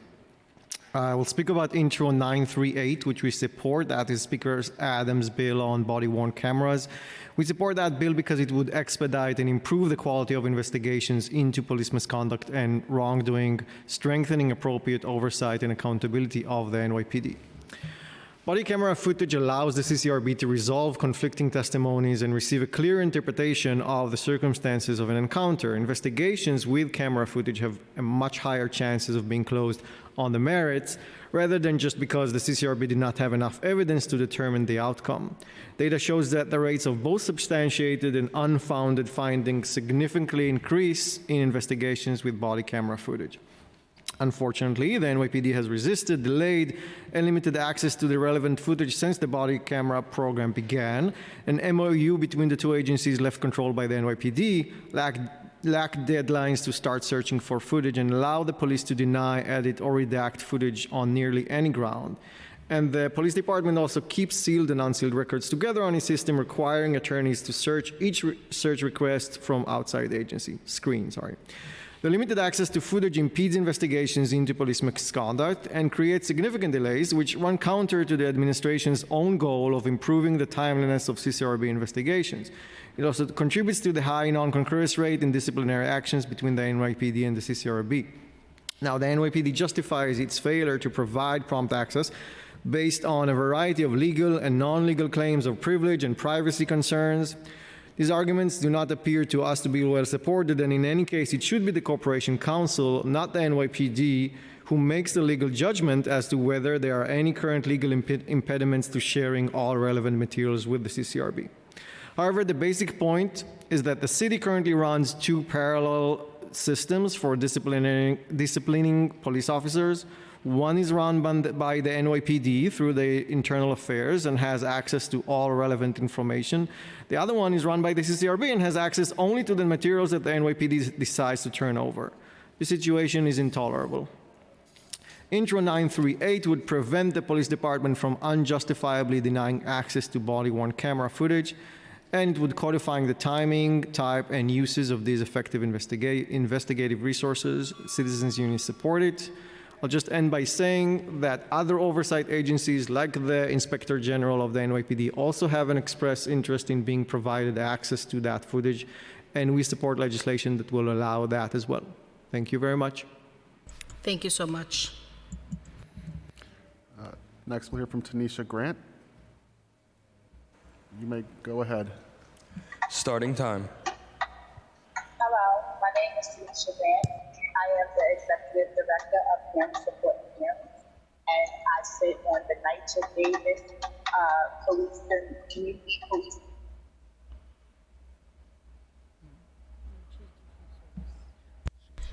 I think we lost you, Tanisha.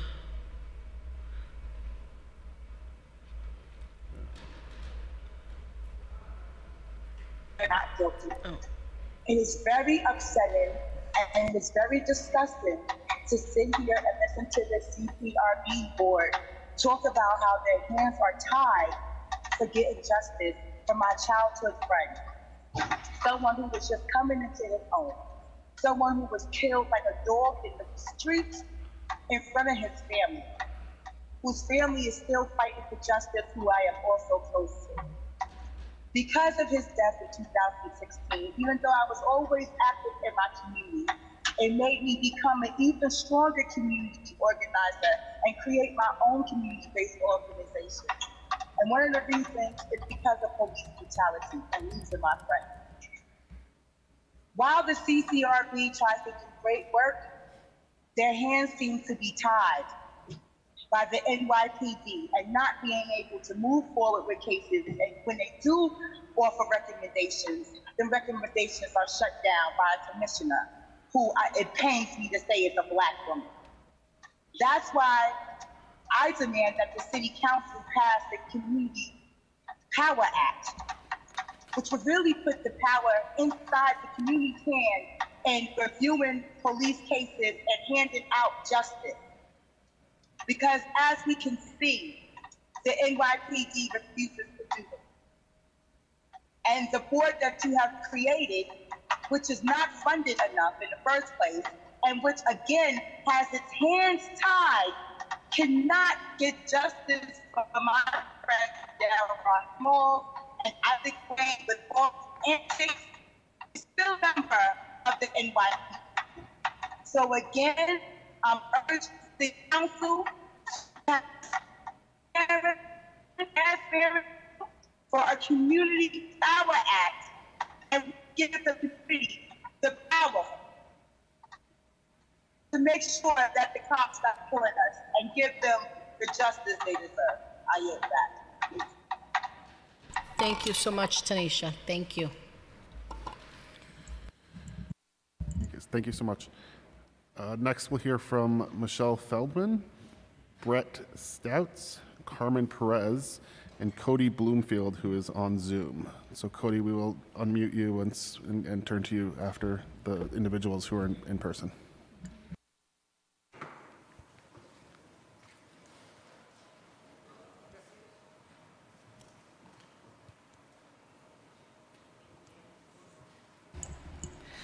Thank you so much. Good evening. My name is Michelle Feldman, and I'm the Director of Partnerships at the Center for Policing Equity.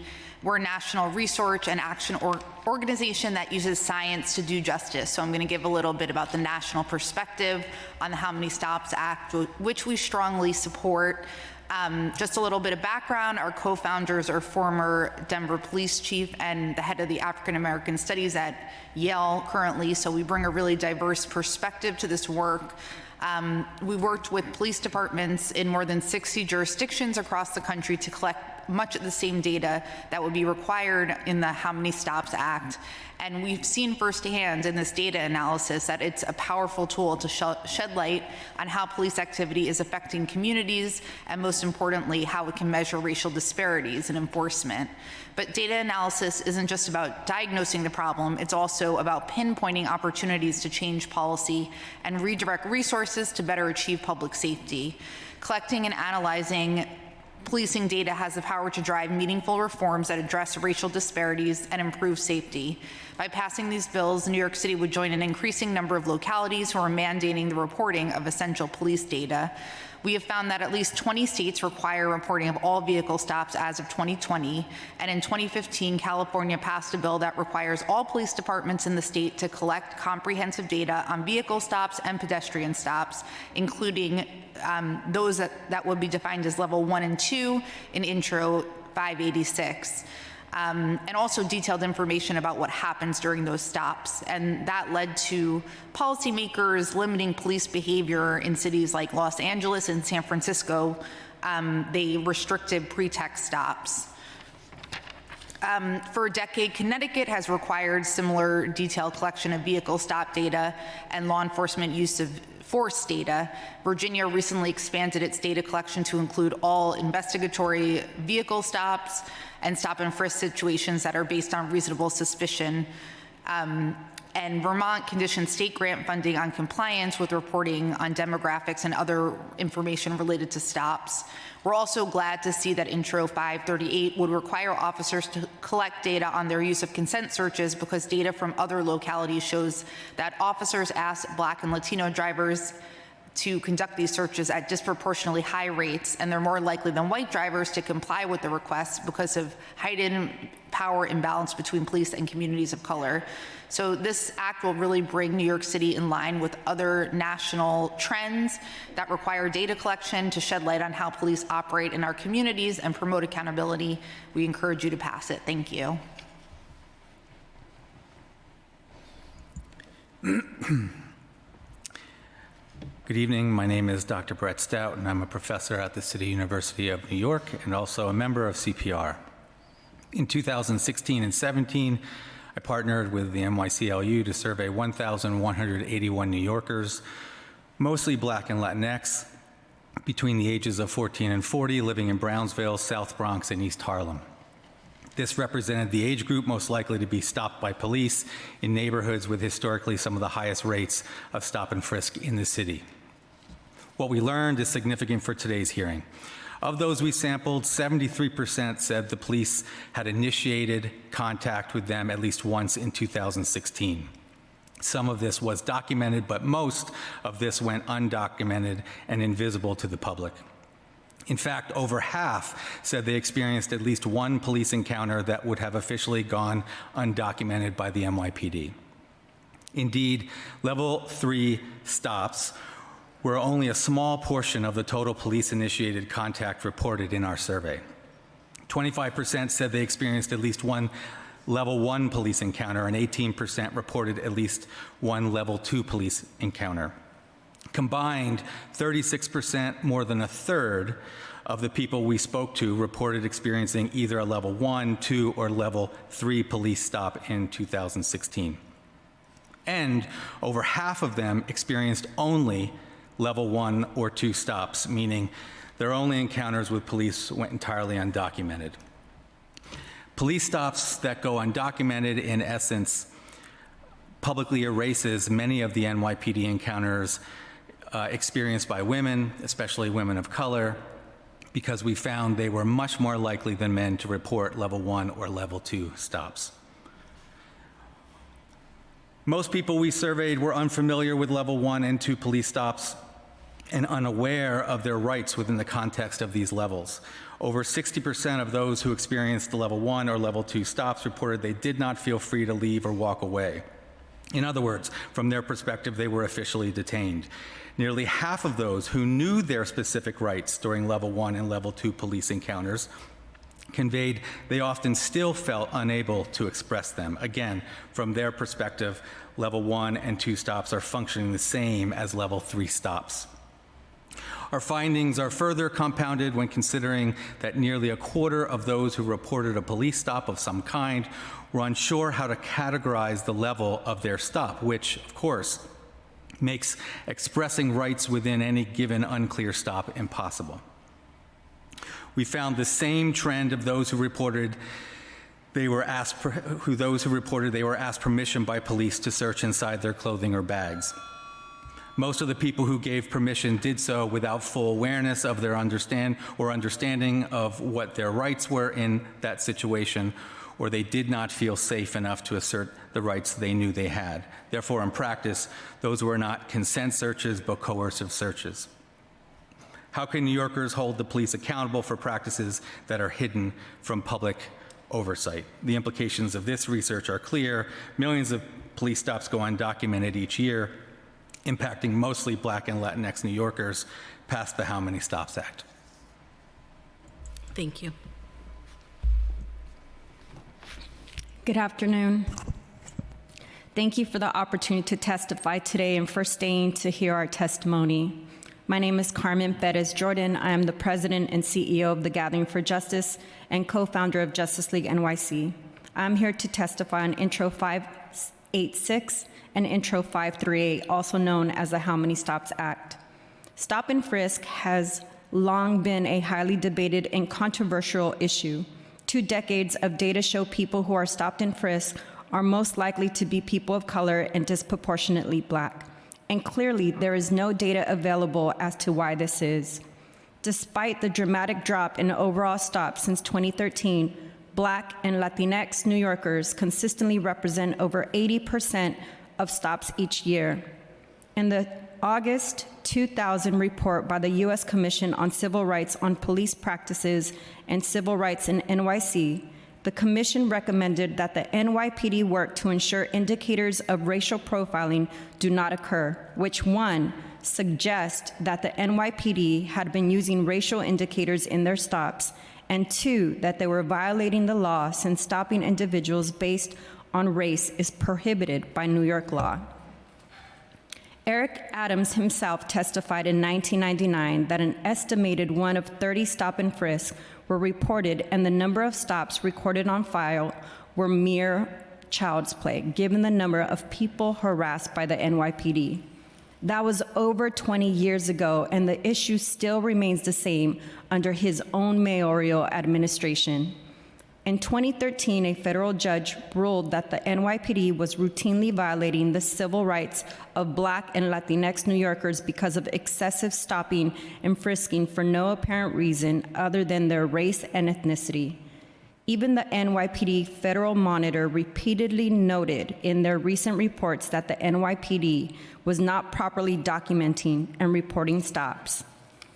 The NYPD's actions have resulted in illegal profiling as well as humiliating experiences for New Yorkers. These encounters have long-lasting consequences that significantly altered the trajectory of people's lives. Entire neighborhoods in New York City exist in conditions where residents feel like they are living in military occupation, where going to the store or school can be a life-threatening situation. The history, data, and reports, as well as the testimonies, are clear. NYC and NYPD lack accurate and complete data on stops in NYC. We must correct this. As a Latina married to an African American man with 2 black and brown babies, I am afraid every single day when my husband takes my babies to school. And so I urge the New York City Council to immediately pass the How Many Stops Act. Transparency is the first step towards accountability and true community safety. Thank you for your time. Thank you all so much for being here and for lives dedicated to this service. Thank you. Thank you. Great, thank you. Next, we'll turn back to Zoom to Cody Bloomfield. Before doing so, Pilar de Jesus. Pilar, you could go after that. And if there's anyone else in the chambers who wants to testify, come on up. But yeah, let's do the Zoom one first, okay? So Cody, you may begin in just a sec. Go ahead. All right. Hello, I'm Cody Bloomfield. I'm from Defending Rights and Dissent. We're a national civil liberties organization, and we support the passage of the How Many Stops Act. As a national civil liberties organization that advocates both for making the Bill of Rights a reality for everyone and for greater transparency around law enforcement, we urge the City Council to advance this bill. The How Many Stops Act requires police to report the reason for a stop, the demographic information of the individual, and whether the encounter led to the use of force or enforcement actions. While stops based on reasonable suspicion, commonly known as stop and frisk, must be reported, NYPD is not required to report data on these 2 categories of lower-level legal stops. This bill would change that. Requiring NYPD to report these lower-level stops would give communities a fuller picture of who is targeted for stops and why. This transparency is essential to ensure that communities have the data necessary to exercise true oversight over policing. The passage of this bill would represent a necessary first step towards holding police accountable for their abuse of state power in our communities. We know from the weight of evidence that stops based on reasonable suspicion have disproportionately impacted people of color.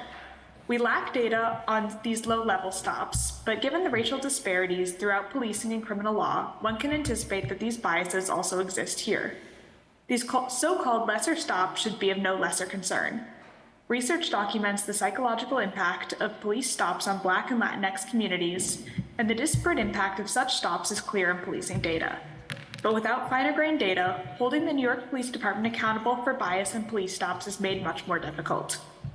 Defending Rights and Dissent strongly believes in the people's right to know. The How Many Stops Act empowers the public and informs policy debates by requiring that information about who stopped and why be made available to the public.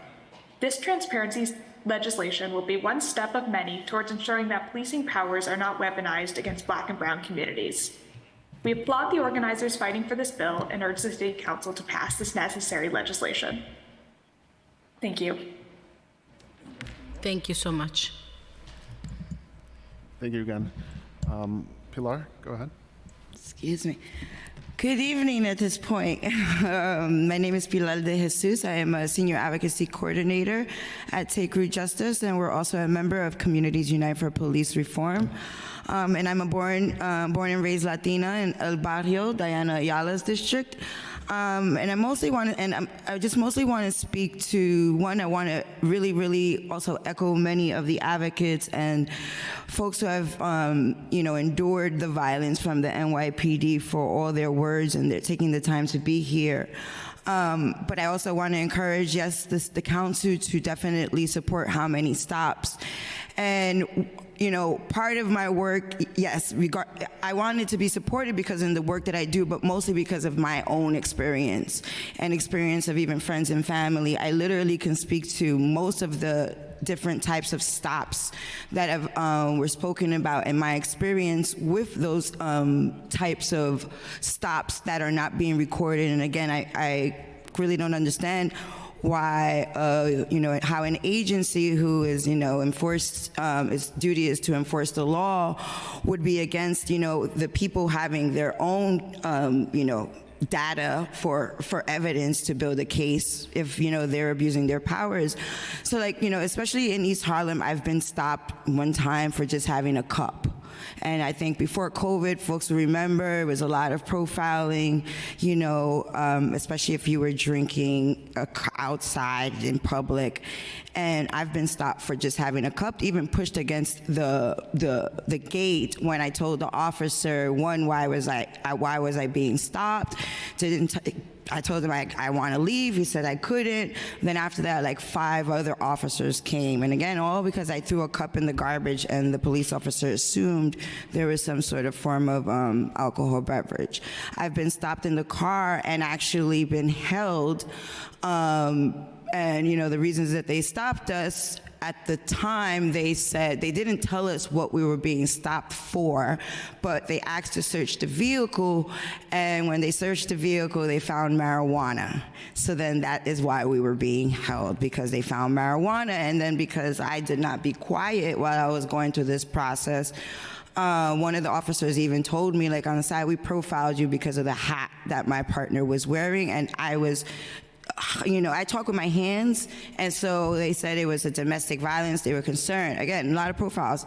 Not too long ago, I witnessed a Latino man who spoke no English get stopped by plainclothes officers, and I spoke to the client, the person in Spanish, to ask him if he knew. The cops were telling me to mind my business. They said they didn't have to speak to him in Spanish. So I just want to say that it's just really important for us to really have record of what's happening, because as an advocate and all my networks and in my involvement in the community on different political campaigns, I'm still affected and impacted by this over-policing, this abuse, which in all honesty, I think on top of passing the, how many stops bill, I think we also really need to look into the mindset of a lot of these officers, because again, the history of policing goes back to slavery. And I don't think a lot of our officers and maybe some of our legislators that were here defending a lot of them maybe still be dealing with a lot of that racist slavery mentality, unfortunately. And again, the numbers don't lie. And I think it's going to be very important for the council and the state to have this information. And we have data, we have apps and a lot of technology that a lot of the burdensome things that the officers spoke about, that can be, overlooked. And I'm going to end with this, because it's a burden to have to go to central booking, especially as a woman. Women do not get processed as fast as men in central booking. And so that's a whole nother issue, but to be sitting there, possibly losing your job because also there's no phones in there. Again, you create more of a burden for the citizen, the constituent, the voters, than the officer who maybe, again, like someone mentioned, just press this, have the video recording. It's a lot of excuses, what feels like people who have this power just don't want to be ever held accountable. And again, that's what history is just showing us. There's no accountability, and I'd just like to see some change before I die. Thanks. Thank you so much. Good afternoon, good evening, Chair. My name is Christopher Leon Johnson. I know it's kind of late. So I'm here to speak on behalf of myself, and I'm here to say that, yeah, you do need transparency with the Right to Know Act, but I have an issue with the fact that they're trying to engineer a lot of stuff toward the CCRB and toward the Inspector General. I have my deal with the CCRB, and they're no good at all. I think they work with the NYPD, et al., like they work with them close-handedly. I think they're really useless. So to really hand, like, let's say you want to give the data to the CCRB instead of the public, it is like counterproductive, and it does no justice to the public. The public wants that information to be sent to them. We want to see it. Now, when it comes to that, we want these websites. If that ever happens one day, I know it might get passed through this council or the next council, whatever it happens, we want to know how can we access this information. It should be online, and we need the direct access to the information, not going to a runaround, and depending on sites like 50-8.com. They do a lot of good work putting out police records, but why do we need to go to a third-party website to know about if a cop is corrupt or not? We need this to the public. We need this like on the NYC.com website, NYC.gov. Sorry about that. Now, like I said, when it comes to body cameras, that should be done to the public too. It should be all sent to the public. Like I said, it's just CCRB, they just can't be trusted. Anybody, if you're young, black, Latino, live in an impoverished neighborhood and you ever deal with the NYPD, you get stopped at frisk, or you get wrongfully arrested, or you get, you get barged in your house. They find some stupid way to get into your home. You file a complaint, it's just a waste of time. Usually it goes in the cop favor. And majority of the time, all the CCRB could do is give recommendations. But when was the last time the commissioner will ever say, oh, let's fire this cop because they messed up? That's really rare. So to be honest with you, this stuff got to get to the public. The public wants this stuff to the public, not to CCRB, not to Inspector General. The Inspector General, same thing. They work with the NYPD. There's just no point at all. So to end this off, you need the right to know. You need these bills to be passed and amended, but it should be steered more to the public, and the public needs to know about this, and especially the people that needs their hand to be held to access the information. They need to know more, especially the ones that know computers and etc. The ones that have to literally go to these city agencies and get the information. So I'm gonna end with that right now. I know we gotta go. It's late. I know you gotta go too. I gotta go to an event in Brooklyn. So thank you guys. I appreciate it. You can cut it off. Thank you so Enjoy much your for day. coming Thank and you. for your testimony. Thank you. Thank you both. Okay. Does anyone else in person want to testify or on the Zoom? Seeing nobody, Chair, you can now close it out. Thank you. This hearing is adjourned.